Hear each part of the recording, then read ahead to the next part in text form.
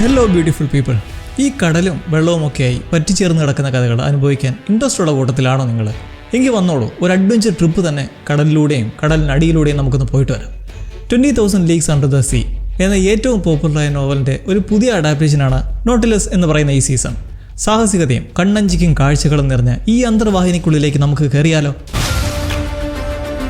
1850 കാലഘട്ടങ്ങളിലാണ് കഥയുടെ തുടക്കം. British east India കച്ചവട കമ്പനി ലോകത്തിൽ തന്നെ ഏറ്റവും ശക്തമായിരുന്ന കാലം. പല പല രാജ്യങ്ങളും സമ്പത്തും കീഴടക്കിയും മോഷ്ടിച്ചും കൈക്കലാക്കി വെച്ചിരുന്ന ഒരു സമയം.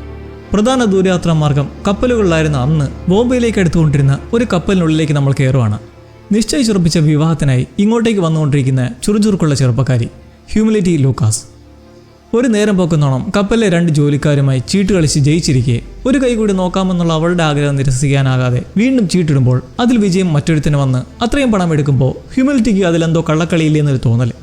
ഒരു കള്ളക്കളിയുമില്ല തമ്പുരാട്ടി, എന്തായാലും ഇക്കളി തോറ്റു എന്ന് പറഞ്ഞ് അവരെ പൈസ എടുത്തുകൊണ്ട് പോകാൻ അനുവദിക്കുന്ന ഇവർ ലോട്ടി, ഹ്യൂമിലിറ്റിയുടെ പരിചാരക.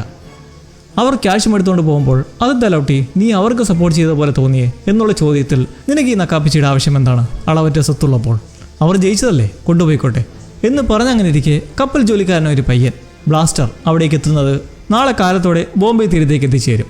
ക്യാപ്റ്റൻ യങ് ബ്ലഡ് അറിയിക്കാൻ പറഞ്ഞ ഈ വിവരവുമായി എത്തുന്ന ബ്ലാസ്റ്റർക്ക് ഒരു പീസ് കേക്ക് കൊടുക്കുമ്പോൾ മുകളിൽ വെടിവെപ്പ് നടക്കുകയാണ്. ക്യാപ്റ്റനായ യങ് ബ്ലഡ് നേരം പോക്കുന്ന പോലെ ഓരോ പക്ഷികളെയും വെടിവെച്ചുകൊണ്ടിരിക്കെ പെട്ടെന്ന് കപ്പലിനൊരു കുലുക്കം, എന്തിലോ തട്ടിയ പോലെ. എന്തോ വശപ്പിച്ചത് തോന്നി അപ്പോൾ തന്നെ ലോട്ടി ഹ്യൂമിലിറ്റിയെ സേഫാക്കി നിർത്തി അത്യാവശ്യം സാധനങ്ങളൊക്കെ ഒരു ബാണ്ടക്കെട്ടിലാക്കവേ പുറത്ത് എന്താ സംഭവം നോക്കാൻ ബ്ലാസ്റ്റേഴ്സ് പായ വഴി വലിഞ്ഞു കയറി നിന്ന് നോക്കുമ്പോഴും കപ്പൽ തിരിക്കാൻ പറഞ്ഞ് യങ് ബ്ലഡ് ദൂരദർശന വഴി നോക്കുമ്പോഴും കാണുന്നത് ദൂരെ നിന്നും ഇരച്ചു പാഞ്ഞടുത്തേക്ക് വന്നുകൊണ്ടിരിക്കുന്ന എന്തോ ഒരു ജന്തു. യങ് ബ്ലഡ് ഉടൻ തന്നെ അലർട്ടാവാൻ ഉത്തരവിടുന്നതും പാഞ്ഞടുത്തുകൊണ്ടിരിക്കുന്ന ആ സത്വം കപ്പലിൻ്റെ അടിഭാഗം ഇടിച്ചുരച്ചു കൊണ്ടുപോകുന്നതോടെ സംഘത്തിന് കപ്പൽ ഉപേക്ഷിക്കേണ്ട ഗതി വരുവാണ്. ഉപേക്ഷിച്ച് ലൈഫ് ബോട്ടിലേക്ക് കയറാൻ നിർദ്ദേശിക്കുന്നതിന് പിറകെ വീണ്ടും ആക്രമണം നടത്തി കപ്പലിനെ പൊക്കിച്ചരിക്കുന്നതിലൂടെ കുറച്ച് തത്രപ്പെട്ട് വലിയ അപകടമൊന്നും കൂടാതെ ബോട്ടുകളിലായി ആ മുങ്ങിക്കൊണ്ടിരിക്കുന്ന കപ്പലിനെ നോക്കി എങ്ങോട്ടൊന്നില്ലാതെ ഒഴുകവേ വീണ്ടും വെള്ളത്തിൽ മുരൾച്ചയും അനക്കവും കേട്ട് നോക്കി നിൽക്കുന്നതും അത് പൊങ്ങി വരികയാണ്. ഒരു ജന്തുവല്ല, മറിച്ച് ഒരു അന്തർവാഹിനി, സുന്ദരിയായ ഒരു മുങ്ങി കപ്പൽ നോട്ടിലസ്. അതിൽ നിന്ന് 2 പേർ ഇറങ്ങി വന്നിട്ട് തോക്കും പിടിച്ചു നിൽക്കുന്ന ഒരാൾ കുട്ടികളെയും സ്ത്രീകളെയും ഞങ്ങൾ എടുക്കാം, പക്ഷേ കമ്പനിക്കായി പ്രവർത്തിക്കുന്ന ആരെയും കയറ്റില്ല എന്ന് പറയുമ്പോൾ ഇവർ കടൽ കൊള്ളക്കാരോ പൈറേറ്റ്സോ ഒന്നുമല്ല.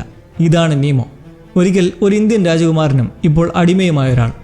ഇക്കൂട്ടർ എങ്ങനെ ഇപ്പോൾ ഈ അന്തർവാഹിനിയിൽ ഇവിടേക്ക് എത്തിപ്പെട്ടു? ഒരു 8 മണിക്കൂർ മുൻപുള്ള കാഴ്ചകൾ. ജനങ്ങളെ നാടുകടത്തി അടിമകളാക്കി വെച്ചിട്ടുള്ള കാലാപാനി എന്ന ഇന്ത്യയിലെ ഒരു ദ്വീപിൽ തടവിലായി കിടപ്പുള്ള നീമോയും അതേപോലെ അനേകം ആളുകളും ആയുധങ്ങളും പടക്കോപ്പുകളും എന്ന് വേണ്ട സകലനിര നിർമ്മാണം ജനങ്ങളെ അടിമകളാക്കിക്കൊണ്ട് ചെയ്യിച്ചു വരുന്ന ആ ദ്വീപിൽ കമ്പനി അതീവ രഹസ്യമായി നിർമ്മിച്ചുകൊണ്ടിരിക്കുന്ന സബ്മറീൻ ഷിപ്പ് നോട്ടിലസ്. രാപ്പകലില്ലാതെ അടിമകളെ പണിയെടുക്കുന്ന കൂട്ടത്തിലുള്ള നീമോയും ജയിൽ കൂട്ടാളി ആദേശും വർക്ക് ഏരിയയിലേക്ക് എത്തുമ്പോൾ അവരുടെ പണി നോട്ടിലസിലാണ്. അതിപ്പോഴെന്നല്ല, ഒരുപാട് നാളുകൊണ്ട് ഈ കപ്പൽ നിർമ്മാണത്തിൽ തന്നെ. ഈ നോട്ടിലസിൻ്റെ എഞ്ചിൻ വരെ ഡിസൈൻ ചെയ്തിട്ടുള്ള ഒരു എഞ്ചിനീയർ കൂടിയ നീമോയുടെ പദ്ധതി എന്നത് ഈ കപ്പൽ പൂർണ്ണമാകുമ്പോൾ അതുകൊണ്ട് ഇവിടുന്ന് രക്ഷപ്പെടാനും.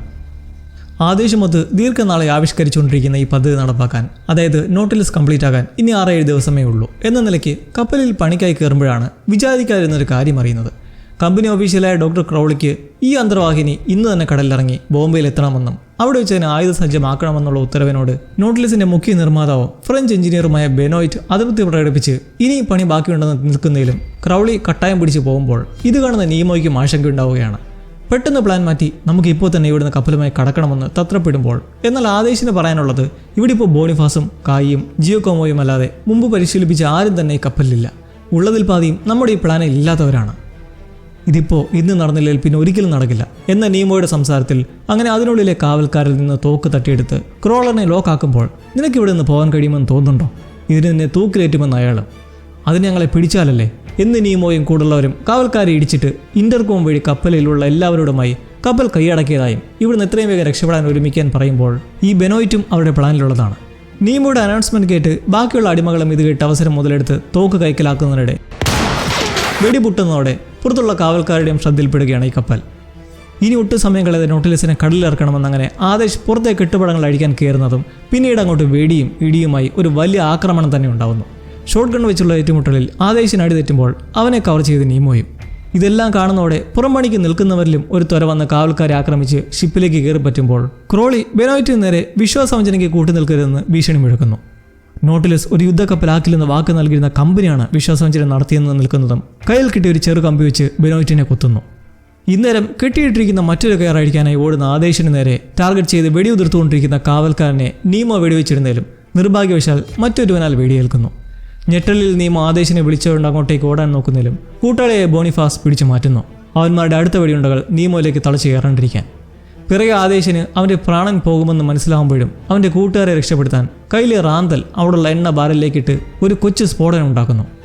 ആദേശ് കണ്ണുമുന്നിൽ പിടയുന്നത് കണ്ടപാടെ ഒന്നിനും പറ്റാതെ ഷോക്ക്ഡായി നിൽക്കുന്ന നീമോ വീണ്ടും പുറത്തേക്ക് ഇറങ്ങാൻ തുനിയുന്നത് കണ്ട് അവനെ എന്തായാലും നമുക്ക് രക്ഷിക്കാൻ കഴിയില്ലായിരുന്നു എന്ന് തടഞ്ഞു നിർത്തവേ നീമോ അത്യാവശ്യമായി ഈ വീൽ ഹൗസിലേക്ക് എത്താൻ സ്പീക്കറിലൂടെ ബെനോയിറ്റ് പറയുന്നത് കേട്ട് ബോണിഫാസിന്റെ ഇപ്പോൾ അത്യാവശ്യമായി ഇവളെ നോട്ടിലസിനെ കടലിലേക്ക് ഇറക്കേണ്ടതുണ്ട്, ആദേശിന്റെ ത്യാഗം വെറുതെ ആയി തീരരുത് എന്ന വാക്കുകളിൽ നീമോ ഊർജ്ജം സംഭരിച്ച് ക്രോളിക്ക് നേരെ ഓങ്ങി വെച്ചൊരു നോട്ടം നോക്കി ഇന്നേരം ആവശ്യനാണെങ്കിലും ഫുൾ പവർ ഓണാക്കി പൈലറ്റ് ഹൗസിൽ നിൽപ്പുള്ള ബെനോയിറ്റിനൊപ്പം ചേർന്ന് എഞ്ചിൻ സ്റ്റാർട്ട് ചെയ്യുന്നതും ആ വശ്യസുന്ദരിയ സബ്മറീൻ ശേഷിക്കുന്ന ബന്ധനങ്ങളും പൊട്ടിച്ച് നേരെ കടലിനെ പുണർന്ന് അതിന്റെ ആദ്യ സുഖം നുകരുമ്പോൾ എല്ലാവരും വിസ്മയത്തോടെ അങ്ങനെ നോക്കി നിൽക്കുവാണ്. നീമോ ഒട്ടും സമയം കളയാതെ കപ്പൽ താഴാനായി ബാലസ്റ്റ് ടാങ്കുകളിൽ വെള്ളം നിറയ്ക്കാൻ പറയുന്നുണ്ടോ അതിലുള്ള പാവങ്ങൾക്ക് അറിയുന്നു. ലിവർ പുൾ ചെയ്യാനും മറ്റും ബെനോയിറ്റ് പറഞ്ഞു കൊടുത്തങ്ങനെ നിമിഷങ്ങൾക്കുള്ളിൽ കാവൽക്കാരും അടിമകളും നോക്കി നിൽക്കെ നോട്ടിലസ് കടലിന്റെ ആഴത്തിലേക്ക് അപ്രത്യക്ഷമാവുമ്പോൾ കരയിൽ നിന്നും കാവൽക്കാരുടെ പീരങ്കി പ്രയോഗം. ഗുണ്ടുകൾ അങ്ങിങ്ങി വീഴുന്നത് കണ്ട് ആ തീരത്തുനിന്ന് പുറത്തു കടക്കാൻ നീമോ ആദ്യമായി നോട്ടിലസിന്റെ സ്റ്റിയറിംഗിൽ കൈവയ്ക്കുന്നു. സകലരും ശ്വാസം അടക്കി പിടിച്ച് നോക്കി നിൽക്കെ ആ പാറക്കെട്ടുകൾക്കിടയിലൂടെ തിരിഞ്ഞും ചെരിഞ്ഞും പോയിക്കൊണ്ടിരിക്കെ മുന്നിൽ പാറക്കെട്ടുകൾ. ഉടൻ തന്നെയുള്ള ബെനോയിറ്റിന്റെ നിർദ്ദേശത്തിൽ ആ ബാലസ്റ്റ് ടാങ്കുകളിലെ വെള്ളം കാലിയാക്കി തുടങ്ങുന്നതും അവൾ മെല്ലെ ഉയർന്നു പൊങ്ങി ആ പാറയിടുക്കിൽ നിന്നും വെളിച്ചത്തിന്റെ അന്തരീക്ഷത്തിലേക്ക് ചാടിക്കയറുന്നു. കാലാപാനിയിൽ നിന്നും അവർ രക്ഷപ്പെട്ടിരിക്കുകയാണ്. മുന്നിൽ കാണുന്ന സൂര്യോദയത്തിൽ ഒരു പുത്തൻ ഉദയത്തോടെ നീമോയും സംഘവും കടലിൽ നിൽക്കുമ്പോൾ ഈ കാണുന്നത് നിങ്ങളുടെ സ്വപ്നമായിരുന്നത് ബെനോയിറ്റിനോട് നീമോ, നീയില്ലെങ്കിൽ ഇത് നടക്കില്ലായിരുന്നു എന്നുള്ള മറുപടിയിൽ നീമോ ആദേശം എന്ന് പറയുന്നതും മാറ്റിവെച്ച പ്രതികാരത്തെക്കുറിച്ച് ഓർമ്മ വന്ന് ബോണിഫസിനെ സ്റ്റിയറിംഗ് ഏൽപ്പിച്ചിട്ട് നേരെ അയാൾ ക്രോളിക്കും കാവൽക്കാർക്കും അടുത്തെത്തി എല്ലാറ്റിനെയും കൊല്ലെന്ന് പറഞ്ഞു നിൽക്കുവാണ്. ആദേശിനെ ഓർത്തുള്ള വേദനയിൽ തോക്കുചൂണ്ടി നിൽക്കുന്നെങ്കിലും നോട്ടിലസ് തട്ടിക്കൊണ്ടുപോകുന്ന അടിമൾക്ക് മുന്നിൽ വീരോടെ തന്നെ നിൽക്കുവാണ് അയാൾ. അരുതെന്ന് ആവർത്തിച്ച് അഭ്യർത്ഥിക്കുന്ന ബെനോയിറ്റിന്റെ വാക്കുകളിൽ വെടിവെക്കാൻ കഴിയാതെ അവറ്റുകളെ ലോക്ക് ചെയ്ത് ബന്ധിപ്പിക്കാൻ കൂട്ടരോടെ നിർദ്ദേശിക്കുന്നു. ബെനോയിറ്റിനേറ്റ മുറിയിലെ വേദന കൊണ്ട് അയാൾ ഇരുന്നു പോകുമ്പോൾ ബാൻഡേജ് വെള്ളം കൊണ്ടുവന്നു നിൽക്കുന്ന നീമോയോട് അയാൾക്ക് മുന്നറിയിപ്പ് കൊടുക്കാനുള്ളത് കാലാപാനിയിൽ നിന്നും കഷ്ടിച്ചൊരു നാവിക മൈൽ ദൂരത്തിൽ മാത്രമാണ് നമ്മളുള്ളത്. കമ്പനി ഇന്നേരം തന്നെ നമ്മളെ കൊന്നിട്ട് ഇവളെ നോട്ടിലസിനെ തിരിച്ചു പിടിക്കാനുള്ള ശ്രമങ്ങൾ തുടങ്ങിക്കാണും എന്ന് പറയുമ്പോൾ അതുപോലെ തന്നെ ലണ്ടനിലെ ഈസ്റ്റ് ഇന്ത്യ കമ്പനി ഹെഡ് ഓഫീസിലേക്ക് കാലാപാനിയിൽ നിന്നുള്ള ജനറലിന്റെ അർജന്റ് ടെലിഗ്രാം എത്തിയിരിക്കുകയാണ്. നോട്ടിലസിനെയും ക്രോളറേയും അടിമകൾ തട്ടിയെടുത്ത് കടന്ന സന്ദേശം കാണുന്ന പാടെ പ്രസിഡന്റ് ഏത് വിധേനയും എന്ത് വില കൊടുത്തും സകല സേനയും ഇറക്കി നോട്ടിലസിനെ കുറിച്ച് ഗവൺമെന്റ് അറിയും മുന്നേ കണ്ടെത്താനായി ഉത്തരവിടുന്നു. ഇന്നേരം കടലിന്റെ അടിത്തട്ടിലുള്ള നോട്ടിലസിന്റെ അടിത്തട്ടിലെ ഒരു ക്യാബിനിൽ ക്രോളറേയും കൂട്ടരെയും ഇട്ട് പൂട്ടുമ്പോൾ കപ്പലിന്റെ മറ്റൊരു വശത്ത് കിച്ചണും ആഹാര സാമഗ്രികളൊക്കെ നോക്കി നിൽക്കുന്ന ജഗദീഷും. സായിപ്പന്മാരാൽ അടിമയാക്കപ്പെട്ട മറ്റൊരാളായ ഇയാൾ മൂലമാണ് കുറച്ചു മുന്നേ വെടിയുണ്ട ശബ്ദം കേട്ട് കാലാപാനിയിൽ അത്രയും വലിയ പ്രശ്നമുണ്ടായത്. അങ്ങനെ പോകവേ പെട്ടെന്ന് നോട്ടിലസിനൊരു കുലുക്കം. ഈ നടുക്കടലിൽ വെച്ച് എന്തിലാണ് തട്ടിയതെന്ന് നോക്കുമ്പോഴോ ഒരു ഈസ്റ്റ് ഇന്ത്യ കമ്പനി കപ്പൽ. ഇതാണ് നമ്മൾ തുടക്കത്തിൽ കണ്ടത് യങ് ബ്ലഡിന്റെ കപ്പലിൽ എന്തോ ഇടിച്ചതായി. നീമോ നോക്കുന്നതും കപ്പൽ തിരിയുന്നത് കണ്ട് ഇവരാക്രമിക്കാനെത്തിയതാണെന്ന ധാരണയിൽ അതിനെ ഇടിച്ചു താഴ്ത്താൻ ഒരുങ്ങുന്നു. പക്ഷേ നോട്ടിലസിനെ മുക്കി താഴ്ത്തിക്കൂടെ, ആ കപ്പലിൽ വേറെയും ആൾക്കാരുണ്ടെങ്കിലോ എന്നുള്ള ബെനോയിറ്റിന്റെ സന്ദേഹത്തിൽ. എന്നാൽ പകലുള്ള നീമോയാകട്ടെ ഈ കമ്പനി ചിറ്റകൾ നമ്മളെ കൊല്ലാൻ മടിക്കത്തേയില്ലെന്ന് പറഞ്ഞ് ഇടിച്ചുകൊണ്ട് കയറ്റുകയായിരുന്നു. എന്നാൽ ഈ ഇടിയുടെ ആഘാതത്തിൽ നോട്ടിലസിനുള്ളിലും ചെറിയ കേടുപാടുകൾ സംഭവിക്കുമ്പോൾ അതറിയാതെ നീമോ കൂട്ടാളിയായ മറ്റൊരു കായിയോട് എൻഫീൽഡ് റൈഫിളുകളും റിവോൾവറും ആർമറയിൽ നിന്നെടുത്ത് സജ്ജമാക്കാനായി വിളിച്ചു പറഞ്ഞങ്ങനെ ക്യാപ്റ്റൻ കോട്ടുമിട്ട് ലൈഫ് ബോട്ടിൽ പോയിക്കൊണ്ടിരുന്ന സംഘത്തിനടുക്കലേക്ക് എത്തുകയായിരുന്നു. ഇപ്പോൾ അവിടെ എത്തി കുട്ടികളെയും സ്ത്രീകളെയും മാത്രം കയറ്റാമെന്നങ്ങനെ നിൽക്കെ ക്യാപ്റ്റൻ യങ് ബ്ലഡിന്റെ നിർദ്ദേശപ്രകാരം ഹ്യൂമിലിറ്റിയും അവരുടെ വളർത്തുന്ന ആർച്ചിയും ലോട്ടിയും താല്പര്യമില്ലാതെയാണെങ്കിലും ബ്ലാസ്റ്ററും നോട്ടിലസിന് മേലെ കയറി നിൽക്കെ ബാക്കിയുള്ളവരെ കൂടി കയറ്റാൻ അഭിപ്രായപ്പെടുകയാണ് ഹ്യൂമിലിറ്റി. ഇവരെ ഇവിടെ ഇങ്ങനെ ഉപേക്ഷിക്കാൻ എങ്ങനെ കഴിയുമെന്ന് നിൽക്കെ ശരിയാണ് എന്ന് പറഞ്ഞ നീമോ ബോണിഫാസിനോട് പറഞ്ഞ് ക്രോളറേയും സംഘത്തെയും കൊണ്ടുവന്ന് ലൈഫ് ബോട്ടിലേക്ക് കയറാൻ ചൂണ്ടുന്നു. ഇല്ലെങ്കിൽ എന്ത് ചെയ്യുമെന്ന് നിൽക്കുന്ന ക്രോളറോട് ഇല്ലെങ്കിൽ താൻ നീന്തേണ്ടി വരുമെന്നങ്ങനെ ലൈഫ് ബോട്ടിലേക്ക് കടത്തുമ്പോൾ എന്നാൽ ബെനോയിറ്റിന് ഈ ചെയ്തികളൊന്നും ഉൾക്കൊള്ളാനാവുന്നില്ല. ഈ ചെയ്യുന്നതൊന്നും നീയല്ല എന്ന് കുറ്റപ്പെടുത്തുന്ന വകവയ്ക്കാതെ അങ്ങനെ അവിടുന്ന് തുടരുമ്പോൾ ക്രോളറുടെ വക നീ എൻ്റെ കൺമുമ്പിൽ കിടന്ന് നരകയാതന അനുഭവിക്കും എന്നൊരു ഭീഷണിയും. അങ്ങനെ ഉള്ളിൽ കയറി വിമിഷ്ടം പ്രകടിപ്പിച്ച് ബെനോയിറ്റ് പോകുന്നതിന് പിറകെ കായോടും ജിയോകോമയോടും സപ്ലൈസ് മൊത്തം ഒന്ന് ചെക്ക് ചെയ്യാനും ജഗദീഷിനോട് എഞ്ചിൻ റൂം ഒന്ന് ചുറ്റുനോക്കാനും ബോണിഫാസിനോട് പരമാവധി എഫേർട്ടിൽ നോട്ടിലസിനെ പായിക്കാനും നിർദ്ദേശമിടുന്നു. കാരണം കമ്പനി വലയം ഓരോ മണിക്കൂറിലും മുറുകി വരികയാണ്. പറ്റാവുന്നത്രയും വേഗം നീങ്ങാനാണ് നീമോയുടെ നിർദ്ദേശം. അങ്ങനെ ഇപ്പോൾ തടവുപുള്ളികളും അഭയാർത്ഥികളുമുള്ള നോട്ടിലസിലെ ക്രൂ ഒന്ന് ക്ലിയറായി നോക്കിയാൽ ബോണിഫാസ് അത്യാവശ്യം കാര്യങ്ങൾ അറിയാവുന്ന ഒരുവൻ, സൂയൻ ഒരു പോരാളിയാണവർ, കായ് ഇപ്പോൾ കേട്ട പോലെ കപ്പലിൻ്റെ സപ്ലൈസൊക്കെ നോക്കി ഉറപ്പുവരുത്തുന്ന ഒരു സമയൽക്കാരൻ കൂടിയാണ്.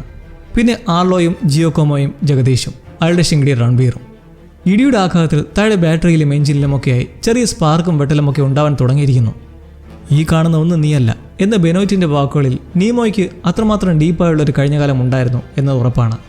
ആ ആഴങ്ങളിൽ അയാളുടെ മനസ്സിലേക്ക് ഓടിയെത്തുന്ന ചില ഫ്ലാഷുകൾ, ഭാര്യ രേണുകയും മകൾ മായയുമൊത്തിരിക്കെ കൊട്ടാരത്തിലേക്ക് കടന്നു കയറിയുള്ള കമ്പനിയുടെ ആക്രമണം. അങ്ങനെ ആയിരിക്കണം ധക്കർ എന്ന നീമോ കാലാപാനിയിലേക്ക് എത്തപ്പെട്ടത്. ഇനി എന്ത് എന്നൊരു 100 ചിന്തയിൽ മുഷിഞ്ഞ തന്നെ അയാൾ നോക്കി നിൽക്കുമ്പോൾ ബോംബെ തീരത്തിനടുത്തെത്തി രക്ഷപ്പെട്ടിരിക്കുകയാണ് ക്രോളറും യങ് ബ്ലഡും അടങ്ങുന്ന സംഘം. ഒരു ക്യാബിനുള്ളിലായി അടച്ചിട്ടിരിക്കുന്ന അഭയാർത്ഥികളെന്ന പോലെയുള്ള ഇവർ പുറത്തു കടക്കാൻ തലയിലെ സ്ലൈഡ് വെച്ച് പൂട്ട് തുറക്കാൻ ചെല്ലുമ്പോഴാണ് ഒരു കാര്യം അറിയുന്നത്. ആ ക്യാബിന് ലോക്കില്ല, അവർ പൂട്ടിയിട്ടതുമില്ല. അതിനർത്ഥം നമ്മളെ അവർ അപകടകാരികളായി കാണുന്നില്ല എന്നല്ലേ? അതൊരു ഇൻസൾട്ടാണെന്ന് പറഞ്ഞ് മൂവരും പുറത്തു കടക്കുമ്പോൾ അവരും സാക്ഷ്യം വഹിക്കുകയാണ് ഈ അത്ഭുത നിർമ്മാണത്തെ. ഒരു മികച്ച എഞ്ചിനീയറുടെ മകളും പോളിടെക്നിക്ക് പഠിച്ചവളുമായ ഹ്യൂമിലിറ്റിക്ക് ഈ ടെക്നോളജി ഒരു വിസ്മയമാണ്. അങ്ങനെ നിൽക്കുന്നതും അവിടേക്ക് മൊട്ടത്തലയൻ താടിക്കാരൻ ജിയോകോമോ എത്തുന്നതിലും അയാൾക്ക് ഇവർ പുറത്തിറങ്ങിയതിൽ വലിയ കാര്യമൊന്നുമില്ലാത്ത രീതിയിൽ നോക്കി സപ്ലൈ റൂമിലേക്ക് പോകുന്നു. എങ്ങനെയും മുംബൈയിലേക്ക് എത്തിയേ തീരൂ എന്ന ലോട്ടിയുടെ ആവശ്യത്തിന് കാരണം അവൾ ഹ്യൂമിലിറ്റിയുടെ അമ്മയോടേറ്റ കാര്യമാണത്. മകളെ സുരക്ഷിതമായി നവവരൻ അടുക്കലേക്ക് കൊണ്ടെത്തിക്കും എന്നുള്ളത്. ജിയോകോമോ ചെല്ലുന്ന ഹോളിൻ്റെ ഒരു മൂലയ്ക്കായി ജഗദീഷ് ചുമ്മാ ഒതുങ്ങിക്കൂടി കിടക്കുമ്പോൾ കായ് സപ്ലൈസിൻ്റെ ലിസ്റ്റ് എഴുതുന്ന തിരക്കിലാണ്. ആർലോയും അവിടെ അങ്ങനെ നിൽക്കുമ്പോൾ കാണാം ഒരു കെട്ട് ബിസ്ക്കറ്റ് കാണാനില്ല. ബ്ലാസ്റ്റർ അത് കട്ടുകൊണ്ട് പോകുന്നത് കണ്ട് കായ് അവനെ പിടിക്കാൻ ഓടിയെത്തി നിൽക്കുന്നത് ഹ്യൂമിലിറ്റിയുടെയും ലോട്ടിയുടെയും മുമ്പിൽ. മോഷ്ടിച്ചതല്ല, ഞാൻ പറഞ്ഞിട്ട് എനിക്ക് കഴിക്കാൻ കൊണ്ടുവന്നതാണെന്ന് പറഞ്ഞ് ഹ്യൂമിലിറ്റി അത് തുറക്കുമ്പോൾ ബിസ്ക്കറ്റ് മൊത്തം വണ്ടും പാറ്റയും കയറിയിരിക്കുന്നു. കായ് ചെക്കനെ ഒരു പാഠം പഠിപ്പിക്കണമെന്ന് അടുക്കവേ ലോട്ടിയും ചെറിയ വില്ലത്തിയാണെന്ന് നമ്മൾ അറിയുവാണ്. ഒളിച്ചു വെച്ചിരുന്ന കത്തിയെടുത്ത് കായുടെ കഴുത്തിന്മേൽ വെച്ചിട്ട് അവനെ തൊട്ടുപോകരുതെന്ന് പറഞ്ഞങ്ങനെ അവിടുന്ന് പോകുമ്പോൾ കരതൊട്ട് മുംബൈയിലെ ബംഗ്ലാവിലെത്തിയിട്ടുള്ള ക്രോളർ ആദ്യം തന്നെ യങ് ബ്ലഡിനെ അഭിനന്ദിക്കുകയാണ് കപ്പൽ മുങ്ങിയപ്പോൾ എടുത്ത സമയോചിതമായ തീരുമാനങ്ങൾക്ക്. എന്നാൽ ഇനി അതിലല്ല കാര്യം. ലോകത്തെ ഏത് രാജ്യത്തെക്കാളും വലുതായ ഈസ്റ്റ് ഇന്ത്യ കമ്പനി ലോകം കീഴടക്കുന്നതിൻ്റെ ഭാഗമെന്നോണമായി വളർന്നു വരുന്ന ചൈന മാർക്കറ്റിനെ രഹസ്യമായി വീക്ഷിച്ചും പരാക്രമം നടത്തിയും ആധിപത്യം സ്ഥാപിച്ചെടുക്കാൻ വേണ്ടി വികസിപ്പിച്ചെടുത്തതാണ് നോട്ടിലസിനെ. അവൾ എൻ്റേതാണ്, എനിക്ക് വേണമെന്ന് നിൽക്കുന്ന ക്രോളറെ നോക്കി യങ് ബ്ലഡും അയാളുടെ സപ്പോർട്ട് അറിയിക്കുകയാണ്. നോട്ടിലസിനെ തിരിച്ചു കൊണ്ടുവരാനും ചെയ്ത അക്രമങ്ങൾക്ക് അവറ്റകൾക്ക് അർഹമായ ശിക്ഷ നൽകാനുമാണ് താങ്കളുടെ ഉദ്ദേശമെങ്കിൽ ഞാനും ഒപ്പമുണ്ടെന്നങ്ങനെ മണിക്കൂറുകൾക്കുള്ളിൽ തന്നെ ഒരു സംഘമായി കടലിലേക്ക് ഇറങ്ങാൻ തയ്യാറെടുക്കുമ്പോൾ നീമോ ഒന്ന് ശുദ്ധനായി നല്ല ഭാവത്തിലേക്ക് എത്തി പുറത്തു വന്ന് ആദ്യം തന്നെ ചോദിക്കുന്നത് പവറിന് എന്തെങ്കിലും കുഴപ്പമുണ്ടോ എന്നാണ്. കാരണം ഇടയ്ക്കിടയ്ക്ക് ലൈറ്റുകൾക്കെല്ലാം വെട്ടലുണ്ട്. താഴെ പ്രശ്നം വഷളായിക്കൊണ്ടിരിക്കുകയാണെന്ന് അവർ അറിയുന്നേയില്ല. വിശ്രമം കഴിഞ്ഞ ബെനോയിറ്റ് ഇനി അങ്ങോട്ടുള്ള കാര്യങ്ങളെപ്പറ്റി സംഘത്തെ അഭിമുഖീകരിച്ചുകൊണ്ടിരിക്കുകയാണെന്നറിഞ്ഞ് അങ്ങോട്ടേക്ക് എത്തുമ്പോൾ നീമോയും വിളിച്ചെടുത്ത് നിർത്തി കാര്യങ്ങൾ വ്യക്തമാക്കുവാണ്. 2 ആഴ്ചത്തേക്ക് വേണ്ട ചോറും ബിസ്ക്കറ്റും വെള്ളവും കണക്ക് കൂട്ടാം. അതിനുശേഷം റീസപ്ലൈക്കായി എവിടെയെങ്കിലും നമ്മൾ അടുക്കേണ്ടതുണ്ട്. അതിനെക്കുറിച്ച് റിസ്ക് എടുക്കണമെന്ന് നിൽക്കുന്ന ബെനോയിറ്റിൻ്റെ അഭിപ്രായം കമ്പനിക്കാരുടെ മേലധികാരത്തിലുള്ള ഗൾഫ് ഓഫ് കച്ചിലേക്ക് അടുപ്പിക്കുക എന്നതാണ്.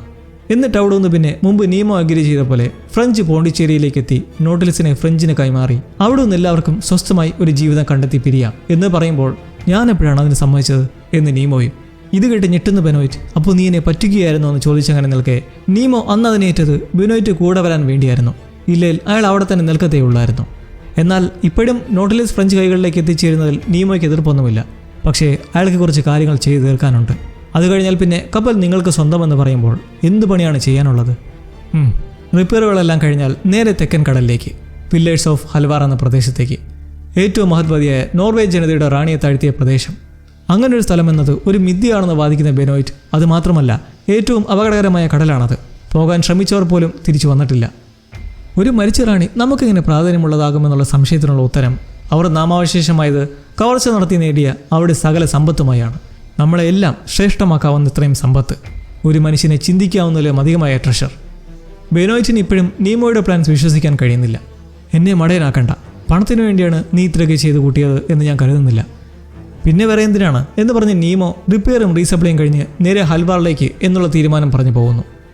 നിധിയെന്ന് കേട്ട് കണ്ണു മഞ്ഞളിച്ചെങ്കിലും ഈ നീമോ അവൻ്റെ ആവശ്യങ്ങൾക്കായി നമ്മളെ ഉപയോഗിക്കുകയാണെന്നുള്ള ചിന്ത ജഗദീഷിനും.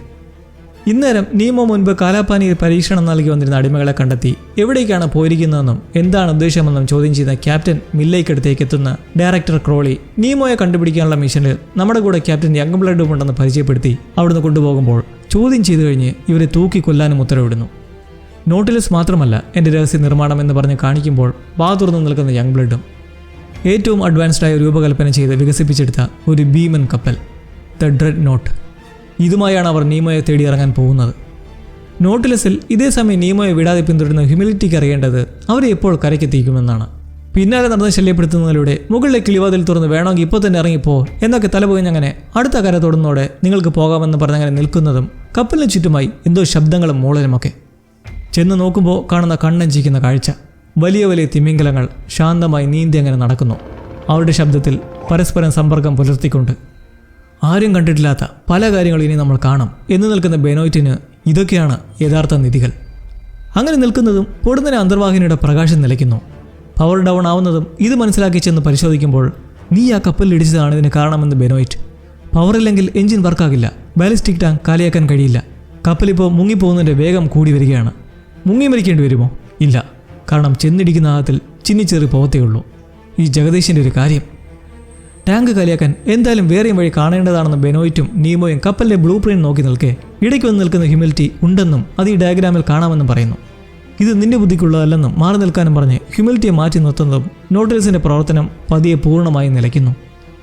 സംഘമെല്ലാം പേടിച്ചും മരിക്കാൻ പോവാണെന്നും പറഞ്ഞ് പരിഭ്രാന്തിയിൽ നിൽക്കവേ നീമോ പെട്ടെന്ന് തിരിഞ്ഞ് ഹ്യൂമിലിറ്റിയോട് ചോദിക്കുവാണ്, ശരി, എന്താണ് നിന്റെ ബുദ്ധി? ഒരു വലിയ കാര്യമല്ല, പക്ഷേ വർക്കാകും. എന്തെന്നാൽ ബാലസ്റ്റ് ടാങ്കിലേക്ക് വായു പമ്പ് ചെയ്ത് വെള്ളം പുറത്തേക്ക് കളയുക, അതും മാനുവലായി.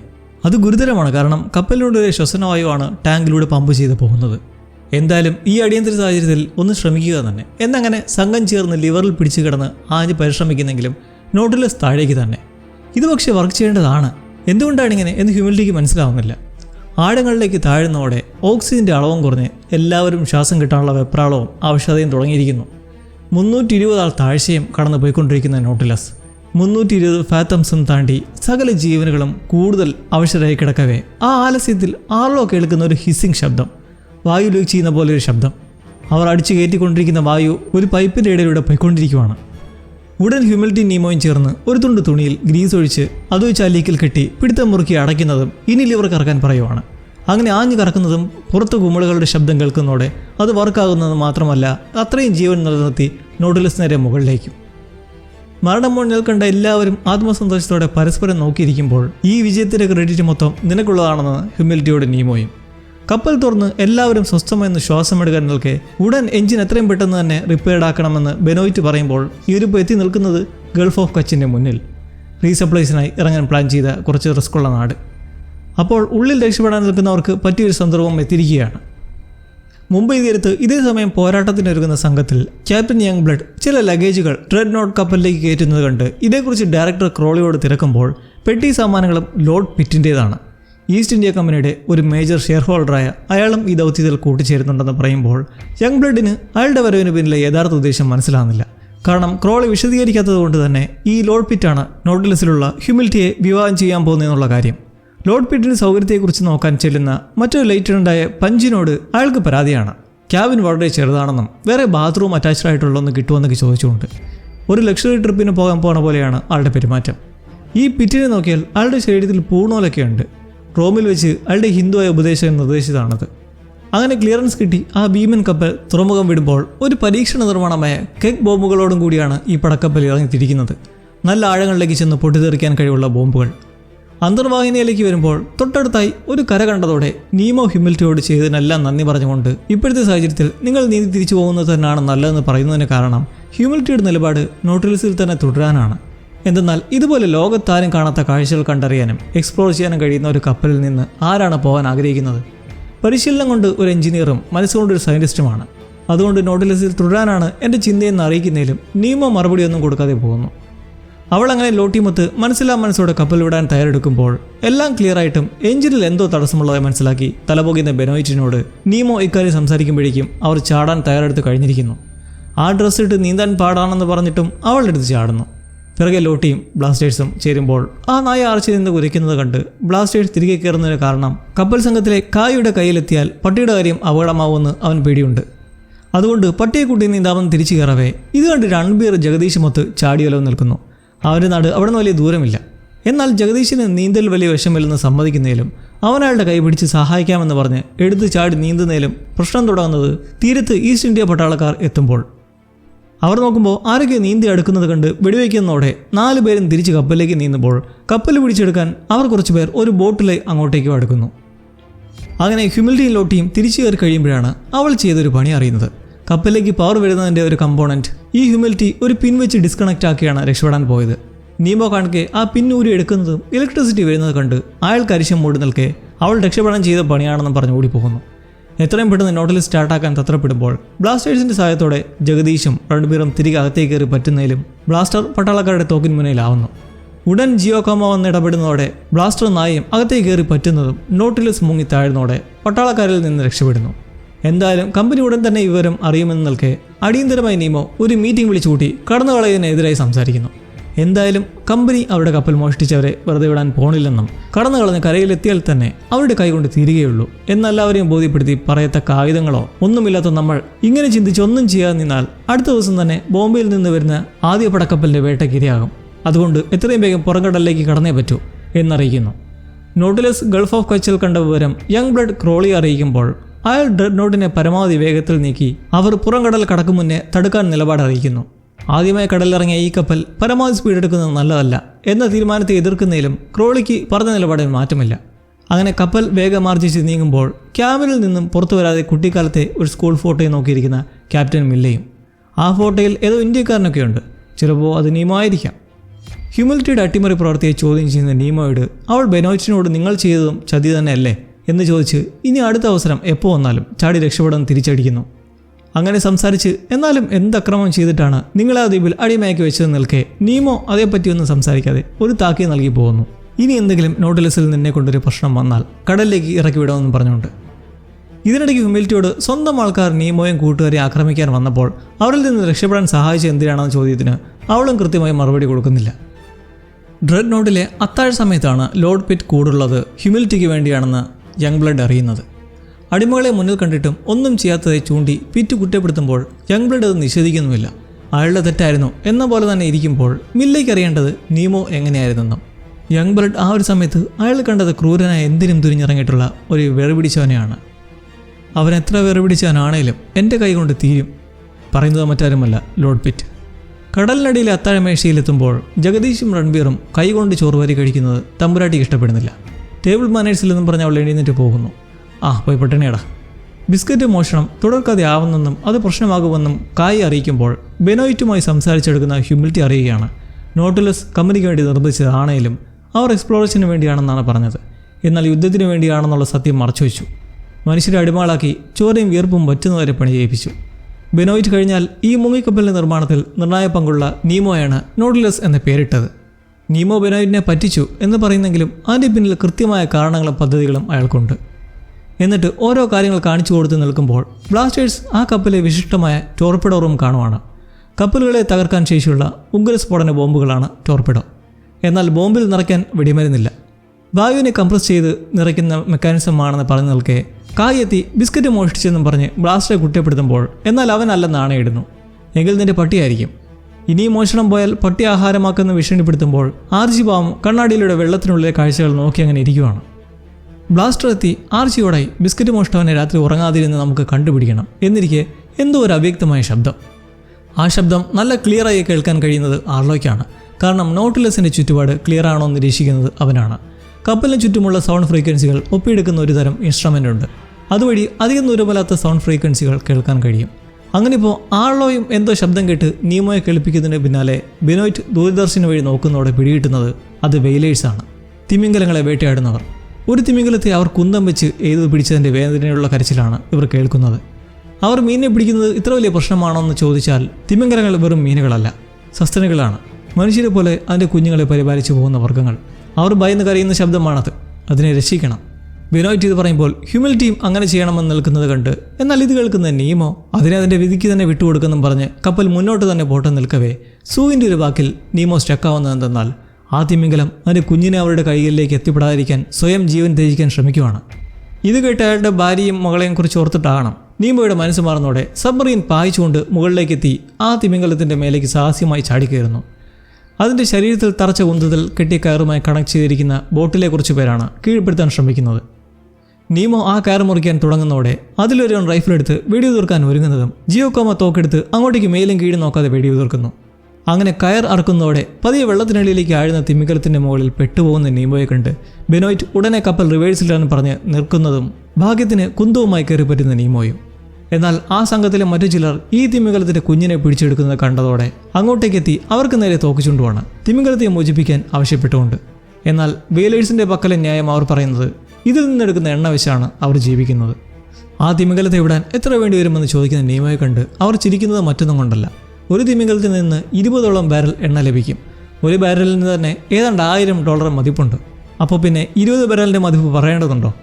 ഇത്രയും പണം എവിടെ ഇരിക്കുന്നു നിൽക്കെ നീമോ ചെയ്യുന്നതെന്നോ?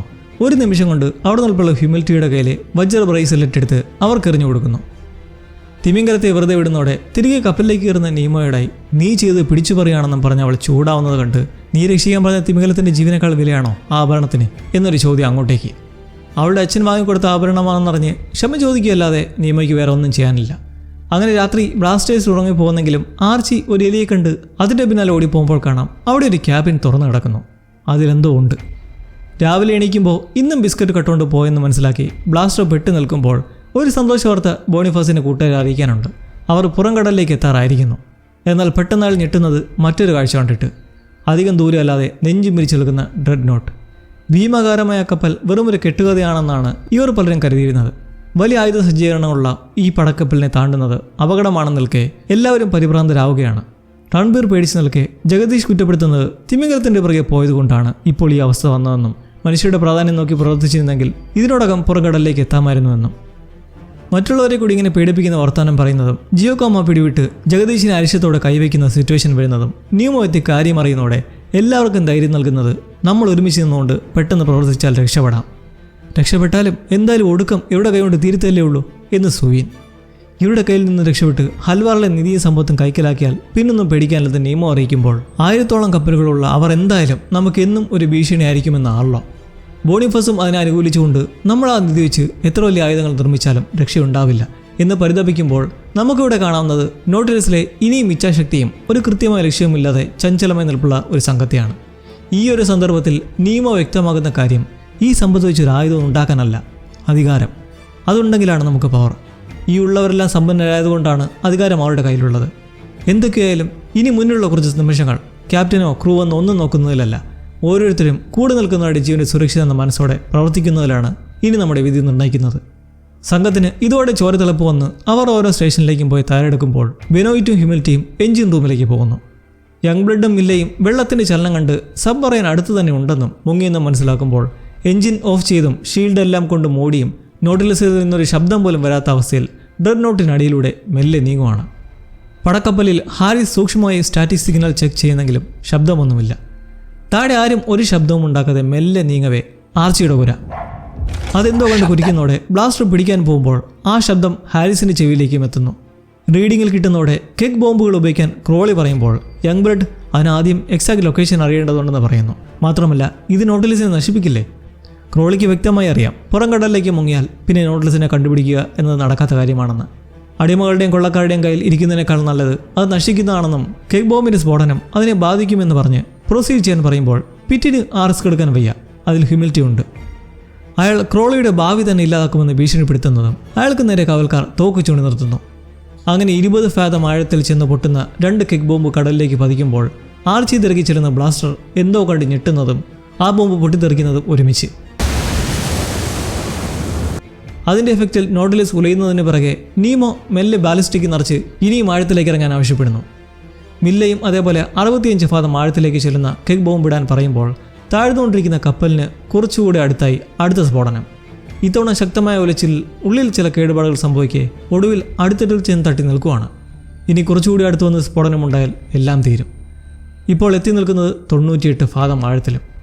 ഇനി എങ്ങോട്ടേക്കും പോകാനില്ല. യങ് ബ്ലഡ് അടുത്ത സെറ്റ് ബോംബ് വിക്ഷേപിക്കാൻ ഉത്തരവിടുന്നു. 100 ഫാദം. ആ 2 ബോംബുകൾ മെല്ലെ താഴേക്ക് ചെല്ലുന്നതും പൊട്ടിത്തെറിക്കുന്നു. എന്നാൽ 90 ഫാദം ആഴത്തിലെത്തിയപ്പോഴേ വായുമർദ്ദം മൂലം പൊട്ടിത്തെറിച്ചത് ഹാരിസ് മനസ്സിലാക്കി പറയുമ്പോൾ യങ് ബ്ലഡ് അറിയുന്നത് ബോംബുകൾ ടെസ്റ്റ് ചെയ്തിട്ടുള്ളത് 50 ഫാദം ആഴത്തിൽ വെച്ച് മാത്രമാണ്. ഒരുപക്ഷെ അതുകൊണ്ടായിരിക്കാം ഇപ്പോൾ ബോംബുകൾ മാൽഫങ്ഷൻ ചെയ്തത്. പിന്നീട് അങ്ങോട്ട് അധികം ചലനങ്ങളൊന്നുമില്ലെന്ന് കണ്ട് നോട്ടിലസിൽ ഓരോരുത്തരും പയ്യെ ആശ്വസിച്ച് നിൽക്കെ സ്റ്റാറ്റിക് ശബ്ദം വീണ്ടും കേൾക്കുന്നു. അതേപോലെ മുകളിൽ യങ് ബ്ലഡിനും. അത് നോട്ടിലസ് അല്ല, വേറെ എന്തോ ആണ്. ഇന്നേരം ക്യാബിനിലായി എന്തോ തുറിച്ച് നോക്കി നിൽക്കുന്ന ആർച്ചിക്കടുത്തേക്ക് ബ്ലാസ്റ്റർ എഴുന്നേറ്റ് ചെല്ലുമ്പോൾ നീമോ വ്യൂയിങ് പോർട്ട് തുറക്കാൻ പറഞ്ഞ് ആ കടലിൻ്റെ അടിത്തട്ടിൽ എന്തോ കണ്ടങ്ങനെ അതിശയിച്ച് നിൽക്കവേ ബ്ലാസ്റ്റർ ആ ക്യാബിനിൽ കാണുന്നത് ഒരു കമ്പനി പട്ടാളക്കാരനെ. കാലാപ്പാനി മുതൽ ഒളിച്ചിരുന്നതായിരിക്കണം. അയാൾ പിടിച്ചു നിർത്തി മിണ്ടിയ കൊന്നുകളയും എന്ന് നിൽക്കെ നോട്ടിലിസിനടുത്തായി ഭീമാകാരമായ എന്തോ കടൽജീവിയുടെ വാലും. ആ ജീവിയാകട്ടെ ഒരു ഭീമാകാരൻ നീരാളി. റെഡ് നോട്ടിന്റെ ആക്രമണത്തിൽ നിന്ന് രക്ഷപ്പെടാൻ കടലിന്റെ അടിത്തട്ടിലെത്തിയപ്പോൾ നിലവിൽ ഈ നീരാളിയുടെ കൈകളിലെത്തുന്നതും അത് നോട്ടിലിസിനെ വരിഞ്ഞു മുറുക്കി അതിന്റെ മെറ്റൽ ഭാഗങ്ങളൊക്കെ അമർന്ന് പൊട്ടുന്ന ശബ്ദം. ഇനി എന്തു ചെയ്യുമെന്ന് എല്ലാവരും പേടിച്ച് നിൽക്കുന്നിടത്ത് നീമോ അയാളുടെ അടുത്ത സാഹസികതയ്ക്ക് മുതിരുവാണ്. ഡൈവിംഗ് സൂട്ട് ധരിച്ച് കപ്പലിൽ നിന്നിറങ്ങി അതിനെ ഒറ്റയ്ക്ക് നേരിടുക എന്നത് ഏറ്റവും അപകടകരവും. എന്തായാലും നീമോ ആ ഭീമൻ നീരാളിയെ നേരിടാൻ റൈഫിളുമായി ഇറങ്ങുന്നെങ്കിലും അത് പുഷ്പം പോലെ തട്ടിത്തെറിപ്പിച്ച് വീഴ്ത്തി നോട്ടിലിസിനെ വരിഞ്ഞു മുറുക്കവേ അവിടെ അവർ പ്രതീക്ഷിക്കാത്ത ഒരു രക്ഷകനല്ല രക്ഷക എത്തുന്നു. മുൻപോ രക്ഷപ്പെടുത്തിയ ആ അമ്മ തിമിംഗലം വന്ന് രാക്ഷസ നീരാളിയുമായി പോരാടി അതിനെ ഉപദ്രവിച്ച് ഭയപ്പെടുത്തി ഓടിക്കുമ്പോൾ തീർച്ചയായും തിമിംഗലത്തിന്റെ കാര്യത്തിൽ ഏവർക്കും അവിശ്വസനീയമായൊരു കാഴ്ചയാണ്. അവർ രക്ഷിച്ച മാമൽസായ ആ 2 തിമിംഗലങ്ങളും അതിന്റെ കടപ്പാട് കാട്ടുന്നതിലൂടെ നീമോയും നോട്ടിലസിനെ രക്ഷിച്ചെങ്കിലും തലയ്ക്ക് മുകളിൽ ഇപ്പോഴും റെഡ് നോട്ട് എന്ന അപായം ഉദിച്ചു നിൽക്കുകയാണ്. എന്നാൽ അവർ അവിടെ നിന്ന് രക്ഷപ്പെടുന്നത് എങ്ങനെയെന്നാൽ നമ്മൾ മുമ്പ് കണ്ട ആ ടോർപിഡോ ബോംബ് വെച്ച് ശബ്ദം കേൾക്കാണ്ടിരിക്കാൻ വായു കംപ്രസ് ചെയ്ത് ലോഡാക്കാതെ ഒരു ടോർപിഡോ കാലിയായി തൊടുക്കുന്നതും റെഡ് നോട്ടിൽ ഹാരിസ് ചലനം ഒപ്പിയെടുക്കുന്നതിനെ തുടർന്ന് നോട്ടിലിസ് ആണെന്ന ധാരണയിൽ അങ്ങോട്ടേക്ക് ആ ഭീമൻ കപ്പൽ പായുന്ന സമയം ഇവർ എസ്കേപ്പ് ആവുന്നു. കുറച്ചു ദൂരം ചെന്ന് ടോർപിഡോ നിശ്ചലമായി പൊങ്ങുമ്പോൾ ഇത് കണ്ട് ക്രോളി കേന്തിയിലാകവേ ഹ്യൂമിലിറ്റി ആർച്ച് വഴി ബ്ലാസ്റ്ററെ പിടിച്ചു വെച്ചിട്ടുള്ള ആ കമ്പനി പടയാളിയെ കാണാനിടയാവുന്നു. അവൾ അവനെ ശാന്തനാക്കി ഉപദ്രവിക്കില്ലെന്ന് വാക്ക് നൽകി സഹചാരികൾക്കടുത്ത് എത്തിക്കുമ്പോൾ എഡ്വാർഡ് എന്ന പേരിലുള്ള ആ പട്ടാളക്കാരൻ അയാളുടെ നിവൃത്തികേട് കൊണ്ട് കമ്പനി സൈന്യത്തിൽ ചേർന്നതിനെക്കുറിച്ച് പറയുന്നു. മുൻപ് കാലാപ്പാനിയിൽ വെച്ച് കപ്പൽ ഹൈജാക്ക് ചെയ്ത സമയത്ത് ഈ എഡ്വാർഡ് തന്നെ സ്വമേധയ തോക്ക് ജഗദീശിന് കൊടുത്ത് അവരെ രക്ഷപ്പെടുത്താൻ ശ്രമിച്ച ഒരു സംഭവം ഉണ്ടായിരുന്നു. എന്നാൽ ജഗദീശിന് വിശ്വാസം വരാതെ അയാളെ അടിച്ചിട്ട് അവിടെ നിന്ന് ഓടിയപ്പോൾ കപ്പലിൽ നിന്ന് പുറത്തു കടക്കാനാകാതെ പെട്ടുപോവുകയും ചെയ്തു. ഹ്യൂമിലിറ്റിയുടെ സ്റ്റാൻഡ് മൂലം നീമോയുടെ എരിയുന്ന പകയിൽ ചെറിയ അയവുണ്ടായി അയാളെ കടലിലേക്ക് തള്ളി വിടുന്നില്ലെങ്കിലും വിലങ്ങിട്ട് ലോക്കാക്കാൻ ഓർഡർ കൊടുക്കുന്നു. ഹൽവാറിലെത്താൻ വടക്കുമാറി ആർട്ടിക്കിലൂടെ സഞ്ചരിക്കാൻ നീമോ പദ്ധതിയിടുമ്പോൾ എന്നാൽ ഗൾഫ് ഓഫ് കച്ച് ശ്രമം പാളിയതോടെ സപ്ലൈസിന്റെ കാര്യത്തിൽ ക്ഷാമം രൂക്ഷമായിട്ടുണ്ട്. മാസങ്ങളെടുക്കുന്ന യാത്രയാണ് മുന്നിലുള്ളത്. എന്നാൽ സപ്ലൈ ശേഷിക്കുന്നത് ദിവസങ്ങൾക്ക് മാത്രം, അതും പിടിച്ചു ഉപയോഗിച്ചാൽ മാത്രം. അത്യാവശ്യമായി സപ്ലൈസിന് മാപ്പിൽ ലൊക്കേഷൻസ് നോക്കുന്നെങ്കിലും പ്രശ്നം അതെല്ലാം കമ്പനി സൈറ്റുകളാണ്. അതുകൊണ്ട് ഒരു മോശം തീരുമാനത്തിലേക്ക് അവരെത്തുന്നു. നരഭോജികളുണ്ടെന്ന് ഊഹാഭോഹങ്ങളുള്ള ഒരു ദ്വീപിലേക്ക്. തീരത്തുനിന്ന് കുറച്ചു മാറി നോട്ടിലിസിനെ നിർത്തി ബോട്ടിൽ നീമോയും ഹ്യൂമിലിറ്റിയും മറ്റു ചിലരും കൂടി കരതൊട്ട് വളരെ ജാഗ്രതയോടെ മെല്ലെ ആ മുളക്കൂട്ടങ്ങൾക്കിടയിലൂടെ കൊതുകിന്റെ മൂളലും കേട്ട് നടക്കവേ ദൂരെ അവ്യക്തമായി കുറച്ചുപേർ കൂടി ഒരു സംഘം ചേർന്ന് അടുത്തു വരുന്നതും പേടിച്ച് തോക്ക് ചൂണ്ടി നിൽക്കുമ്പോൾ പ്രഥമ ദൃഷ്ടിയിൽ നരഭോജികളെ പോലെ തോന്നില്ലെന്ന് മാത്രമല്ല കമ്പനിക്കാർ തങ്ങളുടെയും ശത്രുക്കളാണെന്ന് അവർ പ്രസ്താവിക്കുന്നു. വെള്ളക്കാരനായ രാജ എന്ന ദ്വീപിന്റെ തലപതി നോട്ടിലിസ് കവർന്നെടുത്തവരിൽ നിന്ന് പെട്ടെന്ന് തന്നെ ഐഡന്റിഫൈ ചെയ്ത് നിൽക്കെ പകരത്തിന് പകരമെന്നോണം നീമോ അവരുടെ കയ്യിലുള്ള കുറച്ച് തുക്കട സാമാനം വെച്ച് സപ്ലൈസിന് വേണ്ടി ട്രേഡ് ചെയ്യുന്നതിന് രാജയ്ക്ക് താല്പര്യമില്ലെങ്കിലും അയാൾ പറയുന്ന ഒരു കണ്ടീഷൻ നോട്ടിലിസ് തുറമുഖത്തടിപ്പിച്ച് അവരെ കാണിച്ചാൽ സപ്ലൈസ് കയറ്റി തരാമെന്ന്. രാജയ്ക്ക് നീമോയിൽ എന്തോ ഒരു പരിചയമുള്ളതായി പറയുന്നു. ബുണ്ടൽഖണ്ഡിലെ മഹാരാജന്റെ സാമീതുണ്ടെന്ന് തുടങ്ങി ഒടുവിൽ നീമോ ദക്കർ എന്ന രാജകുമാരനായിരുന്നു എന്ന് രാജ മനസ്സിലുള്ള കാര്യങ്ങൾ കൂട്ടിച്ചേർക്കുന്നതോടെ കൂടുള്ളവരും ഇതറിയുന്നു. കുറച്ചു വർഷങ്ങൾക്ക് മുമ്പ് അച്ഛനെ കണ്ടുമുട്ടിയിട്ടുണ്ട് എന്ന് രാജ വെളിപ്പെടുത്തുന്നതും അതിനെക്കുറിച്ച് വിശദീകരണം തേടുന്ന നീമോയെ അയാൾ അവരുടെ കൊട്ടാരത്തിലേക്ക് സ്വാഗതം ചെയ്യുന്നു. വിശദീകരിക്കാനും എല്ലാവർക്കും ഒരു വിരുന്ന് നൽകാനുമായി. കുറച്ച് നിമിഷത്തെ പരിചയം വെച്ച് നീമോ അത് നിഷേധിക്കുന്നത് നല്ല കാര്യം.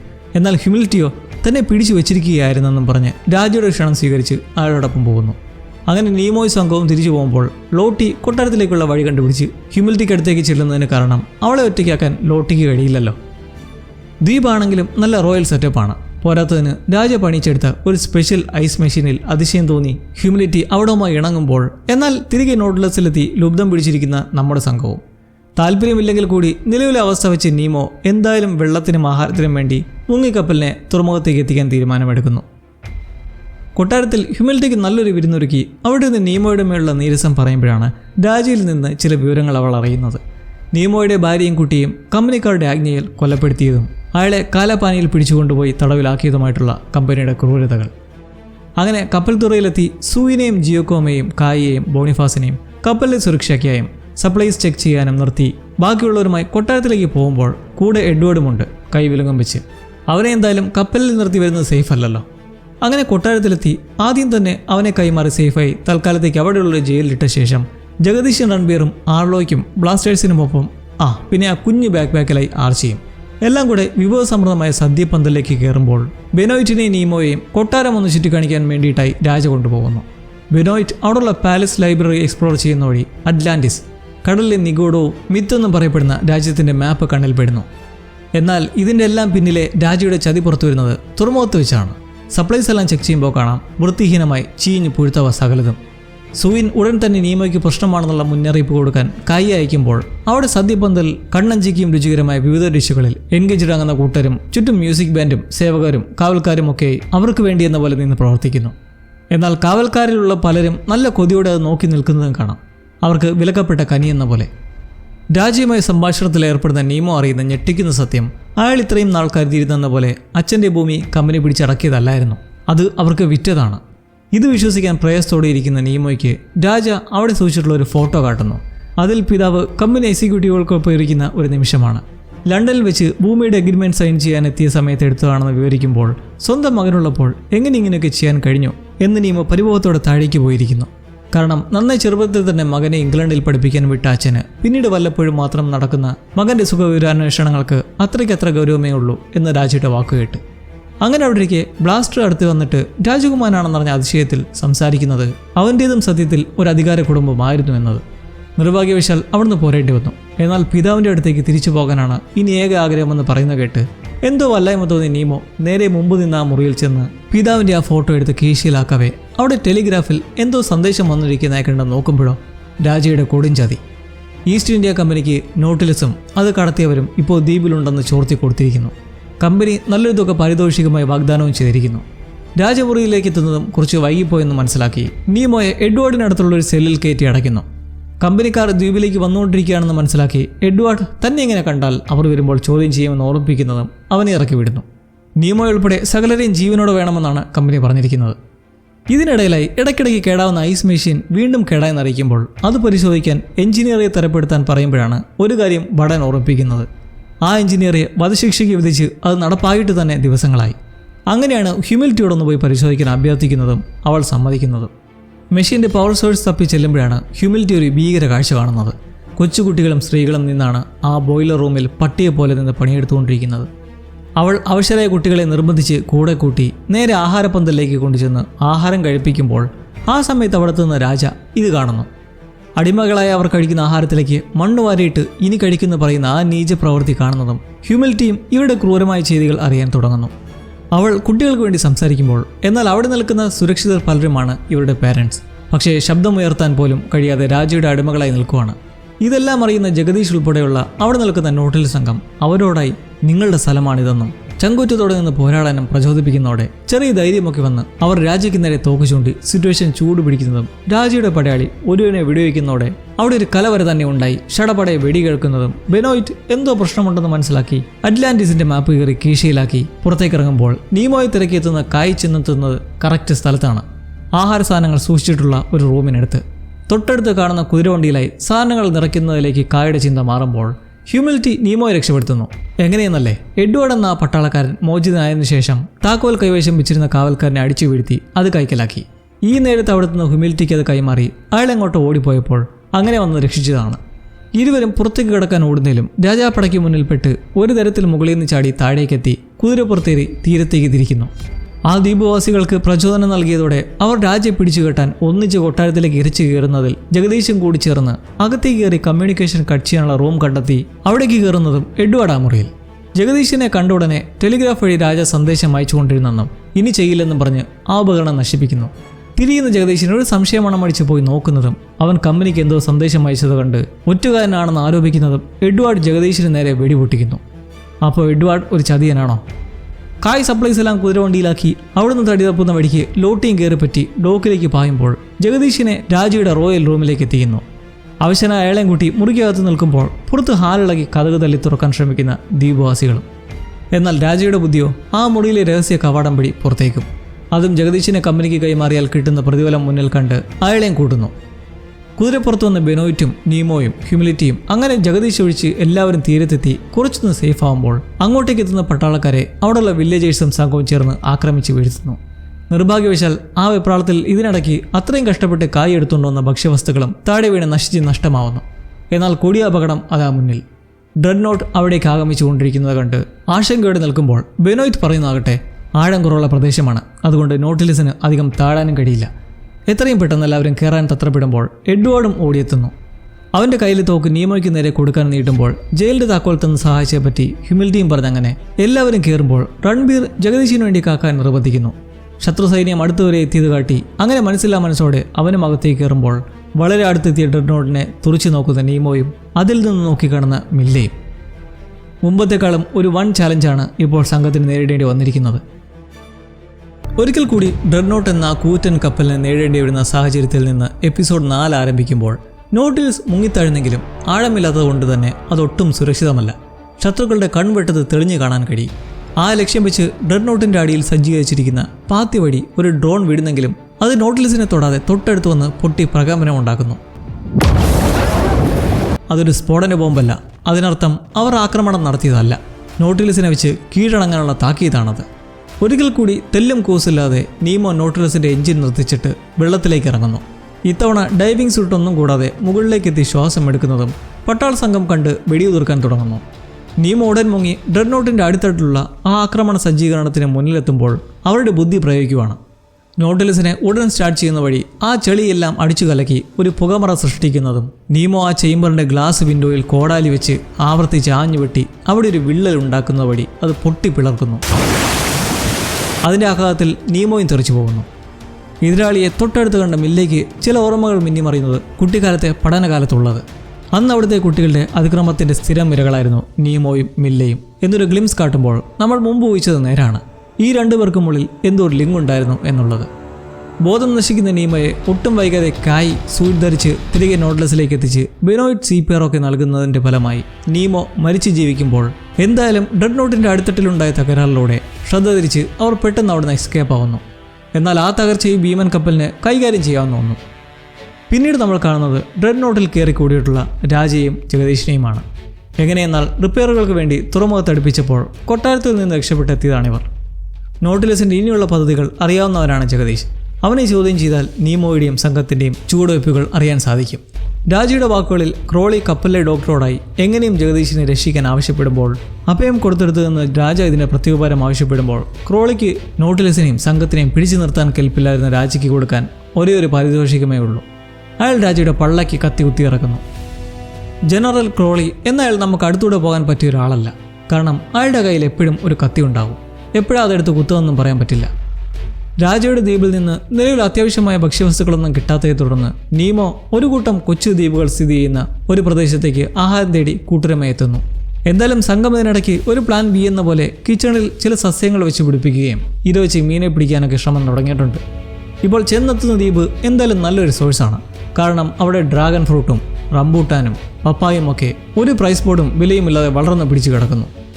അതെല്ലാം പറ്റാവുന്നത്ര ശേഖരിക്കാൻ പറഞ്ഞ നീമോ കുടിവെള്ളം നോക്കാൻ പോകുന്നത് കണ്ട് ഹ്യൂമിലിറ്റിയും കൂടുമ്പോൾ പിറകിൽ ബ്ലാസ്റ്ററും.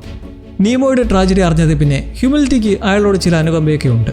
അവൾ ഓരോ കാര്യങ്ങൾ ചോദിച്ചങ്ങനെ നടക്കവേ ബാക്ക് അറ്റ് നോട്ടിലസ് ലോട്ടി നല്ലൊരു കുളി പാസ്സാക്കുമ്പോൾ അവളുടെ മുതുകത്തായി എന്തോ ഒരു ഭൂപടം പോലെ പച്ച കുത്തിരിക്കുന്നതൊക്കെ ഒന്ന് കാട്ടി പോകുന്നുണ്ട്. ഇനി വരും കാഴ്ചകളിൽ ഇതിനെന്തെങ്കിലും പ്രാധാന്യം ഉണ്ടാകുമോ എന്നറിയില്ല. പക്ഷേ ഇപ്പോൾ ലോട്ടിക്ക് പ്രാധാന്യം കുറച്ചൊരു ജോളി മോളി റിലാക്സേഷനാണ്. കായോട് ചതുരംഗം കളിക്കാൻ അറിയുമോ എന്ന് ചോദിച്ച് വിളിക്കുമ്പോൾ എഡ്വാർഡ് ഗുണമുള്ള എന്തെങ്കിലും ചെയ്യാമെന്ന് പറഞ്ഞ് ബെനോയിറ്റിനടുത്തേക്ക് എത്തുന്നു. അവിടെ നോട്ടിലസിൻ്റെ ഉത്ഭവത്തെക്കുറിച്ചും സഞ്ചാരത്തിനും എക്സ്പ്ലോറേഷനുമായിട്ടെന്ന വ്യാജനെ യുദ്ധത്തിനു വേണ്ടി തയ്യാറാക്കിയ കമ്പനിക്കാരെക്കുറിച്ചുമൊക്കെ പങ്കുവയ്ക്കുന്നു. ഒപ്പം ബെനോയിറ്റ് വികസിപ്പിച്ചെടുക്കുന്ന ഇലക്ട്രിക് ഷോക്ക് നൽകുന്ന ഒരു തോക്കിനെക്കുറിച്ചും. അതാകുമ്പോൾ ഒരപകട സാഹചര്യം വന്നാൽ മനുഷ്യരായാലും മൃഗങ്ങളായാലും അവറ്റുകളെ കൊല്ലാതെ രക്ഷപ്പെടാമല്ലോ. രണ്ടും രണ്ടന്തരമാണെങ്കിലും ലോട്ടിയും കായും തമ്മിലുള്ള കെമിസ്ട്രി കാണാൻ രസമാണ്.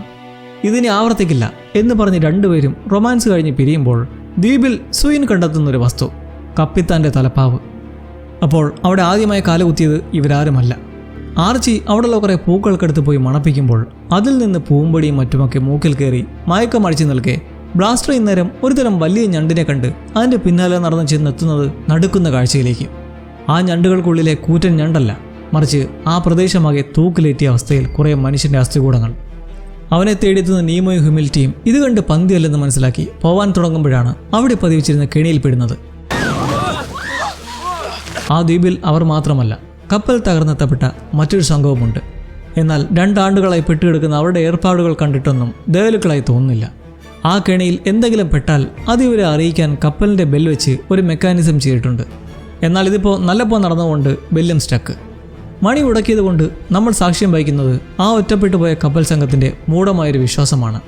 ദ്വീപിൽ നിന്ന് രക്ഷപ്പെടാനുള്ള ഒരു വഴി തുറക്കാനായി അവരെല്ലാവരും കൂടി ഒരാളെ തിരഞ്ഞെടുത്ത് ബലി കൊടുക്കുന്ന ഒരു ഏർപ്പാട്, അതും കളക്ടർ എന്ന് വിശേഷിപ്പിക്കുന്ന എന്തോ ഒന്നിൻ്റെ അടുത്തേക്ക്.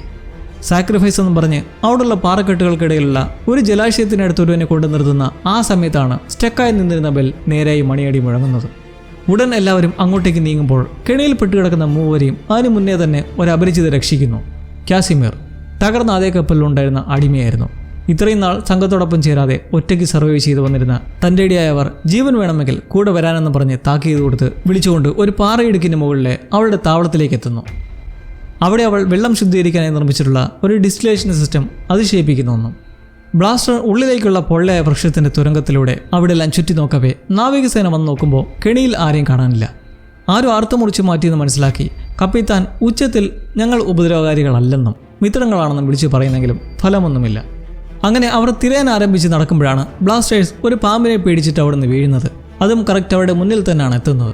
ഇന്നേരം കാസിമിർ ഇരുവരോടുമായി കപ്പൽ തകർന്ന് ഇവിടെ എത്തിയതേക്കുറിച്ച് പറയുന്നു. സംഘത്തിലെ പകുതി പേര് മുങ്ങി മരിച്ചിരുന്നു. സ്വന്തം ജീവിതത്തിൽ നിന്ന് പഠിച്ച പാഠം ആരെയും വിശ്വസിക്കരുത്. സർവൈവ് ചെയ്ത സംഘത്തിൽ ഓരോ കാര്യങ്ങൾക്കും എതിർത്തവരെയാണ് അവിടെ കെട്ടിത്തൂക്കിയതായി കണ്ടത്. ഇപ്പോഴും രക്ഷപ്പെടാനുള്ള അന്ധവിശ്വാസം വെച്ച് അവരെന്തോ ചെയ്യുന്നുണ്ട്. ഓരോരുത്തരായി അപ്രത്യക്ഷമായിക്കൊണ്ടിരിക്കുകയാണെന്ന് കാസിമിർ കണ്ടെത്തിയതേക്കുറിച്ച് പറഞ്ഞ ശേഷം മൂവരെയും രക്ഷിച്ചതിന് പ്രത്യുപകാരമായി തന്നെ ഇവിടുന്ന് രക്ഷിച്ച് കൂടെ കൂട്ടണമെന്ന് നിൽക്കുന്നു. ബ്ലാസ്റ്ററെ സംഘം അവരുടെ താവളത്തിലേക്ക് കൊണ്ടുപോയി സംസാരിക്കുന്ന വഴി പറയുന്ന ഒരു കളവ് അവൻ അവിടെ ഒരു കപ്പൽ തകർന്ന മൂലം ഒറ്റയ്ക്ക് എത്തിപ്പെട്ടതാണെന്നും നോട്ടിലിസിനെയും സംഘത്തെയും സേഫ് ആക്കാൻ ഇവനിത് പറയുന്നതോടെ നിർഭാഗ്യവശാൽ അവനെ സംഘം കളക്ടർ എന്ന് വിളിക്കുന്ന അതിന് ബലി കൊടുക്കാൻ പിടിച്ചുകൊണ്ടുപോകുന്നു. ഒരു പലകയിലായി ഇരുത്തി വെള്ളത്തിലേക്ക് തള്ളിവിട്ട് അങ്ങനെ ഉറ്റുനോക്കി നിൽക്കെ നീമോയും ഹ്യൂമിൽറ്റിയും അവർക്ക് മുന്നിലേക്ക് കടന്നെത്തുന്നു. സംഘവുമായി സംസാരിക്കുന്ന തക്കതിന് കാസിമിർ പാറക്കെട്ടുകൾക്ക് മുകളിൽ നിന്ന് അവനെ രക്ഷപ്പെടുത്തി മാറ്റുന്നത് ഇവരറിയാൻ വൈകിപ്പോകുന്നു. വൈകാതെ വെള്ളത്തിൽ നിന്ന് കുമിളകൾ വരുന്നതും എല്ലാവരും അനങ്ങാണ്ടിരിക്കാൻ പറഞ്ഞിരിക്കുമ്പോൾ കാണുന്നതോ അതിൽ നിന്ന് ഉയർന്നു വരുന്ന ഉഗ്രരൂപിയായ കടൽ സർപ്പം. കപ്പിത്താൻ അതിനടുത്തേക്ക് ചെന്ന് സേവകൻ എന്ന പോലെ ബലിയായി നീമോയും ഹ്യൂമിൽറ്റിയും ചൂണ്ടി നിൽക്കുന്നതും അയാളെ തന്നെ ആദ്യമേ പിടിച്ചു തിന്നുന്നു. കാസിമിറും ബ്ലാസ്റ്ററുമെത്തി ഒരു പഴക്കം പൊടിച്ച് അവിടുന്ന് ഓടിപ്പിടഞ്ഞ് ആ കൂറ്റൻ ഈൽ മത്സ്യത്തിന്റെ വായിൽപ്പെടാതെ ഒളിഞ്ഞിരിക്കുമ്പോൾ തീരത്ത് ബോട്ടിൽ പഴങ്ങളെല്ലാം നിറച്ചു നിൽക്കുന്ന സംഘം ആർച്ചിയിൽ എന്തോ വശക്കേടുള്ളതായി ശ്രദ്ധിക്കുന്നു. മുൻപത് കുറെ പൂക്കൾ നിന്നിടത്ത് പോയി മണപ്പിച്ചതോടെ അതിനെ പൂമ്പൊടിയും മറ്റും ശ്വസിച്ച് ഇപ്പോൾ ആർച്ചി കിളിപോയ അവസ്ഥയിലായിരിക്കുന്നു. 4 പേരും ഒരു തരത്തിൽ രക്ഷപ്പെട്ട് തീരത്തെത്തി സംഘത്തോട് പെട്ടെന്ന് ബോട്ടെടുക്കാൻ പറഞ്ഞ് നോട്ടിൽസിനടുത്തെത്തി പഴങ്ങൾ കയറ്റുന്നതും ആ രാക്ഷസ മത്സ്യത്തെ എല്ലാവരും ദർശിക്കുന്നു. ഉടൻ ബോട്ടും കളഞ്ഞ് കപ്പൽ കയറി സ്റ്റാർട്ടാക്കുമ്പോൾ മുങ്ങിക്കപ്പൽ കണ്ട വിസ്മയത്തിൽ നിൽക്കുന്ന കാസിമിറിനോട് റൺവീർ പെട്ടെന്നുള്ളിലേക്ക് കയറാൻ പറഞ്ഞു നിൽക്കുന്നത്.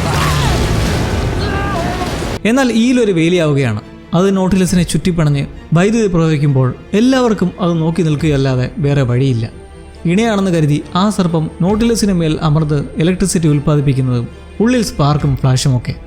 ഇതേസമയം റെഡ് നോട്ടിൽ ഹാരിസിന് ശക്തമായ സിഗ്നൽ ലഭിക്കുമ്പോൾ അതുടൻ യങ് ബ്ലഡിനെ അറിയിക്കുമ്പോൾ ഉറപ്പിക്കാം നോട്ടിൽസ് ഉള്ളത് എവിടെയാണെന്ന് അവർ വീണ്ടും ലൊക്കേറ്റ് ചെയ്തിരിക്കുന്നു. ആ അന്തർവാഹിനിയുടെ എന്നേക്കുമായിട്ടുള്ള നാശമാകുമോ ഈ കടൽ സർപ്പം? മർച്ചാന്ത് എന്ന പേരിൽ ഒരു പുരുഷനായി വേഷം മാറി ഫ്രാൻസിലെ യൂണിവേഴ്സിറ്റിയിൽ പഠിക്കുന്ന ഹ്യൂമിൽറ്റിയെയാണ് നമുക്ക് ഈ പുതിയ എപ്പിസോഡിൻ്റെ ആരംഭത്തിൽ കാണാൻ സാധിക്കുന്നത്. ഒരുപക്ഷെ അവിടെ പഠിക്കുന്ന സകല ആൺകുട്ടികളെക്കാൾ താല്പര്യം ഇവൾക്കുള്ളതായി തോന്നുന്നുണ്ട് പഠിക്കുന്നതിനോട്. എത്ര കട്ടിയായ പ്രോബ്ലം ആയാലും അത് സോൾവ് ചെയ്തിട്ടേ അടങ്ങൂ എന്നുള്ള ഒരു ദൃഢത. ഇവിടെ നമ്മൾ അവളുടെ അമ്മയും പരിചയപ്പെടുകയാണ്. മാസങ്ങളായി വീട്ടിൽ നിന്ന് ഒളിച്ചു വന്ന് വേഷം മാറി ഇങ്ങനെ പഠിക്കുന്നതിനോട് അവർക്ക് തീർത്തും വിയോജിപ്പാണ്. എല്ലാം മതിയാക്കി ഉടൻ ബോംബെയിലേക്ക് പോകണമെന്നും അവിടെ ലോർഡ് പിറ്റുമായുള്ള വിവാഹ സംബന്ധം ഉറപ്പിച്ചതായും അറിയിക്കുമ്പോൾ ഹ്യൂമിൽറ്റി എത്ര പറഞ്ഞ് കരഞ്ഞിട്ടും കാര്യമില്ല. അവരുടെ തീരുമാനം ഉറച്ചു തന്നെ. അങ്ങനെ അവിടെ വെച്ച് അവൾ ആദ്യമായി ലോട്ടിയെ കാണുന്നതും അങ്ങോട്ടേക്കുള്ള യാത്രയിൽ കൂടുതൽ നീടലായി ഉണ്ടാവുമെന്ന് അറിയിക്കുന്നിടത്ത് നിന്നും ഇപ്പോൾ ഇരുവരും നോട്ടിലസ് എന്ന അന്തർവാഹിനിയിലായി ഭീമാകാരൻ കടൽ സർപ്പത്തിൻ്റെ ആക്രമണത്തിൽ കുടുങ്ങി നിൽക്കുന്ന അവസ്ഥ. നീമോയ്ക്ക് പോലും എന്ത് ചെയ്യണമെന്നറിയാൻ നിസ്സഹായനായി നിൽക്കുമ്പോൾ ആ ഈൽ മത്സ്യത്തിൻ്റെ വലിയ കണ്ണ് ജാലകം വഴി എല്ലാവരെയും തുറിച്ചു നോക്കിക്കൊണ്ടിരിക്കുന്നത് അതിലേറെ ഭീകരവും. ഒരിക്കൽ കൂടി നീമോ ഡൈവിംഗ് സ്യൂട്ടിട്ട് ബോണിഫസുമായി കടലിലേക്ക് ഇറങ്ങാൻ ഉദ്ദേശമിടുന്നെങ്കിലും പുറമേ ചുറ്റിപ്പണഞ്ഞിരിക്കുന്നതുകൊണ്ട് കവാടവും ബ്ലോക്ക്ഡാണ്. ഹ്യൂമിൽറ്റി വീറോടെ ദ്രുതഗതിയിൽ അവരുടെ സർവകലാശാലയിലെ പഠനവും കണക്കൂട്ടലും വെച്ച് ഇതിനൊരു സൊല്യൂഷൻ കണ്ടുപിടിക്കാനുള്ള പരിശ്രമമാണ്. അവളുടെ തീരുമാനം എത്തി നിൽക്കുന്നത് ഈ ഇലക്ട്രിക് ഈലിനെ മാക്സിമം ഇലക്ട്രിസിറ്റി ഉപയോഗിച്ച് പ്രഹരമേൽപ്പിക്കുക എന്ന ആക്ഷനിലും. അങ്ങനെയെങ്കിൽ അത് വിട്ടുപോകും. അതല്ലാതെ ഈ സിറ്റുവേഷനിൽ വേറൊരു മാർഗമില്ല. എന്നാൽ അത് വളരെ അപകടമാണ്. പാളിപ്പോയാൽ അത് ഈ കപ്പലിലുള്ള എല്ലാവരെയും വൈദ്യുതാഘാതമേറ്റുള്ള മരണത്തിനിടയാക്കും. 1500 വോൾട്ടിൻ്റെ പ്രഹരം ഏൽപ്പിച്ചിട്ടേ കാര്യമുള്ളൂ എന്നവൾ നിൽക്കുന്നതിലും നീമോയും ബെനോയിറ്റും ഒരിക്കലും അതിന് സമ്മതിക്കുന്നില്ല. 1000 വോൾട്ടിൽ കൂടാതെ ശ്രമം നടത്താൻ അങ്ങനെ വേറെ പ്ലാനില്ലാതെ നീമോ ഓർഡർ കൊടുക്കുമ്പോഴാണ് ആർച്ചി സീനിലേക്ക് വരുന്നത്. ആ ദ്വീപിലെ പൂക്കൾ ശ്വസിച്ചതോടെ കിളിപോയ അവസ്ഥയിലായി തന്നെ ഇരിക്കുന്ന ആർച്ചി ഒന്ന് ഉലയുന്നതിന് പിറകെ അതിൻ്റെ രോമത്തിൽ തങ്ങി നിന്നിരുന്ന പൂമ്പൊടിയും നാരുകളുമൊക്കെ അവിടെ വ്യാപിക്കാൻ തുടങ്ങുന്നു. ഇതൊരു വലിയ പ്രശ്നമാവുന്നത് ഓടി നടക്കുന്ന സംഘത്തിലേക്കും ഇത് വന്ന് ഇൻഫെക്റ്റഡ് ആവുന്നതോടെ. നീമോ ഇതിനിടയ്ക്ക് ടോർപിഡോ സജ്ജമാക്കാൻ പറഞ്ഞുവിട്ട ബ്ലാസ്റ്റർ അവിടെ സ്ഫോടക ലൈനിൽ ചേർത്തിട്ടുള്ള പരുത്തിപ്പെട്ടി കാണുന്നതോടെ അതിവേഗം നീമോയെ അറിയിക്കുന്നു. കാരണം ഇലക്ട്രിക് ചാർജ് കൂട്ടാൻ എല്ലാവരും തത്രപ്പെടുന്നതിനിടയ്ക്ക് എങ്ങനെയോ ഉള്ളിൽ ചൂട് കൂടി വരുന്ന സാഹചര്യമാണ്. ഇനിയും അധികമായാൽ അതൊരു സ്ഫോടനത്തിൽ തന്നെ വഴിയൊരുക്കും. എത്രയും പെട്ടെന്ന് അതെല്ലാം കൂളിംഗ് റൂമിലേക്ക് മാറ്റാൻ കായി അവൻ്റെ അടുക്കലേക്ക് പറഞ്ഞുവിട്ടങ്ങനെ സംഘം ആ സർപ്പം വിട്ടുപോകാനായി ശക്തമായ വൈദ്യുതി ഉൽപ്പാദിപ്പിച്ച് ചാർജ് ആക്കുന്നെങ്കിലും അത് ഫെയിലാവുന്നു. ഈലിന് ആ ആഘാതം ഒരു സുഖമുണ്ടാക്കിയ പോലെ ഒട്ടിത്തന്നെ ഇരിക്കുമ്പോൾ എന്നാൽ ഇതിനിടയ്ക്ക് ഹ്യൂമിലിറ്റി റീഡിംഗ് തെറ്റിച്ച് പറഞ്ഞത് നോട്ടിലസിൻ്റെ പ്രവർത്തനത്തെ തകരാറിലാക്കുന്നു. 1000 എന്ന് പറഞ്ഞ് 1500 വോൾട്ട് തന്നെയാണ് അവൾ ചാർജ് ആക്കിയത്. ഇതോടെ നോട്ടിലസിൻ്റെ ഉള്ളിൽ മൊത്തം ചെറിയ പൊട്ടിത്തെറിയും സ്പാർക്കുമൊക്കെ ഉണ്ടായി പ്രവർത്തനം പൂർണ്ണമായി നിലയ്ക്കുന്നു. ഡ്രെഡ് നോട്ടിൽ ഇന്നേരം ഹാരിസും യംഗർബ്ലഡും അതിശക്തമായ ഇലക്ട്രിക് എനർജി അലയടിക്കുന്നത് മനസ്സിലാക്കി അത് നോട്ടിലസ് ആണെന്ന അനുമാനത്തിൽ മാപ്പിൽ ആ ലൊക്കേഷൻ്റെ ഒരു ഏകദേശ ഐഡിയ കണക്ക് കൂട്ടി ക്രോളി അറിയിക്കുന്നു. ക്രോളി ഇതേ സമയം ജഗദീഷിനെ ചോദ്യം ചെയ്തുകൊണ്ടിരിക്കുകയാണ്. നോട്ടിലസിൻ്റെയും സംഘത്തിൻ്റെയും പദ്ധതികളെക്കുറിച്ച് അറിയാൻ. അവരെല്ലാം ബാലിക്കടുത്തേക്ക് പോകാനാണ് പദ്ധതി ഇട്ടിരിക്കുന്നത് എന്ന് ജഗദീഷ് ഒരു കള്ളം പറയുന്നതിന് പിറകെ ഇവർ കണ്ടെത്തിയ ലൊക്കേഷനുമായി എത്തുമ്പോൾ എന്നാൽ 2 റൂട്ടും തമ്മിൽ നല്ല വ്യത്യാസം. ഇത് കണ്ട് എത്രയും വേഗത്തിൽ ആ വൈദ്യുതി പ്രവാഹം കണ്ട സ്ഥലത്തേക്ക് സമീപിക്കാനും കള്ളം പറഞ്ഞ ജഗദീഷിനെ തീർക്കാൻ മില്ലയോടും ഉത്തരവിടുന്നു. നോട്ടിലസ് തന്നെയാണെന്ന് അവർക്ക് ഉറപ്പില്ലെങ്കിലും സിറ്റുവേഷൻ വെച്ച് കണക്കൂട്ടി നീങ്ങുമ്പോൾ അനക്കമില്ലാതെ മെല്ലെ ആഴത്തിലേക്ക് പതിച്ചുകൊണ്ടിരിക്കുന്ന നോട്ടിലസിലുള്ള ഹ്യൂമിലിറ്റിയെ ശക്തമായി ശകാരിക്കുന്ന ബെനോയിറ്റും 1500 വോൾട്ട് പ്രയോഗിക്കരുതെന്ന് പറഞ്ഞ് താക്കീത് നൽകിയിട്ടും അത് ധിക്കരിച്ചതോടെ ഇപ്പോൾ മൊത്തം നിശ്ചലമായി. കൂട്ടത്തിലുള്ള റൺബീറിന് വരെ പരിക്കേറ്റ് വീണു. ക്രുദ്ധനായി വരുന്ന നീമോയെ കണ്ട് താനാണ് അതിന് മുതിർന്നതെന്ന് ബെനോയിറ്റ് ആ പടി ഏറ്റെടുത്ത് ഇരുവരും വഴക്കിട്ട് പോകുമ്പോൾ ഹ്യൂമിലിറ്റിക്ക് മനസ്സിലാവുന്നില്ല കണക്കൂട്ടൽ എന്തു പിഴവാണ് സംഭവിച്ചതെന്ന്. ഇത് വർക്കാകേണ്ടതാണെന്ന് പറഞ്ഞവൾ നോട്ടിലസിൻ്റെ പവർ ചെക്ക് ചെയ്യുമ്പോൾ പുറത്തിതേ സമയം ആയിൽ മത്സ്യം കപ്പലിന് മേൽ ഒന്നുകൂടി ഷോക്ക് ചെയ്യാനുള്ള തയ്യാറെടുപ്പിലാണ്. എന്നാൽ ഇതിനിടയ്ക്ക് മെല്ലെ ആ പൂമ്പൊടി ശ്വസിച്ചും അതിൽപ്പെട്ടുമൊക്കെ എഡ്വേർഡും ബെനോയിറ്റും ജിയോകോമയൊക്കെ വീണു പോകുന്നു. ഒരു ഉന്മാദ അവസ്ഥയിലെന്ന പോലെ മുഖത്ത് തിളക്കവും ഞരമ്പുകൾ കറുത്തുമൊക്കെ നിശ്ചലരാകുമ്പോൾ നീമോയ്ക്കും ഇതേ തുടർന്ന് ഓരോ ഹാലൂസിനേഷൻസ് വരാൻ തുടങ്ങുന്നു. ഹ്യൂമിലിറ്റി പവർ ഫിക്സ് ചെയ്ത് എഞ്ചിൻ ഓണാക്കാൻ നോക്കുന്നതിലും വീണ്ടും തീപ്പൊരി വന്ന് നിന്നു പോകുന്നതോടെ ലോട്ടിയുടെയും കൺട്രോൾ പോകുന്നു. 2 തവണയും പരാജയപ്പെട്ട ഹ്യൂമിലിറ്റിയോടായി വിചാരിക്കുന്ന പോലെ നീ വലിയ ബ്രില്യൻ്റൊന്നും അല്ലെന്ന ശകാരം കേട്ട് അവൾക്കും എല്ലാം ആലോചിച്ചൊരു ബ്രേക്ക് ഡൗൺ ഉണ്ടായി വല്ലാണ്ടാവുകയാണ്. എന്നാൽ ലോട്ടി ഉടനെ സമാധാനിപ്പിച്ച് ഈ സമയത്ത് തളർന്നു പോരുതെന്ന് പറഞ്ഞ് ബെനോയിറ്റിനെ വിളിക്കാൻ ചെല്ലുമ്പോഴാണ് അയാൾ കിറങ്ങിയിരിക്കുന്നത് കാണുന്നത്. എന്നാൽ തൊട്ടടുത്ത നിമിഷം എല്ലാവരെയും അതിശയിപ്പിച്ചുകൊണ്ട് ആ കടൽ സർപ്പം തനിയെ നോട്ടിലസിനെ വിട്ടുപോകുന്നു. അതിന് കാരണം മുന്നിലുള്ള ജ്വാലാമുഖിയും റിംഗ് ഓഫ് ഫയർ. കടലിനടുത്തട്ടിലെ എരിഞ്ഞുകൊണ്ടിരിക്കുന്ന അഗ്നിപർവ്വത മേഖലയിലാണ് അവർ പതിച്ചുകൊണ്ടിരിക്കുന്നത്. അന്തർവാഹിനിക്കുള്ളിൽ ചൂട് കൂടുതൽ അനുഭവപ്പെട്ടതിൻ്റെ കാരണവും അപ്പോൾ ഇതിനെ സമീപിക്കുന്നതിൻ്റെ ആയിരുന്നു. ഈൽ മത്സ്യം തത്രപ്പെട്ട് നോട്ടിലസിൻ്റെ മേൽ നിന്നും പോയപ്പോൾ അതിൻ്റെ ചിറകുഭാഗം കുറച്ച് മുറിഞ്ഞ് കപ്പലിൻ്റെ പങ്കിൽ തങ്ങുന്നതോടെ സ്റ്റിയറിംഗ് എത്ര തിരിച്ചിട്ടും കപ്പൽ വളയാതെ സ്റ്റക്കാവുന്നു. ഇപ്പോൾ നോക്കിയാൽ കൃത്യം റിംഗ് ഓഫ് ഫയറിലേക്ക് തന്നെ വീണുകൊണ്ടിരിക്കുന്ന അവസ്ഥ. ടോർപെഡോ റൂമിൽ പൈറോഗ്ലിസറിൻ അടങ്ങിയിട്ടുള്ള പഞ്ഞി ബോക്സുകൾ ബ്ലാസ്റ്റേഴ്സ് കായ്മൊത്തെടുത്ത് മാറ്റുന്നതിനിടെ അതും ചിലത് പൊട്ടിത്തെറിക്കുകയൊക്കെ ചെയ്യുകയാണ്. ഒരു കാര്യം മറക്കരുത്, ഇതെല്ലാം നടക്കുന്നത് ആ പൂമ്പൊടിയിൽ നിന്നുള്ള വ്യാധി പകരുമ്പോഴാണ്. കൂളർ റൂമിലേക്ക് പോകുമ്പോഴി വൈകാതെ ബ്ലാസ്റ്ററും ആ ഇൻഫെക്ഷൻ ബാധിച്ച് വീണു പോകുന്നു. തുടർന്ന് കായ് സകല സാധനങ്ങളും എടുത്ത് കൂളറിൽ വെക്കുമ്പോഴാണ് അയാൾ ഒരു കാര്യം ശ്രദ്ധിക്കുന്നത്.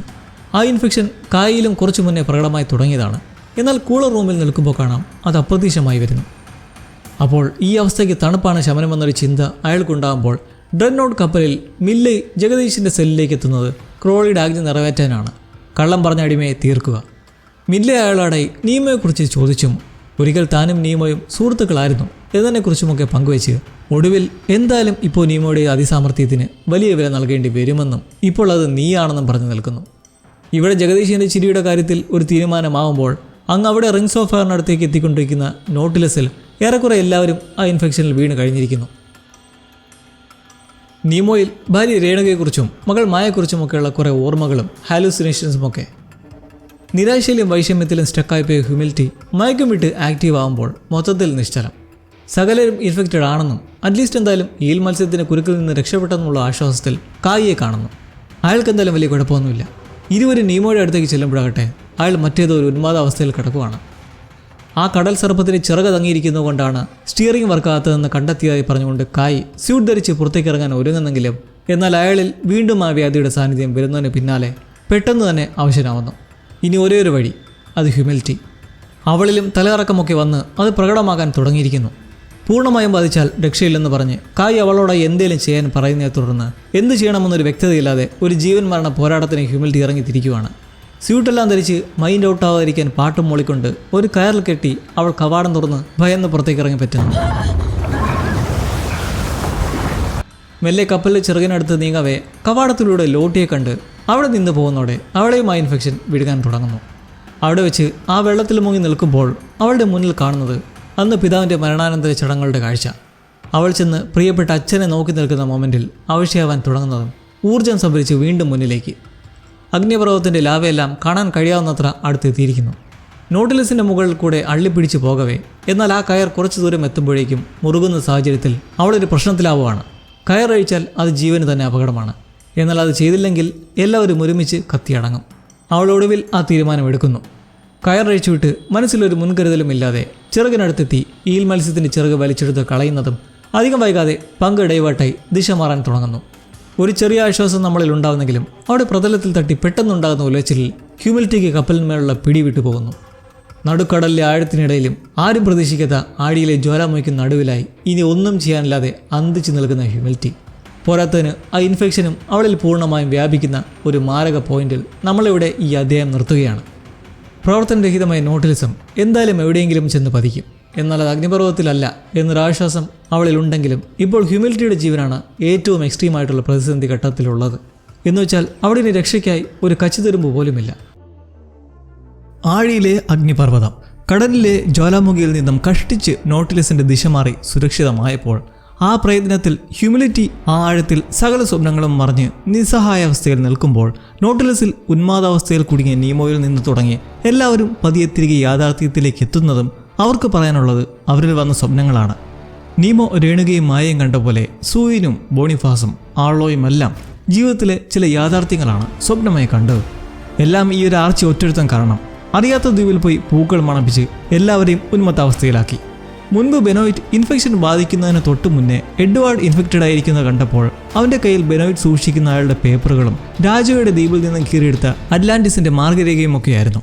ഇപ്പോൾ കോൺഷ്യസ് ആവുന്നതും നേരെ എഡ്വാർഡിനെ കണ്ട് ഇതെല്ലാം ചികഞ്ഞു നോക്കിയതിൻ്റെ സംശയത്തിൽ ചൂടാവുമ്പോഴാണ് അതുവഴി നീമോയും കായും വെപ്രാളത്തിൽ ഓടുന്നത് കാണുന്നത്. കാരണം കായിലൂടെ മനസ്സിലായി നോട്ടിലസിനെ രക്ഷിച്ചത് ഹ്യൂമിലിറ്റി ആണെന്നും അവൾ കപ്പലിലില്ല, കടലിൽ പെട്ടുപോയിരിക്കുകയാണെന്നും. ഒട്ടും വൈകാതെ പവർ ഓണാക്കാൻ തത്രപ്പെടുമ്പോൾ ഹ്യൂമിലിറ്റി ആ ഭീകരാവസ്ഥയിൽ ഇൻഫെക്ഷൻ മാറിയെങ്കിലും മെല്ലെ ഓക്സിജൻ നിന്ന് മോഹാലാസ്യത്തിലേക്ക് വീഴുന്നു. അങ്ങനെ കണ്ണുകൾ അടഞ്ഞു പോകുന്നതും നിമിഷങ്ങൾക്കുള്ളിൽ അവിടേക്ക് എത്തുകയാണ് ആ സുന്ദരി കപ്പൽ. നീമോ വളരെ ഉത്കണ്ഠയോടെ ഹ്യൂമിലിറ്റിയെ പിടിച്ചു കയറ്റി സ്യൂട്ടൂരി മാറ്റുമ്പോഴൊന്നും അവൾക്ക് ബോധമില്ല.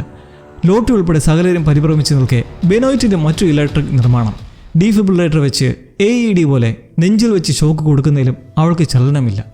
ആവർത്തിച്ചത് ചെയ്യുന്നതും അവളുടെ ജീവൻ തിരികെ പിടിച്ചു വലിച്ചു മേടിക്കുന്ന പോലെ അവളിലേക്ക് ശ്വാസം തിരികെ വരുന്നത് വല്ലാത്തൊരു അത്ഭുത കാഴ്ചയാണ്. മിറക്കിൾ. ഈൽ മത്സ്യം പോയതോടെ ഹാരിസിന് വീണ്ടും സിഗ്നൽ നഷ്ടമാവുമ്പോൾ ക്യാപ്റ്റൻ മില്ലയെ ക്രോളി ചോദ്യം ചെയ്യുന്നത് ഇനിയും ജഗദീശിനെ കൊല്ലാതിരിക്കുന്നതിൻ്റെ റീസണെക്കുറിച്ച്. ഇതാരായുമ്പോൾ ഇനിയും നീമയെക്കുറിച്ചുള്ള വിവരങ്ങൾ അവൻ പറയാതെ ഒളിപ്പിക്കുകയാണെന്ന് മനസ്സിലായതുകൊണ്ടാണ് എന്ന് മില്ലയുടെ മറുപടി. നോട്ടിലിസിനെ തട്ടിക്കൊണ്ടുപോയവരുടെ കുടുംബത്തെക്കുറിച്ചുള്ള വിവരങ്ങൾ എല്ലാം കമ്പനിയുടെ പക്കലുണ്ടെന്ന് മനസ്സിലാക്കി ആ ഡീറ്റെയിൽസ് എടുക്കാൻ ഉത്തരവിടുന്ന ക്രോളിയുടെ യഥാർത്ഥ ഉദ്ദേശമുണ്ടല്ലോ, ചൈനീസ് മാർക്കറ്റിലേക്ക് നുഴഞ്ഞു കയറാൻ നോട്ടിലിസിനെ ഉണ്ടാക്കി എന്നുള്ളത്.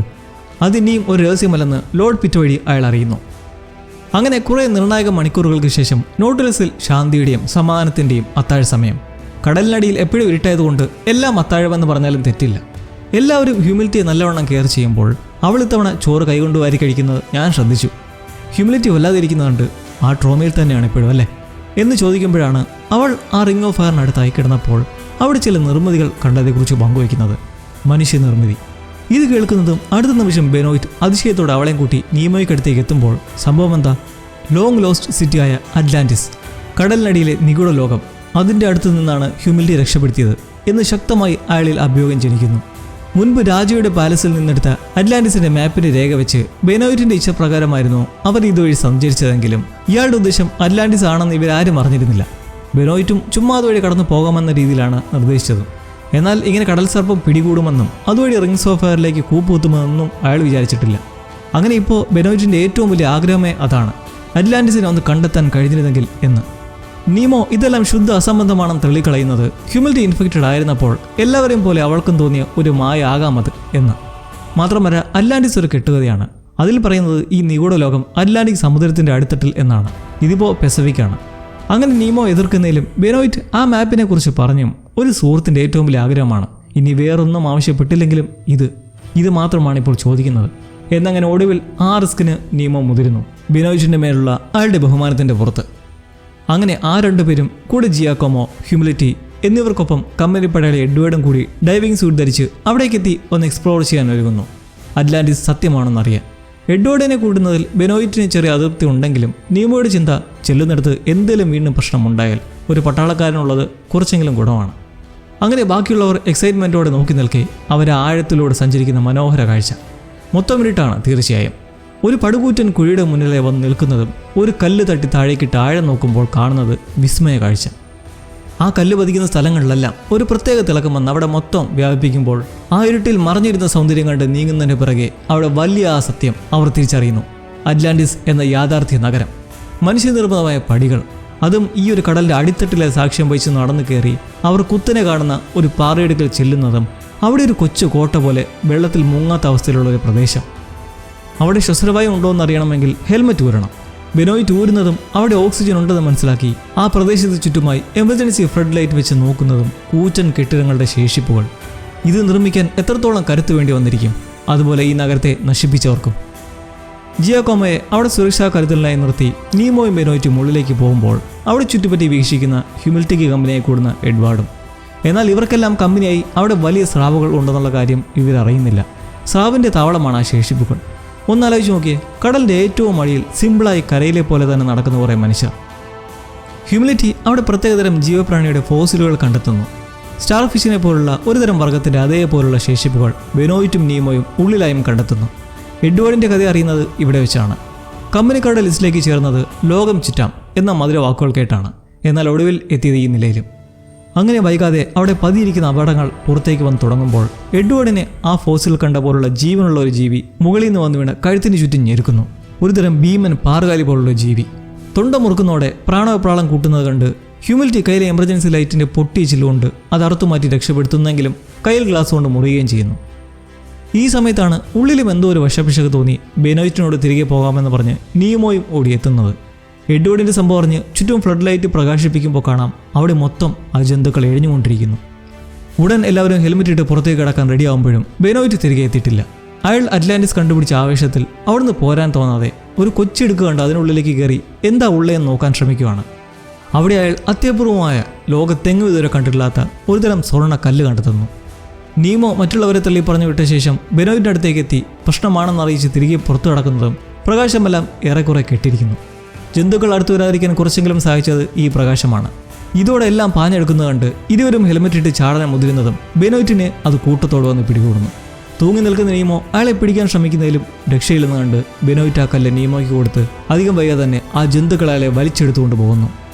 നീമോയും ചുറ്റിപ്പിണയാൻ ശ്രമിക്കുന്നതും അയാൾ താഴേക്ക് വീഴുന്ന വീഴ്ചയിൽ ഹെൽമെറ്റിന് കണക്ഷനിൽ കേടുപാട് പറ്റി അത് ലീക്കാകാൻ തുടങ്ങുമ്പോൾ അടുത്ത വമ്പൻ പ്രശ്നം ഹ്യൂമിലിറ്റിയുടെ കയ്യിലെ ചോര താഴെ വെള്ളത്തിൽ പരവുന്നതും ആ സ്രാവുകൾ അത് മണം പിടിച്ച് തലങ്ങും വിലങ്ങും ചീറുന്നത് കണ്ട് അവിടെ ജിയോക്കോമോ ധൈര്യം കൈവിടാതെ ആ ഇലക്ട്രിക് ഗൺ വെച്ച് ഒന്നിനു നേരെ തൊടുക്കുന്നതും അതുകൊണ്ട് ഷോക്കിന്റെ ഭയത്താൽ ആ കൂട്ടങ്ങൾ തിരിച്ചു പായുന്നതിന് പിന്നാലെ ഹ്യൂമിലിറ്റിയും എഡ്വേർഡും കപ്പലിലേക്ക് കയറി പറ്റുമ്പോൾ നീമോ അവിടെ ഹെൽമെറ്റിനുള്ളിൽ വെള്ളവും കയറി പതിയെ ബോധം നഷ്ടമായി വരുവാണ്.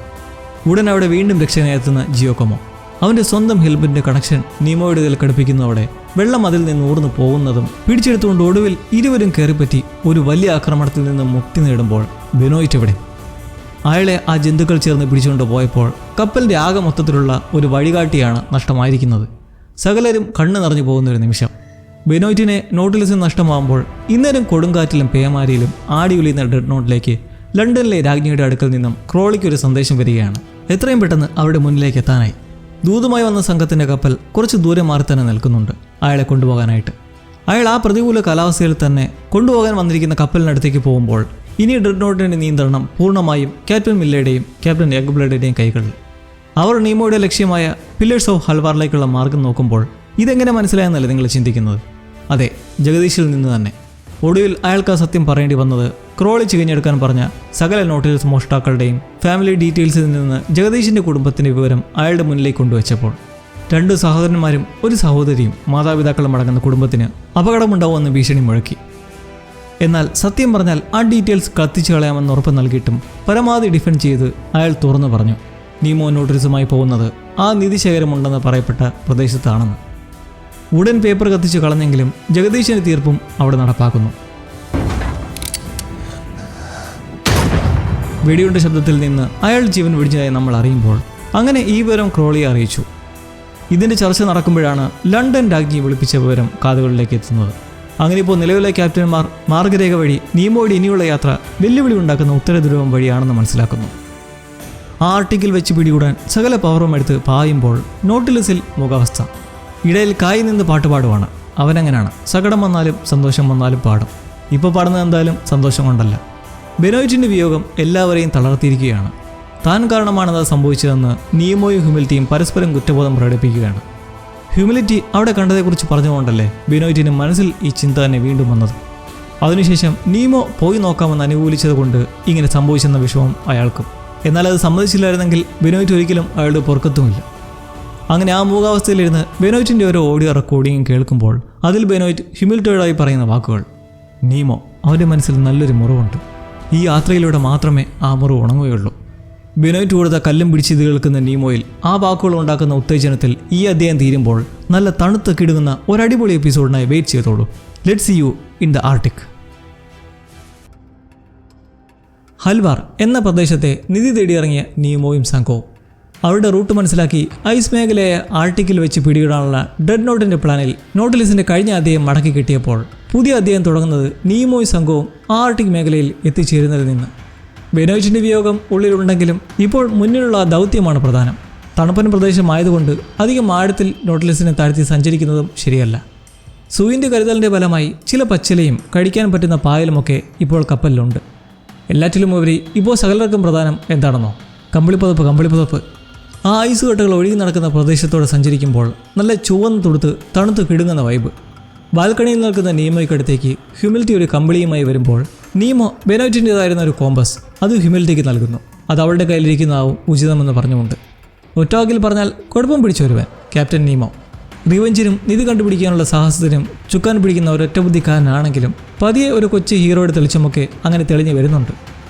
ഹ്യൂമിലിറ്റിക്ക് ഒരു കാര്യം പറഞ്ഞാൽ കൊള്ളാമെന്നുണ്ട്. ആർട്ടിക് കടന്ന് അധികം വേഗത ഹൽവാറിലേക്ക് എത്തും. ഈ നിധി കിട്ടിയാൽ പിന്നീട് അങ്ങോട്ട് ഇനി എങ്ങനെയാണ് കാര്യങ്ങൾ? അവൾ ഉദ്ദേശിക്കുന്നത് ഇതിനുശേഷം ഓരോരുത്തരും സ്പ്ലിറ്റായി എവിടെയെങ്കിലും പോയി സെറ്റിലാവുമോ എന്നാണ്.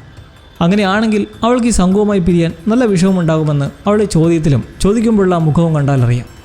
ഈ ചോദ്യത്തിന് നീമോ എന്തായാലും പറയും മുന്നേ വെടിയുണ്ടകൾ, പീരങ്കിയുടെ വെടിയുണ്ടകൾ തുടിതുറി ഷൂട്ട് ചെയ്ത് അടുത്തേക്ക് വീണ്ടും എത്തിയിരിക്കുകയാണ് ആ ഭീമൻ കപ്പൽ. ഉടൻ തന്നെ നോട്ടിലിസ് തിരിച്ചെടുക്കുമ്പോൾ എല്ലാവരും തിടുക്കത്തിൽ ജാഗ്രതയോടെ നീമോയെ താഴ്ത്താൻ പ്രിപ്പയർ ആവുന്നു. എന്നാൽ നീമോയുടെ ഉദ്ദേശം പരമാവധി വേഗത്തിൽ പാഞ്ഞുകൊണ്ട് പരന്നു കിടക്കുന്ന മഞ്ഞോട്ടേക്ക് അടുത്തെത്തുന്നതും പൊടുതനെ വെള്ളത്തിലേക്ക് മുങ്ങാനായി. പിന്തുടർന്ന് പാഞ്ഞെടുക്കുന്ന ഡെഡ് നോട്ടെ കൊടുക്കാൻ അതേ ഇപ്പോൾ ഒരു വഴിയുള്ളൂ. അങ്ങനെ ആ നിർദ്ദേശപ്രകാരം നീമോ പീരങ്കി ഉണ്ടകളിൽ നിന്ന് കുതിരി മാറി പായുമ്പോൾ യങ് ബ്ലഡ് ഇത് കൊടുക്കാനുള്ള പരിപാടിയാണെന്ന് മുന്നറിയിപ്പ് കൊടുക്കുന്നതിലും മില്ലേക്ക് ഇത്ര അടുത്തെത്തിയ നീമോയെ ഇനി നഷ്ടപ്പെടുത്താൻ ഒട്ടും പറ്റത്തില്ല. അങ്ങനെ ഇരു കപ്പലുകളും പാഞ്ഞെടുത്ത് ഇഞ്ചോടിഞ്ച് പോരാട്ടത്തിൽ ഒടുക്കം സംഭവിക്കുന്നതോ തൊട്ടടുത്തെത്തി സുയിൻ സബ്മർജ് ചെയ്യാൻ തിരിക്കുന്നതും എൻജിൻ മെക്കാനിസം ജാമായി നേരെ ഇടിച്ച് മഞ്ഞോട്ടയിലേക്ക്. പിന്നാലെ അതിവേഗത്തിൽ വരുന്ന ഡെഡ് നോട്ടും മാക്സിമം തിരിക്കാൻ ശ്രമിച്ച് നോട്ടിലിസിനെ ചേർത്തുരച്ചുകൊണ്ട് കുറച്ചുകൂടി മുന്നിലേക്ക് പാഞ്ഞു കയറി ചെന്ന് നിൽക്കുന്നു. ചുരുക്കം പറഞ്ഞാൽ വേറൊരു മനുഷ്യനോ പുറം ലോകമോ അറിയാൻ കഴിയാത്തവരടുത്ത് 2 കപ്പലുകൾ അപകടം പറ്റി പെട്ടുകിടക്കുന്നു. ഡെഡ് നോട്ടിനെ തിരിച്ചു നീക്കാൻ ശ്രമിക്കുന്നതിലും അതിൻ്റെ ഫാനിന് ചുറ്റും ഐസ് കട്ടകളായതുകൊണ്ട് സ്റ്റക്കും. ഇതോടെ യങ് ബ്ലഡിന് മില്ലയുടെ മേലങ്ങോട്ടേക്ക് അരച്ചു കയറി നിങ്ങൾ കാണാൻ ഇപ്പോൾ എല്ലാവരും മരിക്കാൻ പോവാണെന്ന് അങ്ങനെ നിൽക്കേ നോട്ടിലിസിൻ്റെ നോക്കിയാലോ നല്ലൊരു പണി തന്നെ കിട്ടിയിരിക്കുകയാണ്. ഹ്യൂമിലിറ്റി ഒരു ഭാരമേറിയ ഇരുമ്പ് കഷ്ണം കൊണ്ടുവന്ന് കാട്ടിയിട്ട് യു ബോൾട്ട് ഒടിഞ്ഞിട്ടുണ്ട്, അതിലൊക്കെ ചേർത്താലേ ഇനി രക്ഷയുള്ളൂ എന്ന് പറയുമ്പോൾ ആ ഇരുമ്പ് നോട്ടിലിസിന് എന്തോ ഒരു വലിയ സംഭവമാണെന്ന് മനസ്സിലാക്കാം. കുറച്ച് ദൂരെ കിടക്കുന്ന എതിരാളി കപ്പലിനെ നിരീക്ഷിക്കുമ്പോൾ നീമോയുടെ ഇനിയുള്ള രക്ഷാമാർഗം ബ്ലാസ്റ്ററാണ്. അവനെ ഒരു ബോംബ് നിർമ്മിക്കാൻ ഏൽപ്പിക്കുകയാണ്. പേര് പോലെ ബോംബിനെ കുറിച്ച് നല്ല അറിവുണ്ടെന്ന് ചെക്കൻ പറഞ്ഞത് നമ്മൾ കണ്ടതാണ്. കൂടാതെ അതേക്കുറിച്ചുള്ള അറിവും. ബോംബുണ്ടാക്കുന്നതിൻ്റെ പ്ലാൻ എന്താണെന്ന് വെച്ചാൽ ആ യു ബോൾട്ട് ഉരുക്കി ചേർത്താൽ മാത്രമേ ഇനി നോട്ടിലിസിന് ജീവൻ വയ്ക്കുള്ളൂ. അതൊരുക്കാനുള്ള ആലയ സംവിധാനമോ അന്തർവാഹിനിയിലില്ല. എന്നാൽ ഡെഡ് നോട്ടിൽ അതുണ്ട് താനും. നീമോ ഒരു സാഹസികം കാട്ടാൻ പോവുകയാണ്. ഡെഡ് നോട്ടിനടുത്തേക്ക് ചെന്ന് ഒരു ഡീലിലെത്തുക. തങ്ങൾക്ക് ബോട്ട് ഇളക്കി ചേർക്കാൻ സഹായം തന്നാൽ ഡ്രെഡ്നോട്ടിനെ കെട്ടിവലിച്ച് വെള്ളത്തിലേക്ക് വലിച്ചു കൊണ്ടുവരാൻ തിരിച്ചും സഹായിക്കാം. എന്നാൽ അവർ എങ്ങനെ റിയാക്ട് ചെയ്യുമെന്നറിയില്ല. അതുകൊണ്ട് അവരെന്തെങ്കിലും മോശമായി ചെയ്താൽ നോട്ടിലസ് മൊത്തത്തിൽ ബോംബ് ബ്ലാസ്റ്റ് ചെയ്ത് തകർക്കും എന്ന് ഭീഷണിപ്പെടുത്താനാണ് ബോംബ് നിർമ്മിച്ച് അതിൻ്റെ കണക്ഷനുമായി ജിയോക്കോമയെ മുകളിലേക്ക് കൊണ്ട് നിർത്തുന്നതും നീമോ ഒറ്റയ്ക്ക് ഐസിലൂടെ നടന്ന് ഡ്രെഡ്നോട്ടിനടുത്തേക്ക് ചെല്ലുന്നത്. കപ്പൽ ക്രൂ ചോദിക്കുന്നുണ്ട്, സകലരും ബോംബ് പൂട്ടി കൂടെ ചാവാൻ വേണ്ടിയിട്ടാണോ ഈ വിഡിത്തമെന്ന്. എന്നാൽ നീമോയ്ക്ക് വിശ്വാസമുണ്ട്, ഒരു ഗതിയും പരഗതിയും ഇല്ലാത്ത ഈ നേരത്ത് എന്തായാലും എതിരാളികൾ ബുദ്ധിപരമായി നീങ്ങുള്ളൂ. നീമോയുടെ വരവ് കണ്ട് പിറ്റ് വെടിവയ്ക്കാൻ അപ്പോൾ തന്നെ ഉത്തരവ് കൊടുക്കുന്നതിലും മില്ലി എതിർക്കുവാണ്. കാരണം നീമോ തനിക്കുള്ളതാണ്. അയാളെന്തോ സംസാരിക്കാനായി വരുവാണെന്ന് യങ് ബ്ലഡിന് മനസ്സിലായി. അങ്ങനെ ക്യാപ്റ്റന്മാർ രണ്ടുപേരും ചെന്ന് നിൽക്കുന്നു. ശക്തമായ മഞ്ഞുകാറ്റടിച്ചുകൊണ്ടിരിക്കെ ശത്രുക്കൾ തമ്മിൽ വാഗ്വാദവും വാക്പോരും നടന്നിട്ടൊന്നും ഒരു കാര്യവുമില്ല.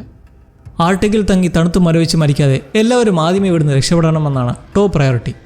യങ് ബ്ലഡ് ആല ഉപയോഗിക്കാൻ അനുവാദം കൊടുക്കുമ്പോൾ കെട്ടിയിറക്കുന്നതോടൊപ്പം ഹ്യൂമിലിറ്റി കൂടി ഇപ്പോൾ തന്നെ വിട്ടുതരണമെന്ന് ഒരു നിബന്ധനയും. നീമോയ്ക്കിപ്പോൾ ഹ്യൂമിലിറ്റിയുടെ മേൽ ഒരു അനുകമ്പം ഉള്ളതുകൊണ്ട് അവിടെ ഒരു കച്ചവട വസ്തുവാക്കാൻ പറ്റില്ല. ഹ്യൂമിലിറ്റി എന്താണോ ആഗ്രഹിക്കുന്നത് അതേപോലെ നടക്കട്ടെ എന്ന് പറയുന്നു. യങ് ബ്ലഡ് ബ്ലാസ്റ്ററെ കൂടി വിട്ടുതരണമെന്നും അതവൻ്റെ സേഫ്റ്റിക്ക് വേണ്ടിയാണെന്നും പറയുന്ന കേട്ട് നീമോ അതിനെ അഗ്രി ചെയ്തങ്ങനെ തിരിച്ചു നടക്കുമ്പോഴാണ് മില്ലെ അവിടെ വെച്ച് നീമോയെ നേരിടുന്നത്. കാലങ്ങൾക്ക് ശേഷം കാണുന്നതുകൊണ്ട് തന്നെ നീമോയ്ക്ക് നിൽക്കുന്നത് ആരാണെന്ന് മനസ്സിലായിരുന്നില്ല. ഇപ്പോൾ മില്ലെ ദക്കർന്ന് വിളിച്ച് അരിശത്തോടെ വന്ന് നിൽക്കുന്നത് കണ്ട് നീമോയ്ക്ക് മനസ്സിലാവുന്നതും അയാൾ സന്തോഷത്തോടെ ആലിംഗനം ചെയ്യാനെന്ന പോലെ നിൽക്കുവാണ്. അപ്പോൾ നീമോയ്ക്ക് പിണക്കമോ എതിർപ്പോ ഒന്നുമില്ലെന്ന് മനസ്സിലാക്കാം. എന്നാൽ മില്ലയുടെ ദേഷ്യത്തിൻ്റെ കാരണം നമ്മൾ ഇവിടെ വെച്ചറിയുന്നു. പഠിക്കുന്ന കാലത്ത് നീമോയെ മറ്റുള്ളവർ നിരന്തരമായി കളിയാക്കി റാഗ് ചെയ്തതിനെ എല്ലാം എതിർത്ത് മറ്റു കുട്ടികൾക്കെതിരെ പ്രതികരിച്ചതിനെ തുടർന്ന് അധികാരികൾ അവനെ അവിടെ നിന്ന് കടത്തുകയായിരുന്നു. ഇതേ തുടർന്ന് പഠിത്തവും മാതാപിതാക്കളുമൊത്തുള്ള ജീവിതവും നഷ്ടമായി. ആരുമില്ലാതെ അവർ നരകിച്ച് മരിച്ചപ്പോൾ നീമോ ഒന്ന് സപ്പോർട്ട് ചെയ്യാൻ പോലും ഇല്ലായിരുന്നു. നീമോ ആണ് ജീവിതം നശിപ്പിച്ചത് എന്ന വെറിയിലാണ് മില്ലെ ഇത്രയും കാലവും ജീവിച്ചത്, ഇപ്പോൾ ഒടുവിൽ മുന്നിലെത്തി നിൽക്കുന്നതും. എന്നാൽ നീമോ ഇതൊന്നും അറിഞ്ഞിരുന്നില്ല. അന്ന് തിരക്കിയപ്പോൾ മില്ലെ അവിടുന്ന് കുടുംബവുമായി താമസം മാറി പോയെന്നായിരുന്നു നീമോ അറിഞ്ഞത്. തോക്കും ചൂണ്ടി നിൽക്കുന്ന മില്ലയോട് നമ്മൾ സഹോദരന്മാരെ കഴിഞ്ഞവരാണെന്ന് പറഞ്ഞ് പഴയകാലത്തെക്കുറിച്ച് സംസാരിക്കുന്നത് കേട്ട് മില്ലെ ദേഷ്യം കടിച്ചു പിടിച്ച് വികാരത്തോടെ തിരിച്ചു പോകുന്നു. അങ്ങനെ ഡീൽ ഓക്കെ ആയിരിക്കുകയാണ്. ലോട്ടി ഹ്യൂമിലിറ്റിയെ ആ യു ബോട്ടുമായി ഡ്രെഡ്നോട്ടിലേക്ക് കൊണ്ടുപോകാൻ റെഡിയാവുമ്പോൾ ഇനിയൊരു തിരിച്ചുവരക്കം ഉണ്ടാവില്ല എന്ന പോലെ കായോട് പരിഭവത്തോടെ യാത്ര പറയുകയൊക്കെ ചെയ്യുവാണ്. നീമോയുടെയും ഹ്യൂമിലിറ്റിയുടെയും റിലേഷൻ ഒരു പ്രത്യേക സിറ്റുവേഷനിൽ എത്തിയത് കൊണ്ട് തന്നെ ഇരുവർക്ക് നോട്ടിൽസിൽ തുടരണമെന്നുണ്ട്. എന്നാൽ അത് പുറത്ത് പ്രകടിപ്പിക്കാനും വയ്യ. അങ്ങനെ ഒടിഞ്ഞ ബോൾട്ടുമായി കപ്പലിലേക്ക് എത്തുമ്പോൾ നല്ലൊരു പെരുമാറ്റമല്ല കമ്പനി സംഘത്തിൽ നിന്നും ലഭിക്കുന്നതെങ്കിലും യങ് ബ്ലഡിന് വീണ്ടും കണ്ടതിലുള്ള അതിയായ സന്തോഷവും ലോർഡ് പിറ്റിന് ഫിയാൻസി ആദ്യമായി നേരിട്ട് കണ്ടതിലുള്ള ഒരു പുഷ്പീരും. എന്നാൽ അവൾക്ക് തീരെ താല്പര്യമില്ലെന്ന് കണ്ടാൽ തന്നെ അറിയാം. ആസ് എക്സ്പെക്റ്റഡ് പിറ്റ് ഒന്ന് ആകർഷിക്കാൻ നോക്കുന്നതിലും അത് അവസാനിക്കുന്നത് അവൻ്റെ ജാടയിലും. ഇന്നേരം ലണ്ടനിൽ ക്രോളി എന്തായാലും കൊട്ടാരത്തിലെത്തിയിട്ടുണ്ട്. നോട്ടിൽസിൻ്റെ കാര്യം അവിടെയുള്ള ഗവൺമെൻറ് സുപ്പീരിയരും അറിഞ്ഞതായി മനസ്സിലാക്കുമ്പോഴും അയാൾക്ക് ഭയം തെല്ലുമില്ല. കാരണം കമ്പനിയുടെ പടയാളികൾ ഈ ബ്രിട്ടീഷ് രാജ്യയുടേതിനേക്കാൾ ഇരട്ടിയാണെന്നുള്ള നല്ല ബോധ്യമുണ്ട്. നാളെ ഒരു പോരാട്ടം വേണ്ടി വന്നാൽ തന്നെ ഒരു കുലുക്കവും ഉണ്ടാവാൻ പോണില്ല. ഹ്യൂമിലിറ്റി ഡ്രെഡ്നോട്ടിനുള്ളിലായി ബോൾട്ട് ഒരുക്കി ചേർക്കാൻ ശ്രമിക്കുമ്പോൾ വുഡ് ബി പിറ്റ് തൊട്ടടുത്ത് തന്നെ ഉണ്ട്. ഇത്തവണ ഇംപ്രസ് ചെയ്യാനായി ഒരു കവിതയും എഴുതിക്കൊണ്ട്. ബ്ലാസ്റ്റർ പിറ്റിനടുത്തെത്തി തൻ്റെ അച്ഛനെ കണ്ടുപിടിക്കാൻ സഹായിക്കാമെന്ന് ചോദിക്കുന്നു. മുമ്പൊരിക്കൽ അവൻ പറഞ്ഞ ലോർഡ് ഫെയർലി എന്നതാണ് അവൻ്റെ അച്ഛൻ്റെ പേര്. ലോർഡ് പിറ്റിന് ഫെയർലിയെ കണ്ടുപിടിക്കാൻ എളുപ്പമായിരിക്കും എന്ന ചിന്തയിൽ അഭ്യർത്ഥിക്കുന്നതും അയാൾ സഹായിക്കാമെന്ന് പറയുന്നു. കപ്പലിലെ സംഘമെല്ലാം രക്ഷപ്പെടുമോ എന്നുള്ള പേടിയിലാണ്. അവരുടെ മനസ്സൊന്ന് ശാന്തമാക്കാൻ യങ് ബ്ലഡ് ചെയ്യുന്ന ഒരു ബാധി അവരെ നിർബന്ധിച്ച് ആ മഞ്ഞ് ഗ്രൗണ്ടിലെ ക്രിക്കറ്റ് കളിക്കാൻ തള്ളിവിടുന്നു. ഈ നേരം ഡ്രെഡ്നോട്ടിൻ്റെ കൂറ്റൻ ചങ്ങലകൾ നോട്ടിലസ് ക്രൂ ഒറ്റയ്ക്ക് കഷ്ടപ്പെട്ട് വലിച്ചുകൊണ്ട് പോവുകയാണ്. അത് നോട്ടിലസിലേക്ക് കണക്ട് ചെയ്ത് വലിച്ചിറക്കാനായി. എന്നാൽ ഡ്രെഡ്നോട്ടിലെ ഒരാൾ പോലും അവിടെ സഹായിക്കാനുമില്ല. ഇരു സംഘങ്ങളും തമ്മിൽ വെല്ലുവിളി ഉണ്ടാകുന്നതോടെ അവിടെ നോട്ടിലസ് വേഴ്സസ് ഡ്രെഡ്നോട്ട് മത്സരം അരങ്ങേറുമ്പോൾ ആ മൈതാനത്ത് അതൊരു രസകരമായ കാഴ്ചയാണ്. ക്രിക്കറ്റിനെക്കുറിച്ച് വശമില്ലാത്ത അന്തർവാഹിനി സംഘം ഒന്നൊന്നായി വീണുകൊണ്ടിരിക്കുമ്പോൾ കരുത്തോടെ ഒരു വശത്ത് നിൽക്കുന്ന നീമോയും ഉള്ളിലെ നീരസം വെച്ച് പിറ്റും ഇടയിലേക്ക് കയറിയാണ് ഓരോരുത്തരെയും ക്ലീൻ ബോൾഡ് ആക്കുന്നത്. ഒടുവിൽ തകർന്നു നിൽക്കുന്ന നോട്ടിൽസിന് വേണ്ടി ബാറ്റ് ചെയ്യാൻ മില്ലൈ വരുന്നത് കണ്ട് എല്ലാവർക്കും അത്ഭുതം. കുട്ടിക്കാലത്ത് ഈ രണ്ടുപേരും നല്ല അടിപൊളി പാർട്ട്നേഴ്സും കൂടിയായിരുന്നു. അങ്ങനെ നോ ബോൾ എറിഞ്ഞതിനെ ചൊല്ലി തർക്കമായി അവിടെ കയ്യാങ്കളിയുമായി കളി നിർത്തുന്നതോടെ ഈ ദേഷ്യത്തിൽ ലോർഡ് പിറ്റ് ബ്ലാസ്റ്റേഴ്സിനെ കാണുന്നതും അവൻ പറഞ്ഞ ലോർഡ് ഫെർലി എന്നത് ഒരു കള്ളമാണെന്ന് പറയുന്നു. പിറ്റിനറിയാമായിരുന്നു ആ പേര് വേറെ ഒന്നുമല്ല, കേവലം ഒരു ബിസ്ക്കറ്റ് കമ്പനിയുടേത് മാത്രമാണെന്ന്. അപ്പോഴത്തെ ദേഷ്യത്തിൽ ഇത് പറയുന്നതും ബ്ലാസ്റ്റേഴ്സ് തകർന്നു പോയിരിക്കുന്നു. അവൻ്റെ അമ്മ നിസ്സഹായാവസ്ഥയിൽ വെറുതെ പറഞ്ഞൊരു മോഹവാക്കായിരുന്നു അച്ഛന് ലോർഡ് കുടുംബമാണെന്നുള്ളത്. നീമോ ചെന്നാനെ സ്വാതന്ത്ര്യപ്പെടുത്തുന്നതിലൂടെ അയാളുടെ മറ്റൊരു സോഫ്റ്റ് സൈഡും നമ്മൾ കാണുന്നു. ഉള്ളിലെ ദേഷ്യത്തിനെ കുറിച്ചായോ എന്ന മില്ലയുമായി ഒരിക്കൽ കൂടി സംസാരിക്കവേ നീമോ തന്നോടൊപ്പം നോട്ടിലസിലേക്ക് വരാനും കമ്പനിക്കെതിരെ പോരാടാൻ സഹായിക്കാനും താല്പര്യപ്പെടുന്നെങ്കിലും മില്ലൈ അതിനെ എതിർക്കുന്നു. കാരണം കമ്പനിയെ തോൽപ്പിക്കുക എന്നത് അസംഭവ്യമാണ് എന്നയാൾക്കറിയാം. ഇവിടെ വെച്ച് മറ്റൊരു സത്യം കൂടി വെളിവാകുന്നു. നീമോയുടെ പിതാവ് സ്വന്തം ഭൂമി കമ്പനിയുടെ പേരിലേക്ക് മാറ്റിയത് നീമോയുടെ സുരക്ഷയ്ക്ക് വേണ്ടിയായിരുന്നു.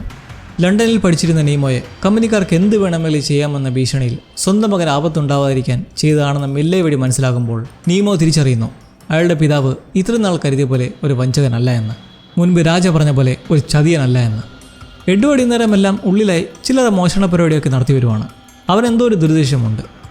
ബ്ലാസ്റ്റേഴ്സ് തിരികെ നോട്ട്ലെസ്സിലേക്ക് തന്നെ വരുമ്പോൾ ഡ്രെഡ് നോട്ടിൽ യു ബോൾട്ട് ശരിയായ ശേഷം ഹ്യൂമിലിറ്റി വിടാൻ പിറ്റ് വിസമ്മതിക്കുന്നു.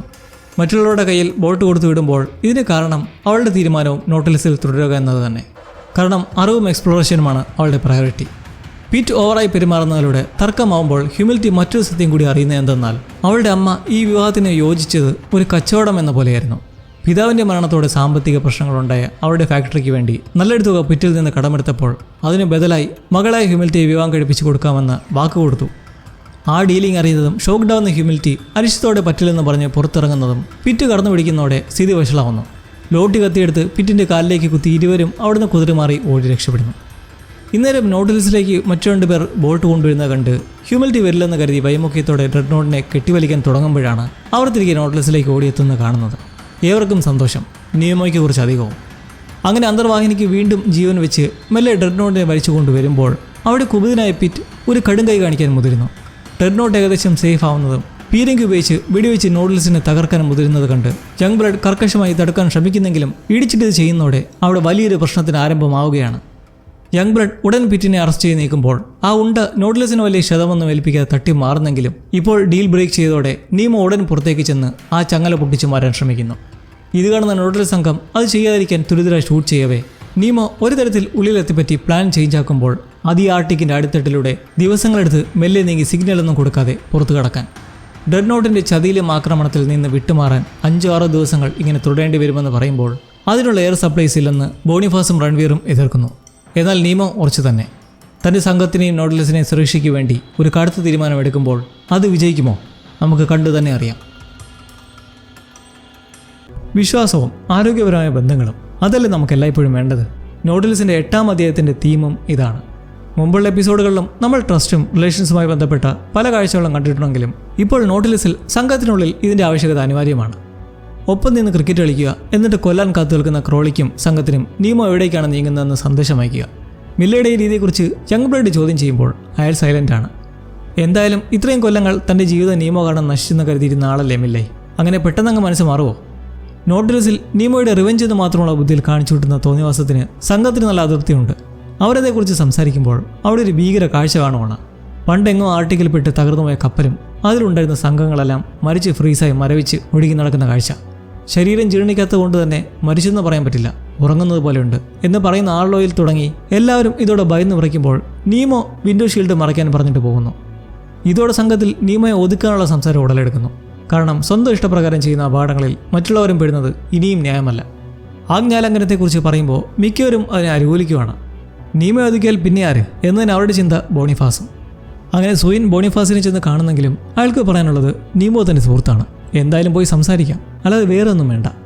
തനിക്ക് വേണ്ടി സ്വത്ത് മൊത്തം കമ്പനിക്ക് എഴുതി കൊടുത്ത പിതാവിനെ ഓർത്തിരിക്കുന്ന നീമോയ്ക്കടുത്തേക്ക് ബോണിഫാസ് എത്തുമ്പോൾ പേടിക്കേണ്ട കാര്യമൊന്നുമില്ലെന്ന് നീമോ പറയുന്നുണ്ട്. ശരി, ഇത് തന്നെ സംഘത്തോടൊന്ന് പോയി പറഞ്ഞാൽ അവരുടെ പേടി മാറുമെന്നങ്ങനെ എല്ലാവരെയും വിളിച്ചു കൂട്ടി നീമോ അപകടമൊന്നുമില്ല 4 ദിവസത്തിനുള്ളിൽ ആർട്ടിക് കടന്ന് കടലിലേക്ക് ചെല്ലും. നോട്ട്ലെസ്സിലാണെങ്കിൽ 5 ദിവസത്തേക്ക് വരെയുള്ള എയർ സപ്ലൈസും ഉണ്ട്. എന്നാൽ അവരെയും അറിയിക്കുമ്പോൾ ഇവിടെ ഒരു പ്രശ്നം ഉണ്ടാവുകയാണ്. നീമോയുടെ കണക്കുകൂട്ടലിൽ നോട്ട്ലെസ്സിൽ 3 ദിവസത്തേക്ക് മാത്രമുള്ള വായുവെ ശേഷിക്കുന്നുള്ളൂ എന്ന് ഹ്യൂമിലിറ്റി ആ നോട്ടിൽ കണ്ടതേക്കുറിച്ച് സൗമ്യമായി ചോദിക്കുന്നതും മറ്റുള്ളവർ ഇത് കേട്ട് കള്ളത്തരം പറയുന്നതിനെ എതിർത്ത് തിരികെ പോകാമെന്ന് പറയുന്നു. കാരണം അങ്ങനെയെങ്കിൽ 2 ദിവസം കൊണ്ട് ആർട്ടിക്കിനെ പുറത്തു കടക്കാം. എന്നാൽ നീമോ ആകട്ടെ ആധികാരികമായി മുന്നോട്ട് തന്നെ എന്ന് പറയുന്നിടത്ത് ബോണിഫാസ് എതിർക്കുന്നു. മറ്റുള്ളവരുടെ ജീവൻ വെച്ചാണോ കളിക്കുന്നത്, അതും കള്ളം പറഞ്ഞിട്ട്. അങ്ങനെ ഒടുവിൽ നീമോ തോക്കെടുത്തുന്നതും അവിടെ പിടിവലി നടക്കുന്ന വഴി ആളിലേക്ക് വെടിയേൽക്കുന്നു. വെടിയുണ്ട ജസ്റ്റ് ഒന്ന് ഉരിഞ്ഞു പോയതുകൊണ്ട് വലിയ പ്രശ്നമില്ല. എന്നാൽ ഇതോടെ എല്ലാവരും ചേർന്ന് നീമോയെ ബന്ധിച്ച് തോക്ക് കൈക്കലാക്കി മുറിക്കുള്ളിലായി പൂട്ടിയിട്ട് സുയിൻ കാവൽ നിൽക്കുമ്പോൾ ബോണിഫാസിനെ നേതൃത്വം നൽകാൻ നിർത്തുന്ന മറ്റുള്ളവരും. അങ്ങനെ നോട്ട്ലെസ് വന്ന വഴി ആർട്ടിക്കിൽ നിന്ന് പുറത്തു കടക്കാൻ തിരിക്കുമ്പോൾ നീമോയ്ക്കടുത്തേക്ക് ബ്ലാസ്റ്റർ മൊത്തം ഹ്യൂമിലിറ്റി അരിശത്തോടെ വന്ന് സംസാരിക്കുന്നത് സംഘത്തിന് നേരെ തോക്ക് ചൂണ്ടിയതെക്കുറിച്ച്. ഒരു ക്യാപ്റ്റൻ ഒരിക്കലും ചെയ്യാൻ പാടില്ലാത്ത കാര്യമാണത്. മാത്രമല്ല ഇപ്പോൾ പെട്ടെന്നുള്ള ഈ ഒരു മാറ്റം മില്ലയെ കണ്ടുമുട്ടിയത് കൊണ്ടാണോ എന്ന് ചോദിച്ച് ഏകദേശം മനസ്സിലാക്കുവാണ്. നീമോ ഇപ്പോഴും കമ്പനിക്കെതിരെയുള്ള റിവെഞ്ചിൽ തന്നെ. തൻ്റെ ജീവിതത്തിന് വേറെ ലക്ഷ്യമൊന്നുമില്ലെന്ന് നിൽക്കുന്ന നീമോയോട് ഹ്യൂമിലിറ്റി ആദ്യമായി സമ്മതിക്കുവാണ് അവൾക്ക് നീമോയുടെ ജീവിതത്തിൽ വാല്യൂ ഉണ്ടെന്ന്. ഈ പ്രതികാര ഭ്രാന്ത് മാത്രമായി നടക്കുന്നതിലൂടെ സ്വന്തം ക്രൂവിനെ പോലും ഒന്ന് അടുത്തറിയാൻ കഴിയാത്ത ക്യാപ്റ്റനാണെന്ന് കുറ്റപ്പെടുത്തുന്നു. സൂയിൻ്റെ കുടുംബത്തെക്കുറിച്ചോ ബ്ലാസ്റ്റേഴ്സിൻ്റെ യഥാർത്ഥ പേരോ ബോണിഫാസ് എവിടെ നിന്നാണ് എത്തിപ്പെട്ടത് എന്നൊന്നും അറിഞ്ഞുകൂടാത്തത് നീമോ ഇനിയും അവർ അംഗീകരിക്കാത്തത് കൊണ്ടാണെന്ന് ദേഷിക്കുമ്പോൾ അതുകൊണ്ടൊക്കെ തന്നെ അവരാരും നിങ്ങളെ മതിക്കുന്നില്ലെന്ന് മനസ്സിലാക്കി കൊടുത്തു പോകുന്നു.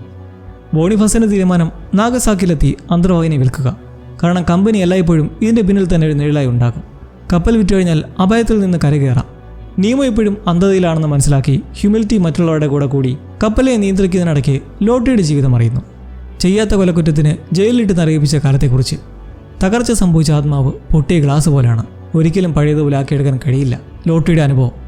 അങ്ങനെയിരിക്കെ അടുത്ത പൊല്ലാപ്പ്. കപ്പൽ മാഗ്നറ്റിക് നോർത്തിലേക്ക് ചെന്ന് വെട്ടിരിക്കുകയാണ്. കാന്തിക ശക്തി പുറപ്പെടുന്ന ധ്രുവത്തിലാണ് ഉള്ളതെന്ന് അറിയുന്നത് കപ്പലിലെ മീറ്റർ റീഡിംഗ് അബ്നോർമലായി ചലിച്ചുകൊണ്ടിരിക്കുമ്പോൾ ഈ ഒരു കാന്തിക വലയത്തിൽ നിന്ന് എത്രയും പെട്ടെന്ന് പുറത്തു കടക്കണമെന്ന് പറഞ്ഞ് എന്ത് ചെയ്യണമെന്ന് പരിങ്ങി നിൽക്കെ നീമോ ഇന്റർകോമിലൂടെ ബോണിഫാസിനോട് നോട്ടിലിസ് നിർമ്മിച്ച് തനിക്ക് സഹായിക്കാനാകും എന്നറിയിക്കുന്നെങ്കിലും ആളോ അത് മേടിച്ചു മാറ്റി ബോണിഫാസിന് ധൈര്യം കൊടുക്കുന്നു. കപ്പൽ തിരിക്കാൻ ശ്രമം നടക്കുന്നെങ്കിലും വഴങ്ങാത്തതിനാൽ ബാലസ്റ്റ് ടാങ്ക് തുറന്ന് മുകളിലേക്ക് പോകാൻ തുടങ്ങുന്നതും കപ്പൽ അടിയിൽ ചെന്ന് മുട്ടി നിൽക്കുന്നു. എന്നാൽ അടുത്ത പ്രശ്നം, കപ്പലിലെ ടോർപെഡോ റൂമിൽ ഒരു വിള്ളൽ വീണ് വെള്ളം അകത്തേക്ക് കിടക്കുന്നത് ശ്രദ്ധയിൽപ്പെടുമ്പോൾ ഇത് ഡെഡ് നോട്ടിൻ്റെ അറ്റാക്ക് മൂലമായിരിക്കണം, പക്ഷേ എന്നിട്ട് ഇത്ര നേരം ഇല്ലായിരുന്നല്ലോ എന്നുള്ള സംശയങ്ങളും. വിഷയമാണെന്ന് മനസ്സിലാക്കി ജിയോകോം എന്ത് ചെയ്യുന്നു, നേരെ പോയി സുയിനോട് താൻ നീമോയ്ക്ക് കാവൽ നിൽക്കാമെന്ന് പറഞ്ഞ് അവരെ പറഞ്ഞു വിടുന്നു. എന്നിട്ട് അവൻ നീമോയെ റിലീസ് ചെയ്യാൻ വേണ്ടി കഥ തുറന്ന് കയറുന്നതും ക്യാപ്റ്റൻ ഇതറിയാതെ അവൻ്റെ മേൽ ചാടി വീഴുന്നു. കാടത്തമുള്ള ജിയോകോമോ ഉടൻ തിരിച്ച് ആഞ്ഞടിക്കുന്നതും പെട്ടെന്ന് അയാൾ പഴയ ആളല്ല എന്നൊരു ബോധമുണ്ടായി നിൽക്കെ നീമോ തുണി വെച്ച് കെട്ടിയ ശേഷം ലീക്ക് പുറത്തുനിന്ന് നോക്കിയൊന്നും ചോദിച്ചു പോവുകയാണ്. ബോണിഫാസും കൂട്ടരും ഉള്ളിൽ നിന്ന് ആ ലീക്ക് അടയ്ക്കാൻ ശ്രമം നടത്തുമ്പോൾ നീമോ ഡൈവിംഗ് സൂട്ടും ധരിച്ച് കപ്പലിന് വെളിയിലേക്ക് ഇറങ്ങുന്നു. ഡ്രെഡ് നോട്ടിൻ്റെ ആക്രമണത്തിലുണ്ടായ വിള്ളലെന്ന് സകലരും കരുതി ശ്രമം നടത്തവേ നീമോ സത്യം എന്താണെന്ന് തിരിച്ചറിയുവാണ്. പുറത്തേക്കിറങ്ങി ആ ദ്വാരം നോക്കുമ്പോൾ പെട്ടെന്ന് അതിൽ നിന്ന് ഒരു വലിയ മൂട്ട ചാടി ഇറങ്ങി വരുന്നു. അന്തിച്ചു നിൽക്കെ അത് നീമോയുടെ ഡൈവിംഗ് സൂട്ടിലേക്ക് കയറുന്നതും അയാൾ പെട്ടെന്ന് തിരിച്ചു കയറുമ്പോൾ നമ്മൾ കാണുന്ന മറ്റൊരു സാഹചര്യം, ഈ കപ്പലിപ്പോൾ യഥാർത്ഥത്തിൽ അടിത്തട്ടിലല്ല, ഒരു പാറയിൽ തട്ടി നിന്ന് ഉലയുവാണ്. താഴേക്കാണെങ്കിൽ ഒരു വലിയ ഇരുണ്ട ഗുഹ പോലെയും.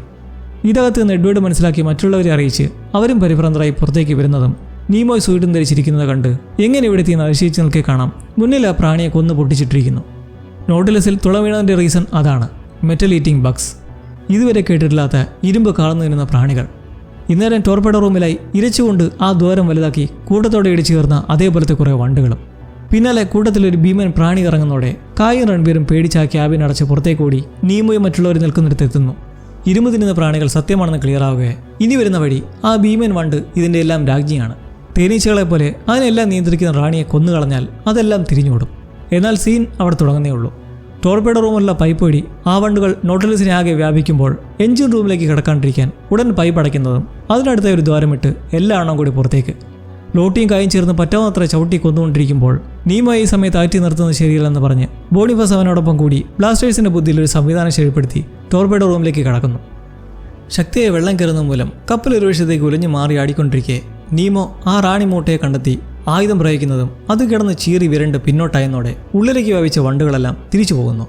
എന്നാൽ കുറേ എണ്ണം നീമോയുടെ മേലേക്ക് ചാടി വീഴുന്നത് അവരുടെ റാണിയെ രക്ഷിക്കാനെന്ന പോലെ. നീമോ അവിടുന്ന് മാറിയിട്ട് എങ്ങനെയും അതിനെ തുരത്താൻ പറഞ്ഞു നിൽക്കെ പെട്ടെന്ന് തോന്നുന്നൊരു ബുദ്ധിയോ, വണ്ടിനകത്ത് മൊത്തവും മെറ്റലാണ്. ഉടൻ റൂമിനുള്ളിലെ കോമ്പസ് തകർത്ത് അതിലെ വലിയ കാന്തം വെച്ച് അതിനെ ആകർഷിച്ച് പിടിച്ചിട്ട് ഒരു ടോർപെഡോയിലാക്കി പുറത്തേക്ക് വിട്ടാൽ സേഫാകും.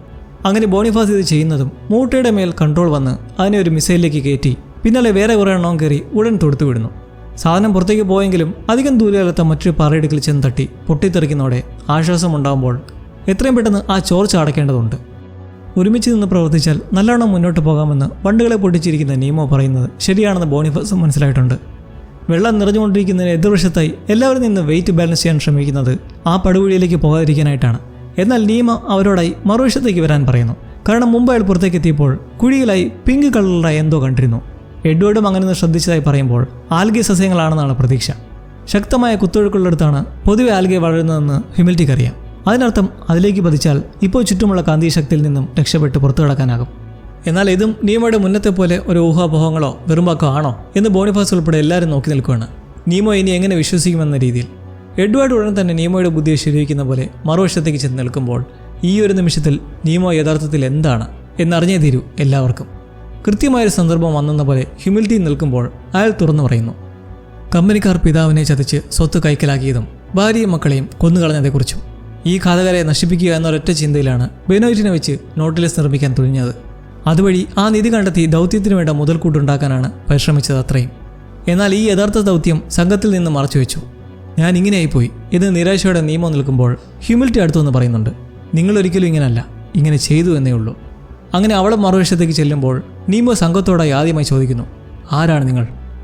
ഇനി മേലാൽ തോക്ക് ചൂണ്ടെടുന്ന കെറുകാട്ടി കായ് പറയുന്നു, ഗോത്രവർഗത്തിലെ ഒരുവൻ, കമ്പനി ഭരണാധികാരി അടിമയാക്കാൻ ശ്രമിച്ചതിന് അയാളെ കൊന്നുകളഞ്ഞ ഒരുവൻ.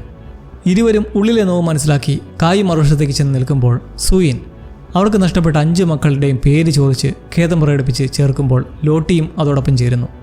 നിങ്ങൾ ആരുമല്ല എന്ന് തോന്നുമ്പോഴാണ് എന്തെങ്കിലുമൊക്കെ ആയി തുടങ്ങുന്നത് എന്ന ഉപദേശം നൽകിക്കൊണ്ട് രൺബീറിൻ്റെ ഗ്രാമത്തിൽ ഒരു രാത്രി കമ്പനിക്കാർ നടത്തിയ ആക്രമണത്തിൽ അവനെ പിടിച്ചുകൊണ്ടുപോയി. കൂടപ്പിറപ്പുകൾക്കോ മാതാപിതാക്കൾക്കോ എന്ത് സംഭവിച്ചെന്ന് പോലും അറിയില്ല. ആളോ ചെയ്ത ഒരേ ഒരു കുറ്റം വിവാഹം കഴിഞ്ഞ ഒരു സ്ത്രീയെ പ്രണയിച്ചത്. ഇതും പറഞ്ഞൊരു കവിത പാടാൻ തുടങ്ങുന്നതും പെട്ടെന്ന് നിർത്തിച്ച് കൂടെ വരാൻ പറയുമ്പോൾ കപ്പൽ മെല്ലെ ഒരു വേഷത്തേക്ക് ചരിയാൻ തുടങ്ങുന്നു. കമ്പനിക്കാർ പിടിച്ചുകൊണ്ടുപോയ സഹോദരന്മാരെ നിർത്താതെ തേടിയിറങ്ങി തടവിലായി പോയ ബോണിഫാസ് നോട്ടിലസിലെ തൻ്റെ ആദ്യ പങ്കാളി എന്ന് പറഞ്ഞ് നീമോ കൈ കൊടുക്കുമ്പോൾ കെട്ടിപ്പിടിച്ചുകൊണ്ട് മാറുന്നതും നീമോ എനിക്ക് നിന്നെ കാണാം നഥാനിയൽ അടുത്തേക്ക് വരൂ എന്ന് പറഞ്ഞ് ബ്ലാസ്റ്റേഴ്സിനെ വിളിക്കുന്നു. അവൻ്റെ യഥാർത്ഥ പേര് നീമോ പറയുന്ന കേട്ട സന്തോഷത്തിൽ ഓടി വരുന്നതോടെ മെല്ലെ ആ കപ്പൽ പാറക്കെട്ടിൽ നിന്നും ചെരിയുന്നു. ജിയാക്കോമോ ഇന്നേരമെല്ലാം നീമോയുടെ മുറിയിൽ കെട്ടിയിട്ട നിലയിലും. അങ്ങനെ മെല്ലെ നോട്ടിലിസ് തങ്ങി നിൽക്കുന്നിടത്തു നിന്നും ആ പിങ്ക് കടലിലേക്ക് ചെന്ന് പെടുന്നതും പ്രതീക്ഷ പോലെ കുത്തൊഴുക്കിൽ താനെ വേഗത്തിൽ നീങ്ങുമ്പോഴുള്ള ഒരു മാജിക്കൽ കാഴ്ച. കപ്പലിനെ കൺട്രോൾ ചെയ്യാൻ പെട്ടെന്ന് എല്ലാവരും അവരുടെ സ്റ്റേഷനിലേക്ക് ചെല്ലാൻ നീമോ നിർദ്ദേശിക്കുന്നത് കേട്ട് നമ്മുടെ ക്യാപ്റ്റൻ പറയുന്ന പോലെ എല്ലാവരും ചെയ്യാൻ പറയുന്ന ബോണിഫാസം. അങ്ങനെ ബന്ധങ്ങൾ ശക്തമാകുമ്പോൾ ഒരു വലിയ ഓട്ടയുമായി കാന്തിക വലയത്തിൽ നിന്ന് എസ്കേപ്പ് ആവുന്ന നോട്ടിലസ് അതിമനോഹരമായ ആൽഗയ്ക്കിടയിലൂടെ പോകുന്ന കാഴ്ചയിൽ ഈ അധ്യായം അവസാനിക്കുന്നു.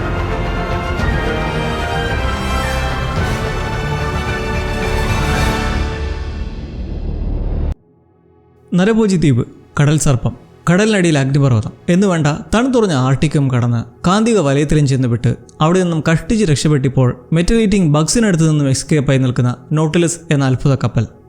നീമോയുടെ സംഘത്തിൻ്റെയും ലക്ഷ്യത്തോട് നമ്മൾ അടുത്തുകൊണ്ടിരിക്കുമ്പോൾ ഈ അനുഭവം അധികം വൈകാതെ കഴിയും എന്നതൊരു വിഷമമുള്ള കാര്യമാണ്. കാരണം നല്ല രസമുള്ളൊരു സീരീസ് ആയിരുന്നു നോട്ടിലസ്. എന്തായാലും നിലവിൽ ചോർച്ചയടച്ച് ജിയോകോമെ റിലീസാക്കി അങ്ങനെ വീണ്ടും ശാന്തതയുടെ അന്തരീക്ഷത്തിൽ പോവുകയാണ് സംഘം. മുമ്പത്തെക്കാളും മനസ്സുകൊണ്ട് ഏവരും അടുത്തിരിക്കുന്ന വളരെ നല്ലൊരു കാര്യവും. നോർത്തേൺ ലൈറ്റ്സിൻ്റെ ആ മനോഹാരിതയും കണ്ട് നീമോ മകളെ പറ്റിയുള്ള കൊച്ചോർമ്മ ഹ്യൂമിലിറ്റിയുടെ പങ്കുവച്ച ശേഷം താഴേക്ക് ചെല്ലുമ്പോഴോ നമ്മൾ ആദ്യമായി കാണുവാണ് ആ കാഴ്ച. ഇത്രയും സൗഹാർദ്ദപരമായ ഒരു ഭക്ഷണവേള കണ്ടിട്ടേയില്ല. എല്ലാവരും പരസ്പരം ചിരിച്ചും ഓരോന്ന് പറഞ്ഞും ഭക്ഷണവേല എൻജോയ് ചെയ്യുമ്പോൾ എഡ്വേർഡ് നിരീക്ഷണത്തിനായി മുകളിലേക്ക് പോകുന്നു. പില്ലേഴ്സ് ഓഫ് ഹാൽവാർ, നോർവേ രാജ്ഞിയായ ഫ്രേയുടെ കല്ലറ എന്നറിയപ്പെടുന്ന സൈറ്റ്. മുമ്പൊരിക്കലൊന്ന് സൂചിപ്പിച്ചതാണ്. ഇപ്പോൾ അതേക്കുറിച്ച് ഒന്നുകൂടി വെറുതെ ചിറ്റ്ചാറ്റ് നടത്തിയ ശേഷം നിധി ലഭിച്ചു കഴിഞ്ഞാൽ പിന്നെ എന്താണ് എല്ലാവരും ചെയ്യാൻ പോവുക എന്ന് പരസ്പരം ചോദിച്ചറിയുന്ന സമയമാണ്. രൺബീർ ആദ്യമേ ജഗദീഷിൻ്റെ കുടുംബത്തെ കണ്ടുപിടിക്കും. എന്നിട്ട് അയാളുടെ ഷെയർ കുടുംബത്തിന് നൽകും. സുവിനാകട്ടെ തൻ്റെ മകനെ സ്വതന്ത്രനാക്കുക. ആർലോയോ അവൻ്റെ കവിതാ സമാഹാരം പബ്ലിഷ് ചെയ്യുന്നതിനെക്കുറിച്ചുള്ള ചിന്തയിലും. ലോട്ടിക്ക് ഒരടിപൊളി ഡെസ്റ്റിനേഷനിൽ ബാർ തുടങ്ങണം, സുഹൃത്തുക്കളുമായി മാത്രം എൻജോയ് ചെയ്യാനായി. കായിത് കേട്ട് തൻ്റെ നാട്ടിലെ മനോഹര സ്ഥാനത്തേക്ക് നോക്കാമെന്നൊക്കെ പറയുന്നുണ്ട്. ബ്ലാസ്റ്റേഴ്സിൻ്റെ പ്രത്യേകിച്ച് ആഗ്രഹം ഒന്നുമില്ല. അവന് പോയി ഈ കുടുംബമാണ് ട്രഷർ. അതേപോലെ തന്നെ ജിയോകോമയും. ഈ കക്ഷിക്കാണെങ്കിൽ എന്ത് ചെയ്യണമെന്നറിയില്ല. ഒന്ന് പറഞ്ഞാൽ കഴിഞ്ഞ കാലം പോലും ഓർത്തെടുക്കാൻ പറ്റാത്ത വിഷമമാണ് അവന്. അതെന്താണെന്ന് അറിയത്തുമില്ല. ബോണിഫാസിന് സഹോദരനെ എങ്ങനെയും കണ്ടുപിടിച്ച് കൊണ്ടുവരണം. വീണ്ടും നല്ല രീതിയിൽ പഠനം തുടരണമെന്ന് ഹ്യൂമിലിറ്റി നീമോ എന്ന് നോക്കിയ ശേഷം പറയുന്നെങ്കിലും ലോട്ടി നൽകുന്ന മുന്നറിയിപ്പ് ഇനി പഠിക്കണമെങ്കിലും വെബ് വഴിയൊക്കെ വെച്ച് ആണുങ്ങളെപ്പോലെ വേഷം കെട്ടണം. കാരണം ഒന്നും ഇതുവരെ മാറിയിട്ടില്ല. എന്നാൽ പിന്നെ സ്വന്തമായി യൂണിവേഴ്സിറ്റി തന്നെ കെട്ടാമെന്ന് അവളും. സ്ത്രീകൾക്ക് മാത്രമായി, അതും ബെനോയിറ്റിൻ്റെ സ്മരണാർത്ഥം. നീമോയുടെ ഉള്ളിൽ ഒരേ ഒരു ലക്ഷ്യമേ ഉള്ളൂ, കമ്പനിയെ നശിപ്പിച്ച് നാളണക്കലാക്കുക. അങ്ങനെ ഇരിക്കുകയാണ് എഡ്വേർഡ് പരിഭ്രമിച്ചുകൊണ്ട് ഓടി വരുന്നത്. പുറത്തേക്ക് ചെന്ന് നോക്കുമ്പോൾ മൊത്തത്തിൽ ഒരു ഡാർക്ക് അറ്റ്മോസ്ഫിയർ, ഒരു പ്രേതാന്തരീക്ഷം. കുന്തവും തലയോട്ടികളും എല്ലാം ഒഴുകി നടക്കുന്നവരുടെ നീങ്ങുമ്പോൾ ഇത് ശരിയില്ലെന്ന് എല്ലാവരുടെയും മനസ്സ് മന്ത്രിക്കുന്നുണ്ട്. അങ്ങനെ മൂടിക്കിടക്കുന്ന അന്തരീക്ഷത്തിൽ നിന്നും തെളിഞ്ഞു വരികയാണ്. അതെത്തിയിരിക്കുന്നു പില്ലേഴ്സ് ഓഫ് ഹാൽവാറിലേക്ക്, നിധികുംഭത്തിനടുത്തേക്ക്, ലക്ഷ്യസ്ഥാനത്തേക്ക്. ഏവർക്കും സന്തോഷം പറഞ്ഞറിയിക്കാനാകാതെ ആർത്തുല്ലസിക്കുന്ന മനോഹര നിമിഷങ്ങൾ. നീമോ നോട്ടിലസിൻ്റെ വേഗം കുറപ്പിച്ച് മെല്ലെ വെള്ളത്തിനടിയിലൂടെ ആ കൂറ്റൻ തൂണുകൾ പോലെ തോന്നിക്കുന്ന പാറക്കൂട്ടങ്ങൾക്കിടയിലൂടെ നീങ്ങുവാണ്.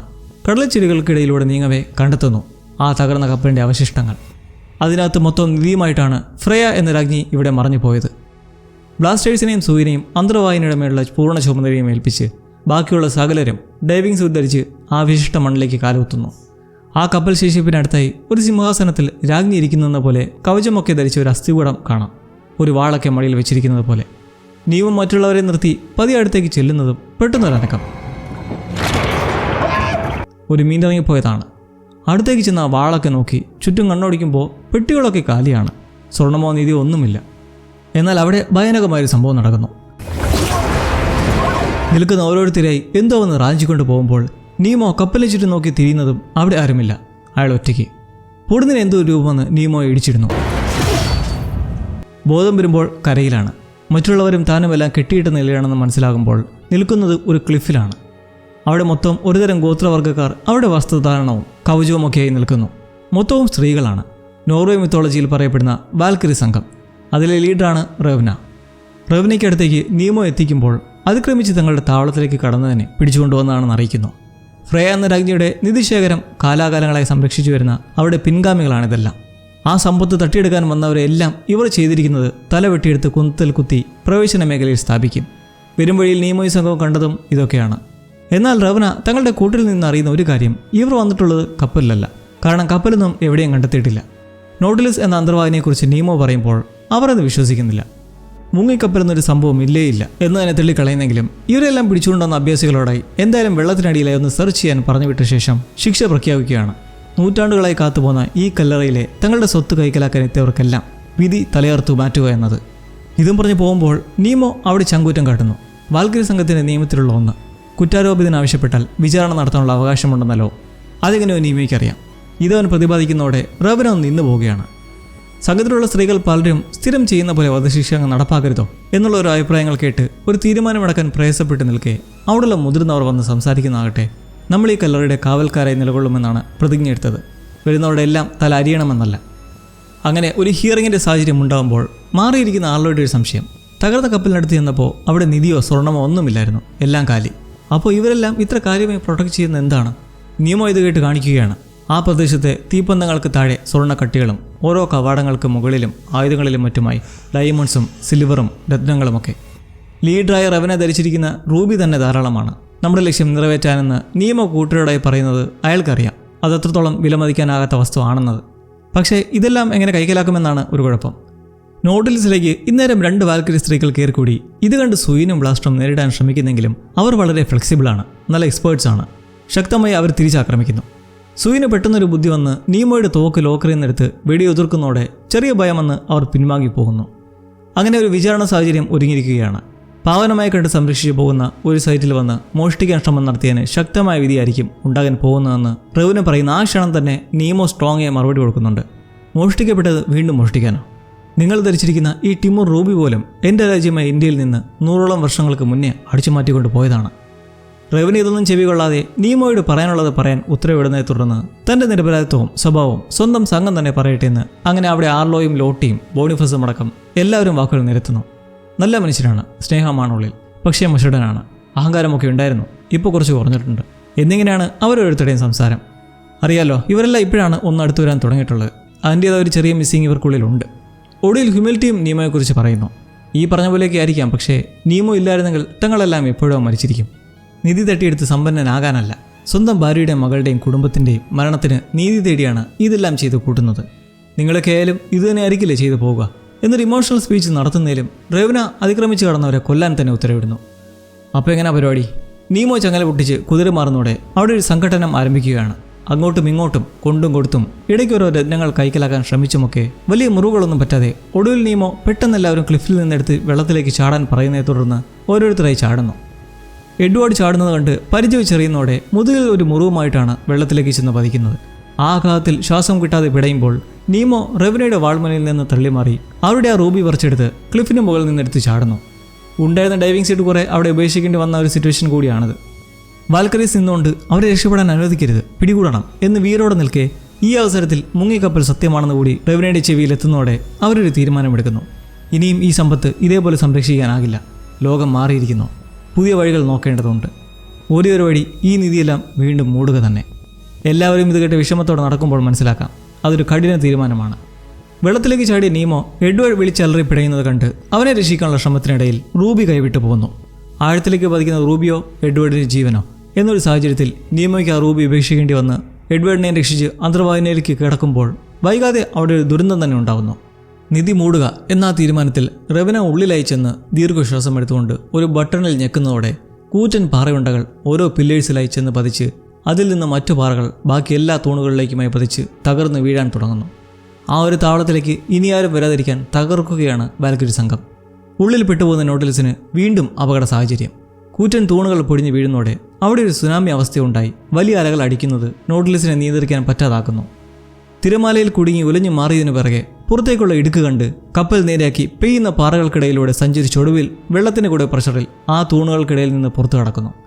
അപകടം മാറി സേഫ് ആവുമ്പോൾ എന്നാൽ പ്ലാനും ലക്ഷ്യവുമെല്ലാം ആ പാറകളോടൊപ്പം തകർന്നു പോയിരിക്കുകയാണ്. നിധിയും പകയും ആശയും എല്ലാം അവിടെ മായുന്നു. ഏറ്റവും വലിയ നിരാശ ഇപ്പോൾ നീമോയ്ക്കാണ്. കാരണം തൻ്റെ പിടിവാശിയും അഹങ്കാരവും കാരണം 2 പേർ പോയി, ജഗദീഷും ബെനോയിറ്റും. ഇപ്പോൾ മറ്റുള്ള എല്ലാവരുടെയും ജീവൻ പണയം വെപ്പിച്ച് നടത്തിയ ഉദ്ദേശവും വെറുതെയായി. എല്ലാത്തിനും ക്ഷമ ചോദിച്ച ശേഷം കുഴപ്പങ്ങളൊന്നുമില്ലാത്തൊരു തീരത്തിലേക്ക് അടുപ്പിച്ച് എല്ലാവർക്കും സുരക്ഷിതമായി ഇറങ്ങി സ്വസ്ഥമായൊരു ജീവിതം കണ്ടെത്താമെന്ന് പറഞ്ഞ് പിരിയാൻ നിൽക്കുമ്പോഴാണ് അവിടെ എല്ലാവരിലും ഉള്ള ബോണ്ടിങ് ഒന്നുകൂടി ശക്തമാകുന്നത്. ദേശത്തെ മുടിച്ച കമ്പനിക്കാരെ നശിപ്പിക്കേണ്ടത് നമ്മുടെ എല്ലാവരുടെയും ആവശ്യമാണ്. എല്ലാ അടിമകൾക്കും ഒരു പ്രതീക്ഷയുണ്ട്. കൂട്ടത്തിലെ ചിലർ കമ്പനിയോട് പൊരുതി രക്ഷപ്പെട്ടതിൽ, അതേത് നമ്മളിൽ. നാളെ ഒരു സ്വാതന്ത്ര്യം അവരെല്ലാം സ്വപ്നം കാണുന്നുണ്ട്. നമ്മുടെ ഈ സമുദ്ര പ്രയാണം ഇവിടെ അവസാനിച്ചിട്ടില്ല എന്നെല്ലാവരും ഒന്നിക്കുമ്പോൾ പക്ഷേ വേണ്ടത് ഒരു പ്ലാനാണ്. ഹൽവാറിലെ നിധിയുടെ ബലത്തിലായിരുന്നു നീമോയുടെ എല്ലാ കണക്കുകൂട്ടലും. എന്നാൽ ഇപ്പോൾ ഒന്നുമില്ലാതെ നിൽക്കുമല്ലേ ഒന്നും. ആണല്ലോ ഇത് കേട്ട് ഒന്നുമില്ല എന്ന് പറയാൻ പറ്റില്ല എന്ന് മന്ത്രിക്കുന്നത് എല്ലാവർക്കും ഒരു കൺഫ്യൂഷനാണ്. അവനങ്ങനെ പറയാൻ കാരണമോ വാൽക്കരീസിനുള്ളിൽ നിന്നും എടുത്ത കൈ നിമിസാകാതെ പിവിടം വരുത്തിയ ഒരു പുസ്തകം. പ്രാധാന്യം അതിലല്ല, അതിൽ പതിച്ചിട്ടുള്ള വജ്രത്തിൽ. ഒരു ശുദ്ധ ഡയമണ്ട് അവർക്ക് കിട്ടുമ്പോൾ അതിൻ്റെ മൂല്യം എത്രമാത്രമായിരിക്കും. ആർലോയിലൂടെ അവർക്ക് ആദ്യമായൊരു ഗുണമുണ്ടായിരിക്കുകയാണ്. പദ്ധതിയുമായി മുന്നോട്ട് തന്നെ യാത്ര തുടരുമ്പോൾ ഡ്രെഡ്നോട്ടിലിരുന്ന് മില്ലി അയച്ച സന്ദേശം ഒടുവിൽ കുറച്ച് ദിവസങ്ങളെടുത്ത് ക്രോളിക്കടുത്തേക്ക് എത്തിയിരിക്കുകയാണ്. നീമോയും നോട്ടിലിസും ലണ്ടനിലേക്കാണ് തിരിച്ചിരിക്കുന്നത്. കണ്ടുപിടിച്ച് നശിപ്പിക്കാൻ എത്രയും പെട്ടെന്ന് കപ്പലുകളെ സജ്ജമാക്കുക എന്ന ടെലഗ്രാം. എന്നാൽ നോട്ടിലിസിന് നല്ലവണ്ണം അറിയാവുന്ന ക്രോളിയുടെ കണക്കൂട്ടലിൽ ഈ സന്ദേശത്തിൻ്റെ സമയം കൂടി വെച്ച് ഇന്നേരം അവർ ലണ്ടനിൽ എത്താനുള്ള സമയമായിട്ടുണ്ട്. ഉടൻ തന്നെ പട്ടാള സംഘത്തെ വിന്യസിക്കാൻ ഉത്തരവ് കൊടുക്കുകയാണ്. തുറമുഖങ്ങളിൽ മാത്രമല്ല, അവരുടെ ബിൽഡിങ്ങിന് ചുറ്റും പോലും. കാരണം ഇത്രയും അപായങ്ങൾ തരണം ചെയ്ത് ഇവിടെ വരെ നീമോ എത്തിയിരിക്കുന്നത് എന്തായാലും ചങ്കുറപ്പോടെയാണ്. അവനിനി എന്തു ചെയ്യാൻ കഴിയുമെന്ന് നമുക്ക് നോക്കാം എന്ന് ക്രോളി പട്ടാള സംഘം വിന്യസിക്കുന്നത് നോക്കി പറയുമ്പോൾ, എന്നാൽ നമ്മൾ കാണുന്നതോ നീമോ ഇതിനോടകം തന്നെ അവിടെ എത്തിക്കഴിഞ്ഞിരിക്കുന്നു. ഒരു സാധാരണക്കാരനെ പോലെ അവിടെ നിൽക്കുന്നിടത്ത് നമ്മൾ സംഭവങ്ങളുടെ ഒഴുക്കിന് ഇവിടെ തടയിടുകയാണ്. നോട്ടിലസ് എന്ന ഈ മനോഹര പ്രയാണത്തിൻ്റെ ഒടുക്കമെത്താറാവുകയാണ്. ക്രോളിയും കമ്പനിയും പട്ടാളക്കാരെ വിന്യസിച്ച് എന്തിനും തയ്യാറായി നിൽക്കുന്ന സന്ദർഭം മനസ്സിലാക്കി നീമോ തിരികെ സ്വന്തം സംഘത്തിനടുത്തേക്ക് എത്തി ഇക്കാര്യം അറിയിക്കുമ്പോൾ അവരിപ്പോൾ തുറമുഖത്തെ ഒരു കൊച്ചു കെട്ടിടത്തിലാണ്. ആർക്കും സംശയം തോന്നാത്ത തരത്തിൽ നോട്ടിലിസിന് രഹസ്യമായി വെള്ളത്തിനടിയിലായി നങ്കൂരമിട്ടും അടിമക്കൂട്ടങ്ങൾക്കിടയിൽ നിന്നുകൊണ്ടുള്ള അടുത്ത ചുവടുവയ്പ്. ഒരു കൊച്ചു സംഘം ഭീമന്മാരായ ബ്രിട്ടീഷ് ഈസ്റ്റ് ഇന്ത്യ കമ്പനിക്കെതിരെ നിന്ന് വിപ്ലവം സൃഷ്ടിക്കുന്നതാണ് തുടക്കം മുതൽ നമ്മൾ ഈ സീരീസിൽ കണ്ടുവന്നത്. ഇപ്പോൾ കമ്പനിയുടെ വേരായ ലണ്ടനിലേക്ക് എത്തിപ്പെടുമ്പോൾ ഡ്രെഡ്നോട്ടും ഈ കര തൊട്ടിട്ടുണ്ട്. ഇത് മനസ്സിലാക്കി നീമോയുടെ മനസ്സിൽ വരുന്നൊരു പ്ലാനുണ്ട്. അതിന് ആദ്യമേ കമ്പനിയുടെ ഓഹരിയും മറ്റും തകരുകയാണെന്ന് ഒരു റൂമർ സ്പ്രെഡ് ചെയ്യണം. ഇരുപ്പ് നിൽക്കുന്ന ഏരിയയും അതിനുത്തമം തന്നെ.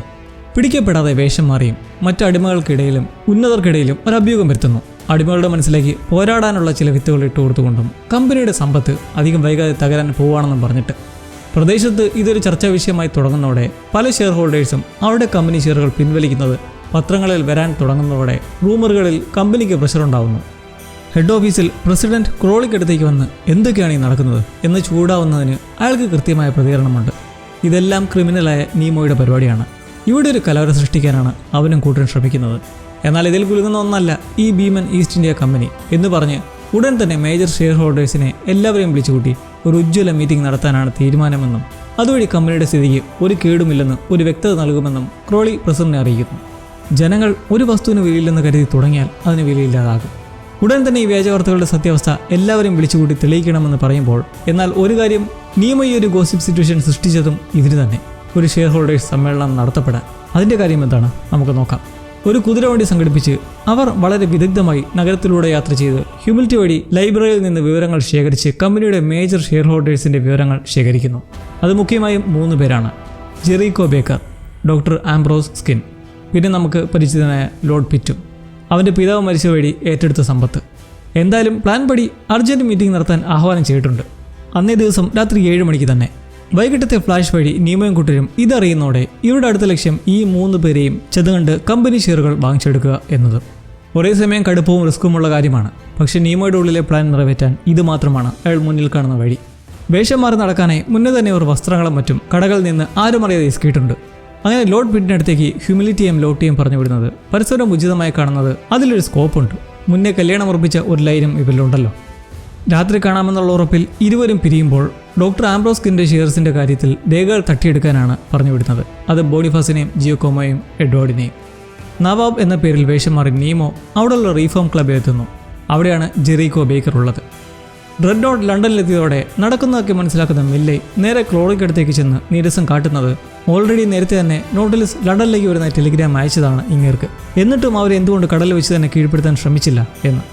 ക്രോളിക്ക് നോട്ടിലിസിൻ്റെ മേലൊരു കണ്ണ് ഇപ്പോഴും ഉണ്ടെന്ന് ഇവിടെ തെളിവാണെങ്കിലും നീമോ കരയിൽ കയറിയിട്ടുണ്ടെങ്കിൽ എന്തായാലും ഇനി കാര്യങ്ങൾ ബുദ്ധിമുട്ടാകുമെന്ന് സുഹൃത്തിനെ പറ്റി നല്ലോണം അറിയാവുന്ന മില്ലേ പറയുന്നതിൽ എന്തോ ഒരു കാര്യമുണ്ട്. ഹ്യൂമിലിറ്റി ചെയ്യുന്ന എന്തെന്നോ അവളുടെ അമ്മയെ കണ്ടുമുട്ടി തങ്ങളൊരു രഹസ്യ മിഷനിലാണെന്നും സഹായിക്കണമെന്നും പറഞ്ഞ് വശത്താക്കി ഒരുമിച്ച് പിറ്റിനടുത്തേക്ക് ചെല്ലുന്നു. നീമോ എത്തുന്നത് ഒരു കച്ചവടം നടത്താനെന്ന പോലെയാണ്. അവിടെയുള്ള കൊണീലിയസ് എന്നൊരു വെള്ളക്കാരനുമായി. കച്ചവടം എന്തിൻ്റെയാണെന്നാൽ വജ്രം ഖനനം ചെയ്തെടുക്കാൻ കഴിയുന്ന ഒരു മൈനിൻ്റേത്. അതിൻ്റെ ഉടമസ്ഥാവകാശ പത്രവുമായി നീമ ഇരിക്കുമ്പോൾ തീർച്ചയായും നമുക്കറിയാം അതൊരു വ്യാജനാണ്. മൈനിങ്ങിലെ വജ്രത്തിൻ്റെ സാമ്പിൾ ചോദിക്കുമ്പോൾ ഹൽവാളിൽ നിന്ന് കിട്ടിയ ആ വജ്രം അയാളെ കാട്ടുന്നു. നല്ല പരിശുദ്ധമായ വജ്രം കണ്ട് ഡീൽ തുടരുവാണ്. അർജൻസയിലാണ്. ഇന്ന് രാത്രി 7 മണിയോടെ ഇന്ത്യയിലേക്ക് തിരിച്ചു പോകുന്നതിൻ്റെ ഭാഗമായി ലണ്ടനിലെ ബാധ്യതകളെല്ലാം വീട്ടണം. അതിനു വേണ്ടിയിട്ടാണ് ഈ ഒരു കച്ചവടം. 5 ലക്ഷം പൗണ്ട്സാണ് മൈനിൻ്റെ മൂല്യം. എന്നാൽ അർജൻറ്റായതിൻ്റെ പേരിൽ കൊണീലിയസ് സാഹചര്യം മുതലെടുക്കുന്ന സിറ്റുവേഷൻ. നീമോ 3 ലക്ഷം ചോദിക്കുന്നെങ്കിലും 100-ൽ കൂടുതലെന്ന് ബയറും. എന്നാൽ ഇത് മൊത്തത്തിൽ ഒരു ഷോയാണ്. നീമോയുടെ ഏറെ കടപ്പെട്ടിരിക്കുന്ന ഫിലിയസ് എന്ന സുഹൃത്തിൻ്റെ അനുജനാണ് ഈ കൊണീലിയസ്. ഇവരുമായി വിലപേശി ഒടുവിൽ അവർ ഉദ്ദേശിച്ച പോലെ തന്നെ ജെറീക്കോ ബേക്കർ സീനിലേക്ക് വരികയാണ്.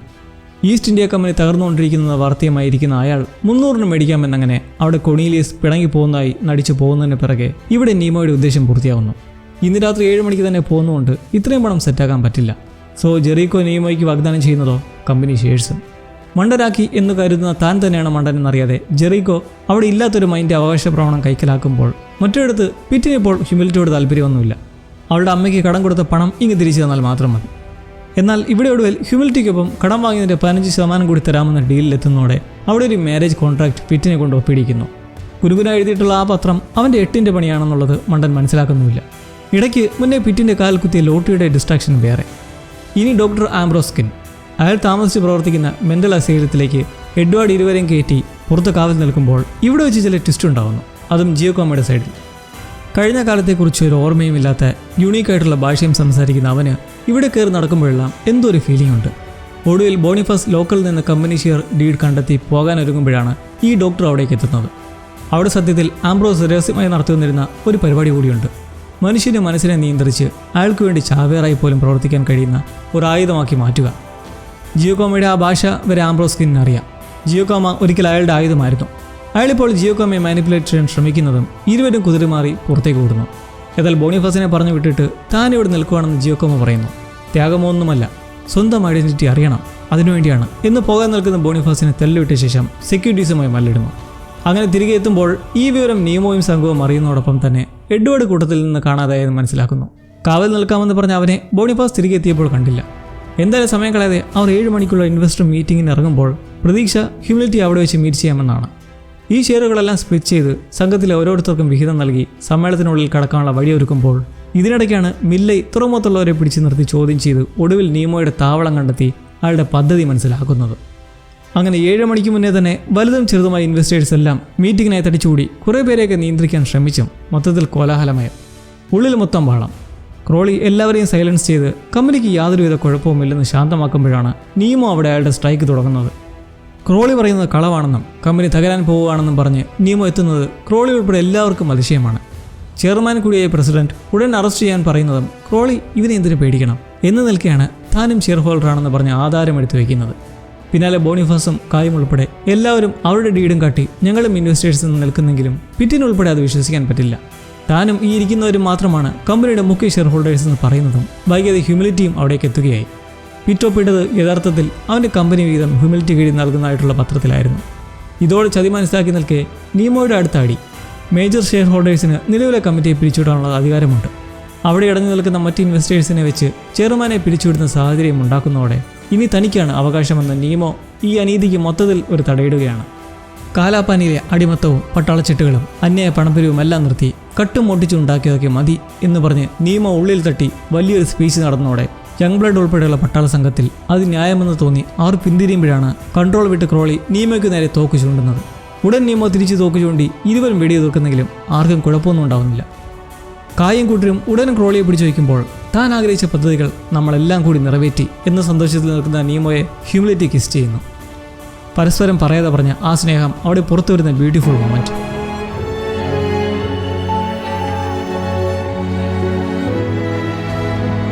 അങ്ങനെ ഒടുവിൽ പിടിച്ചു വെച്ചിരിക്കുന്ന ക്രോളിയെ കൊണ്ട് ഒരു പേപ്പറിൽ ഒപ്പിടിക്കുകയാണ്.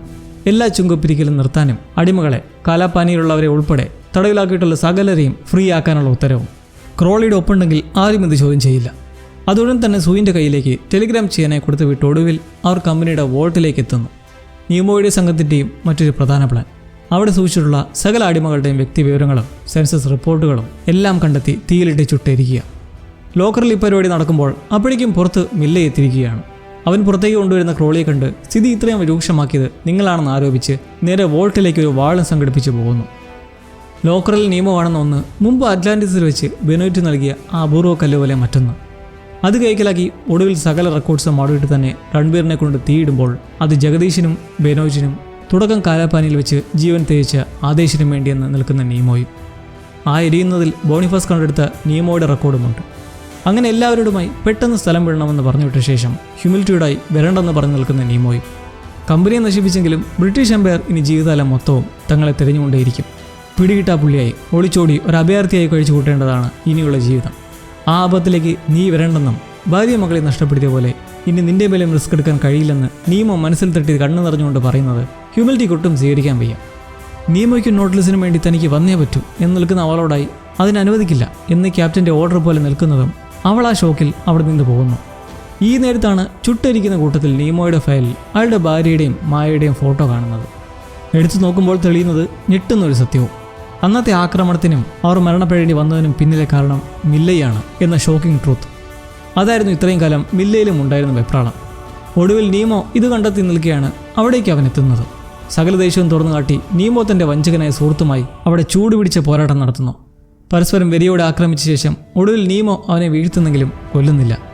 ആവശ്യനായ അവനെ അവിടെ ഉപേക്ഷിച്ച് പുറത്തേക്കെത്തി എല്ലാവരും ഒത്ത് പോകാനൊരുങ്ങുമ്പോൾ ലോട്ടിയില്ല. കാരണം ഇവർ കുതിരവണ്ടിയിൽ കയറുന്ന വഴിക്ക് ഹ്യൂമിലിറ്റി കാണുന്ന ലോട്ടി അവളെ തിരികെ പോയിരുന്നു. തുറമുഖത്ത് വെച്ച് കണ്ടുമുട്ടാമെന്ന് കായോടായി പറഞ്ഞുകൊണ്ട്. ഹ്യൂമിലിറ്റി ആകട്ടെ മനോവിഷമത്തോടെ പുറത്തേക്ക് നടക്കുന്നതും പിറ്റു വന്ന് തോക്കിൻ മുനയിൽ നിർത്തി അവളെ കൂട്ടിക്കൊണ്ടുപോകുന്നു. ഇതുകൊണ്ട് ലോട്ടിയും കുതിരവണ്ടിയിൽ പിടിച്ചു കയറുമ്പോൾ തിരികെ എത്തുന്ന നീമോയുടെ ഹ്യൂമിലിറ്റി തിരിക്കുന്ന ആളിലേക്ക് കേൾക്കേണ്ടി വരുന്നത് അവളിനി വരില്ല എന്നും. അങ്ങനെ അവർ ഉടൻ അവിടുന്ന് പോർട്ടിലേക്ക് തിരിക്കുമ്പോൾ പിറ്റ് അവൻ്റെ കൊട്ടാരത്തിലേക്ക് എത്തി ഹ്യൂമിലിറ്റിയെ പിടിച്ചു നിർത്തുന്നതും ലോട്ടിയും അവിടേക്ക് എത്തുകയാണ്. മീറ്റിംഗ് പരിസരത്ത് വെച്ച് അവളെ പിടിച്ചുകൊണ്ടുപോകുന്നത് കണ്ട് കുതിരവണ്ടിയിൽ കയറിക്കൂടിയത് ഇപ്പോൾ രക്ഷിക്കാനാണെങ്കിലും പിറ്റ് വെടിവെക്കുന്നത് അവിടെ ഒരു നിർണായക സാഹചര്യം ഉണ്ടാക്കുന്നു. ഒടുവിൽ ഒരിക്കൽ കൂടി പിറ്റിൻ്റെ കാലിൽ കത്തിവെച്ച് കുത്തി ഹ്യൂമിലിറ്റി മൊത്തം അവിടുന്ന് രക്ഷപ്പെട്ടിറങ്ങുമ്പോൾ ലോട്ടി തിരക്കുകയാണ് നീമോയ്ക്കൊപ്പം പോയതിനെ പറ്റി. നീമോ വരേണ്ടത് കട്ടായം പിടിച്ചതുകൊണ്ടാണ് പോഞ്ഞത്. എങ്കിലും ഇനി നോട്ട്ലെസ്സിലേക്ക് തന്നെ എന്ന് ഇരുവരും പോർട്ടിലേക്ക് തകർത്തോടുമ്പോൾ ഡ്രെഡ് നോട്ടിൽ യങ് ബ്ലഡിൻ്റെ നേതൃത്വത്തിൽ സംഘമെല്ലാം സ്വതന്ത്രരായതിൻ്റെയും നീതി നടപ്പാതിൻ്റെയും സന്തോഷം അവനുകൾ. അടുത്ത ദിവസം തന്നെ കപ്പലിനെ ബ്രിട്ടീഷ് നേവിയുടെ കൈകളിൽ എത്തിച്ചാൽ നമുക്ക് നല്ലൊരു ജീവിതം തുടങ്ങാമെന്നങ്ങനെ നിൽക്കുമ്പോഴാണ് ക്രോളി ഇടിച്ചു കയറി വരുന്നത്. നോട്ട്ലെസ്സിനെ പോകാൻ അനുവദിക്കരുത്, എവിടെയാണെങ്കിലും സ്പോർട്സ് ചെയ്ത് നശിപ്പിക്കണമെന്ന് ഉത്തരവിടുന്നെങ്കിലും യങ് ബ്ലഡ് ഇനി നിങ്ങൾക്ക് അധികാരമില്ലെന്ന് പറഞ്ഞു നിൽക്കുന്നു. അധികം വൈകാതെ നോട്ട്ലെസ് ഉൾക്കടലിലേക്ക് പോകാൻ തിരിക്കുന്നതും ആഴമില്ലാത്ത സ്ഥലമായതുകൊണ്ട് ഇത് അവിടെ ഉള്ളവരുടെ എല്ലാം കണ്ണിൽപ്പെടുന്നു. ക്രോളിയും കണ്ട് സംഘത്തിലെ ഒരുവനെ പിടിച്ച് തോക്ക് ചൂണ്ടി ഭീഷണി മുഴക്കുന്നതോടെ കപ്പൽ വീണ്ടും നോട്ട്ലെസ്സിനെ തകർക്കാൻ ഒരുങ്ങുകയാണ്. ഗുണ്ടുകൾ കപ്പലിന് നേരെ തുരുതുര പെയ്തുകൊണ്ടിരിക്കുമ്പോൾ കപ്പലിലുള്ളവർ പതറാൻ തുടങ്ങുന്നു. എന്നാൽ അവിടെ ഇന്നേരം നടക്കുന്ന മറ്റൊരു സൂത്രം. ബ്ലാസ്റ്റേഴ്സും റൺബീറും ചേർന്ന് തുറമുഖത്തുള്ള വലിയ പാലം വെടിമരുന്ന് ഉപയോഗിച്ച് തകർക്കാൻ ശ്രമം നടത്തുകയാണ്. കാരണം പാലം തകർന്ന അഗ്നിയായി വെള്ളത്തിലേക്ക് പതിച്ചാൽ ഡ്രെഡ് നോട്ടിന് അത് കുറേ നേരത്തേക്ക് മറികടക്കാനാകില്ല. ക്രോളി ഇത് കാണുന്നതോടെ അവരെ വെടിവയ്ക്കാൻ ഉത്തരവിടുമ്പോൾ ബ്ലാസ്റ്ററെ കണ്ട് യങ് ബ്ലഡ് അത് തടഞ്ഞു നിർത്തുന്നു. എന്നാൽ ക്രോളി അവിടെ കാട്ടുന്ന കൊടും ക്രൂരത യങ് ബ്ലഡിൻ്റെ വയറ്റിൽ വെടിവെക്കുന്നതും അയാൾ അവശനായി വീഴുകയാണ്. പാവപ്പെട്ടവൻ അവിടെ കിടന്ന് തന്നെ മരിക്കുമ്പോൾ ബ്ലാസ്റ്റേഴ്സും റൺബീറും വെടിയുണ്ട് കേൾക്കാതെ ഒരു വിധത്തിൽ വെടിമരുന്നിന് തീ കൊളുത്തി വെള്ളത്തിലേക്ക് ചാടി മുങ്ങുന്നതും അവിടെ പൊട്ടിത്തെറി ഉണ്ടാവുന്നതും ഒരുമിച്ച്. അങ്ങനെ അവിടെ വലിയൊരു പ്രതിബന്ധമുണ്ടായി ഭീമൻ കപ്പൽ നിന്നു പോകുന്നതോടെ നീമോ വെള്ളത്തിൽ കിടക്കുന്ന രണ്ടുപേരെയും നോട്ട്ലെസ്സിലേക്ക് കയറ്റി സേഫാക്കുന്നു. ഹ്യൂമിലിറ്റിയും ലോട്ടിയും ഇല്ലാത്തതിൻ്റെ കാര്യം എല്ലാവർക്കും അറിയണം.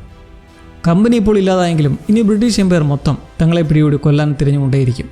ഹ്യൂമിലിറ്റിയുടെയും ലോട്ടിയുടെയും സേഫ്റ്റിക്ക് അവർ വരാതിരിക്കുന്നത് തന്നെയാണ് നല്ലത്. കാരണം അവർ തങ്ങളെപ്പോലെ കടന്നു കളഞ്ഞ അടിമകളല്ല. കായ്ക്കും നല്ല വിഷമമുണ്ടെങ്കിലും അവരുടെ നല്ലതിന് ഈ തീരുമാനമാണ് ശരി എന്ന് സമ്മതിക്കുന്നു. ഇതേ സമയം വളരെ വൈകിപ്പോയെന്ന് മനസ്സിലാക്കാൻ മാത്രം പോർട്ടിലേക്ക് എത്തുന്ന ഹ്യൂമിലിറ്റിയും ലോട്ടിയും അവർ തിരിച്ചറിയുകയാണ് കുറച്ചു കാലം അനുഭവിച്ച സ്വപ്നതുല്യമായൊരു ജീവിതം അതിനി ഉണ്ടാകില്ല. എന്നാൽ ഈ വിഷമത്തിൽ തളരാൻ അവൾ തയ്യാറല്ല. ലോട്ടി ഒരു നല്ല സുഹൃത്തു കൂടിയായി മാറിയ കുറച്ച് സമയമായിരുന്നു നോട്ട്ലെസ്സിലുണ്ടായിരുന്നത്. അങ്ങനെ അവർ ഇരുവരും ഇനി എന്തും ചെയ്യാനുള്ള സ്വാതന്ത്ര്യത്തിൽ ഒരുമിച്ചൊരു അഡ്വഞ്ചർ തുടങ്ങാൻ തയ്യാറെടുക്കുമ്പോൾ ഈ കൂട്ടത്തിലൊന്നും നമ്മൾ ഒരാളെ കണ്ടിട്ടില്ല. എഡ്വേർഡ്. അവനെത്തുന്നത് ക്രോളിക്ക് മുന്നിലാണ്. കപ്പലിൽ നിന്നും ചെറിയ പരിക്കുകളോടെ കയ്യിലൊരു രേഖയുമായി നടക്കുന്ന അയാളെ എഡ്വേർഡ് പിടിച്ചു നിർത്തി കുത്തിക്കൊല്ലുന്നു. എന്നിട്ട് ആ പ്ലാനുമായി ചെല്ലുന്നത് ബ്രിട്ടീഷ് സംഘത്തിനടുത്തേക്കും. അവിടെയാണ് മറ്റൊരു ട്വിസ്റ്റ്. നീമോയ്ക്ക് അറ്റ്ലാന്റിസിൽ നിന്ന് കിട്ടിയ ആ തിളങ്ങുന്ന കല്ല് പോലെയൊന്ന് ബ്രിട്ടീഷുകാരുടെ കയ്യിലും. എഡ്വേർഡ് ഇത് കാണുന്നതോടെ അവർക്കും അറ്റ്ലാന്റിസ് എന്ന നിഗൂഢ ലോകം മിഥ്യയല്ലെന്ന് തിരിച്ചറിഞ്ഞ് സംഘം അവിടേക്ക് എക്സ്പ്ലോർ ചെയ്യാൻ പദ്ധതി ഇടുന്നത് ക്രോളിയുടെ ആ രേഖ വെച്ചിട്ട്. കാരണം അത് നോട്ടിലിസിൻ്റെ രൂപരേഖയാണ്. അത് വെച്ച് അവർക്ക് കൃത്യമായി മറ്റൊരു അന്തർവാഹിനി നിർമ്മിക്കാനാകും. അപ്പോൾ അവിടെ പുതിയൊരു സാഹസം തുടങ്ങാൻ വഴി തെളിയുമ്പോൾ നോട്ടിലിസിൽ ഇനി എന്ത് എന്ന് നിൽക്കുന്ന ബ്ലാസ്റ്റേഴ്സും. അന്യായമായ ലോകത്ത് നമ്മളാൽ കഴിയുന്ന എന്തെങ്കിലുമൊക്കെ ചെയ്യാമെന്ന് അവനോട് പറയുമ്പോൾ നീമോ മൂകാവസ്ഥയിൽ വോൾട്ടിൽ നിന്ന് കിട്ടിയ കല്ലുമായി ഇരിക്കുമ്പോഴാണ് അത് സംഭവിക്കുന്നത്. മുൻപ് ബെനോയ്റ്റ് കൊടുത്ത കല്ലിനടുത്തേക്ക് ഇപ്പോൾ കിട്ടിയ ഈ കല്ല് വെക്കുന്നതും അത് വീണ്ടും തിളങ്ങാൻ തുടങ്ങുന്നു. ഒരുതരം രഹസ്യ സന്ദേശം പോലെ. ആ കല്ല് വീണ്ടും കയ്യിലെടുക്കുന്നതും നീമോയ്ക്ക് പെട്ടെന്നുണ്ടാവുന്നൊരു വിഷൻ. ബെനോയ്റ്റ് നീമോയെ കാത്തു നിൽക്കുന്ന പോലെ. ഉടൻ സംഘത്തോടായി ചെന്ന് ബെനോയ്റ്റ് ജീവനോടെ ഉണ്ട്, നമുക്ക് അയാളെ കണ്ടെത്തണം. അങ്ങനെ അവരും വീണ്ടും അറ്റ്ലാന്റിസിലേക്കുള്ള സാഹസയാത്രയ്ക്ക് ഇറങ്ങിത്തിരിക്കുന്ന ആ ഒരു മൊമെൻറ്റിൽ വിഷമത്തോടെ പറയട്ടെ, നോട്ടിലിസിൻ്റെ ഈ സീസൺ അവസാനിക്കുകയാണ്. ഇനിയുള്ള കാഴ്ചകൾ കാണാൻ നമുക്ക് ചെയ്യാൻ കഴിയുക കാത്തിരിക്കാം എന്ന് മാത്രം. ജിയാക്കോമയ്ക്ക് എന്ത് സംഭവിച്ചു എന്നതുൾപ്പെടെ. എന്തായാലും നല്ല രസമുള്ളൊരു ഫാൻറ്റസി സീരീസ് ആയിരുന്നു നോട്ടിലിസ്. ഇതുപോലുള്ള മാജിക്കൽ സീരീസ് കണ്ടാൽ ആരും പറയാൻ മടിക്കല്ലേ, നമുക്ക് പൊളിക്കാം. അപ്പോൾ നോട്ടിലിസ് എവിടെ അവസാനിക്കുമ്പോൾ നിങ്ങളുടെ എക്സ്പീരിയൻസും തോട്ട്സും അറിയാൻ ഞാൻ കാത്തിരിക്കുന്നു.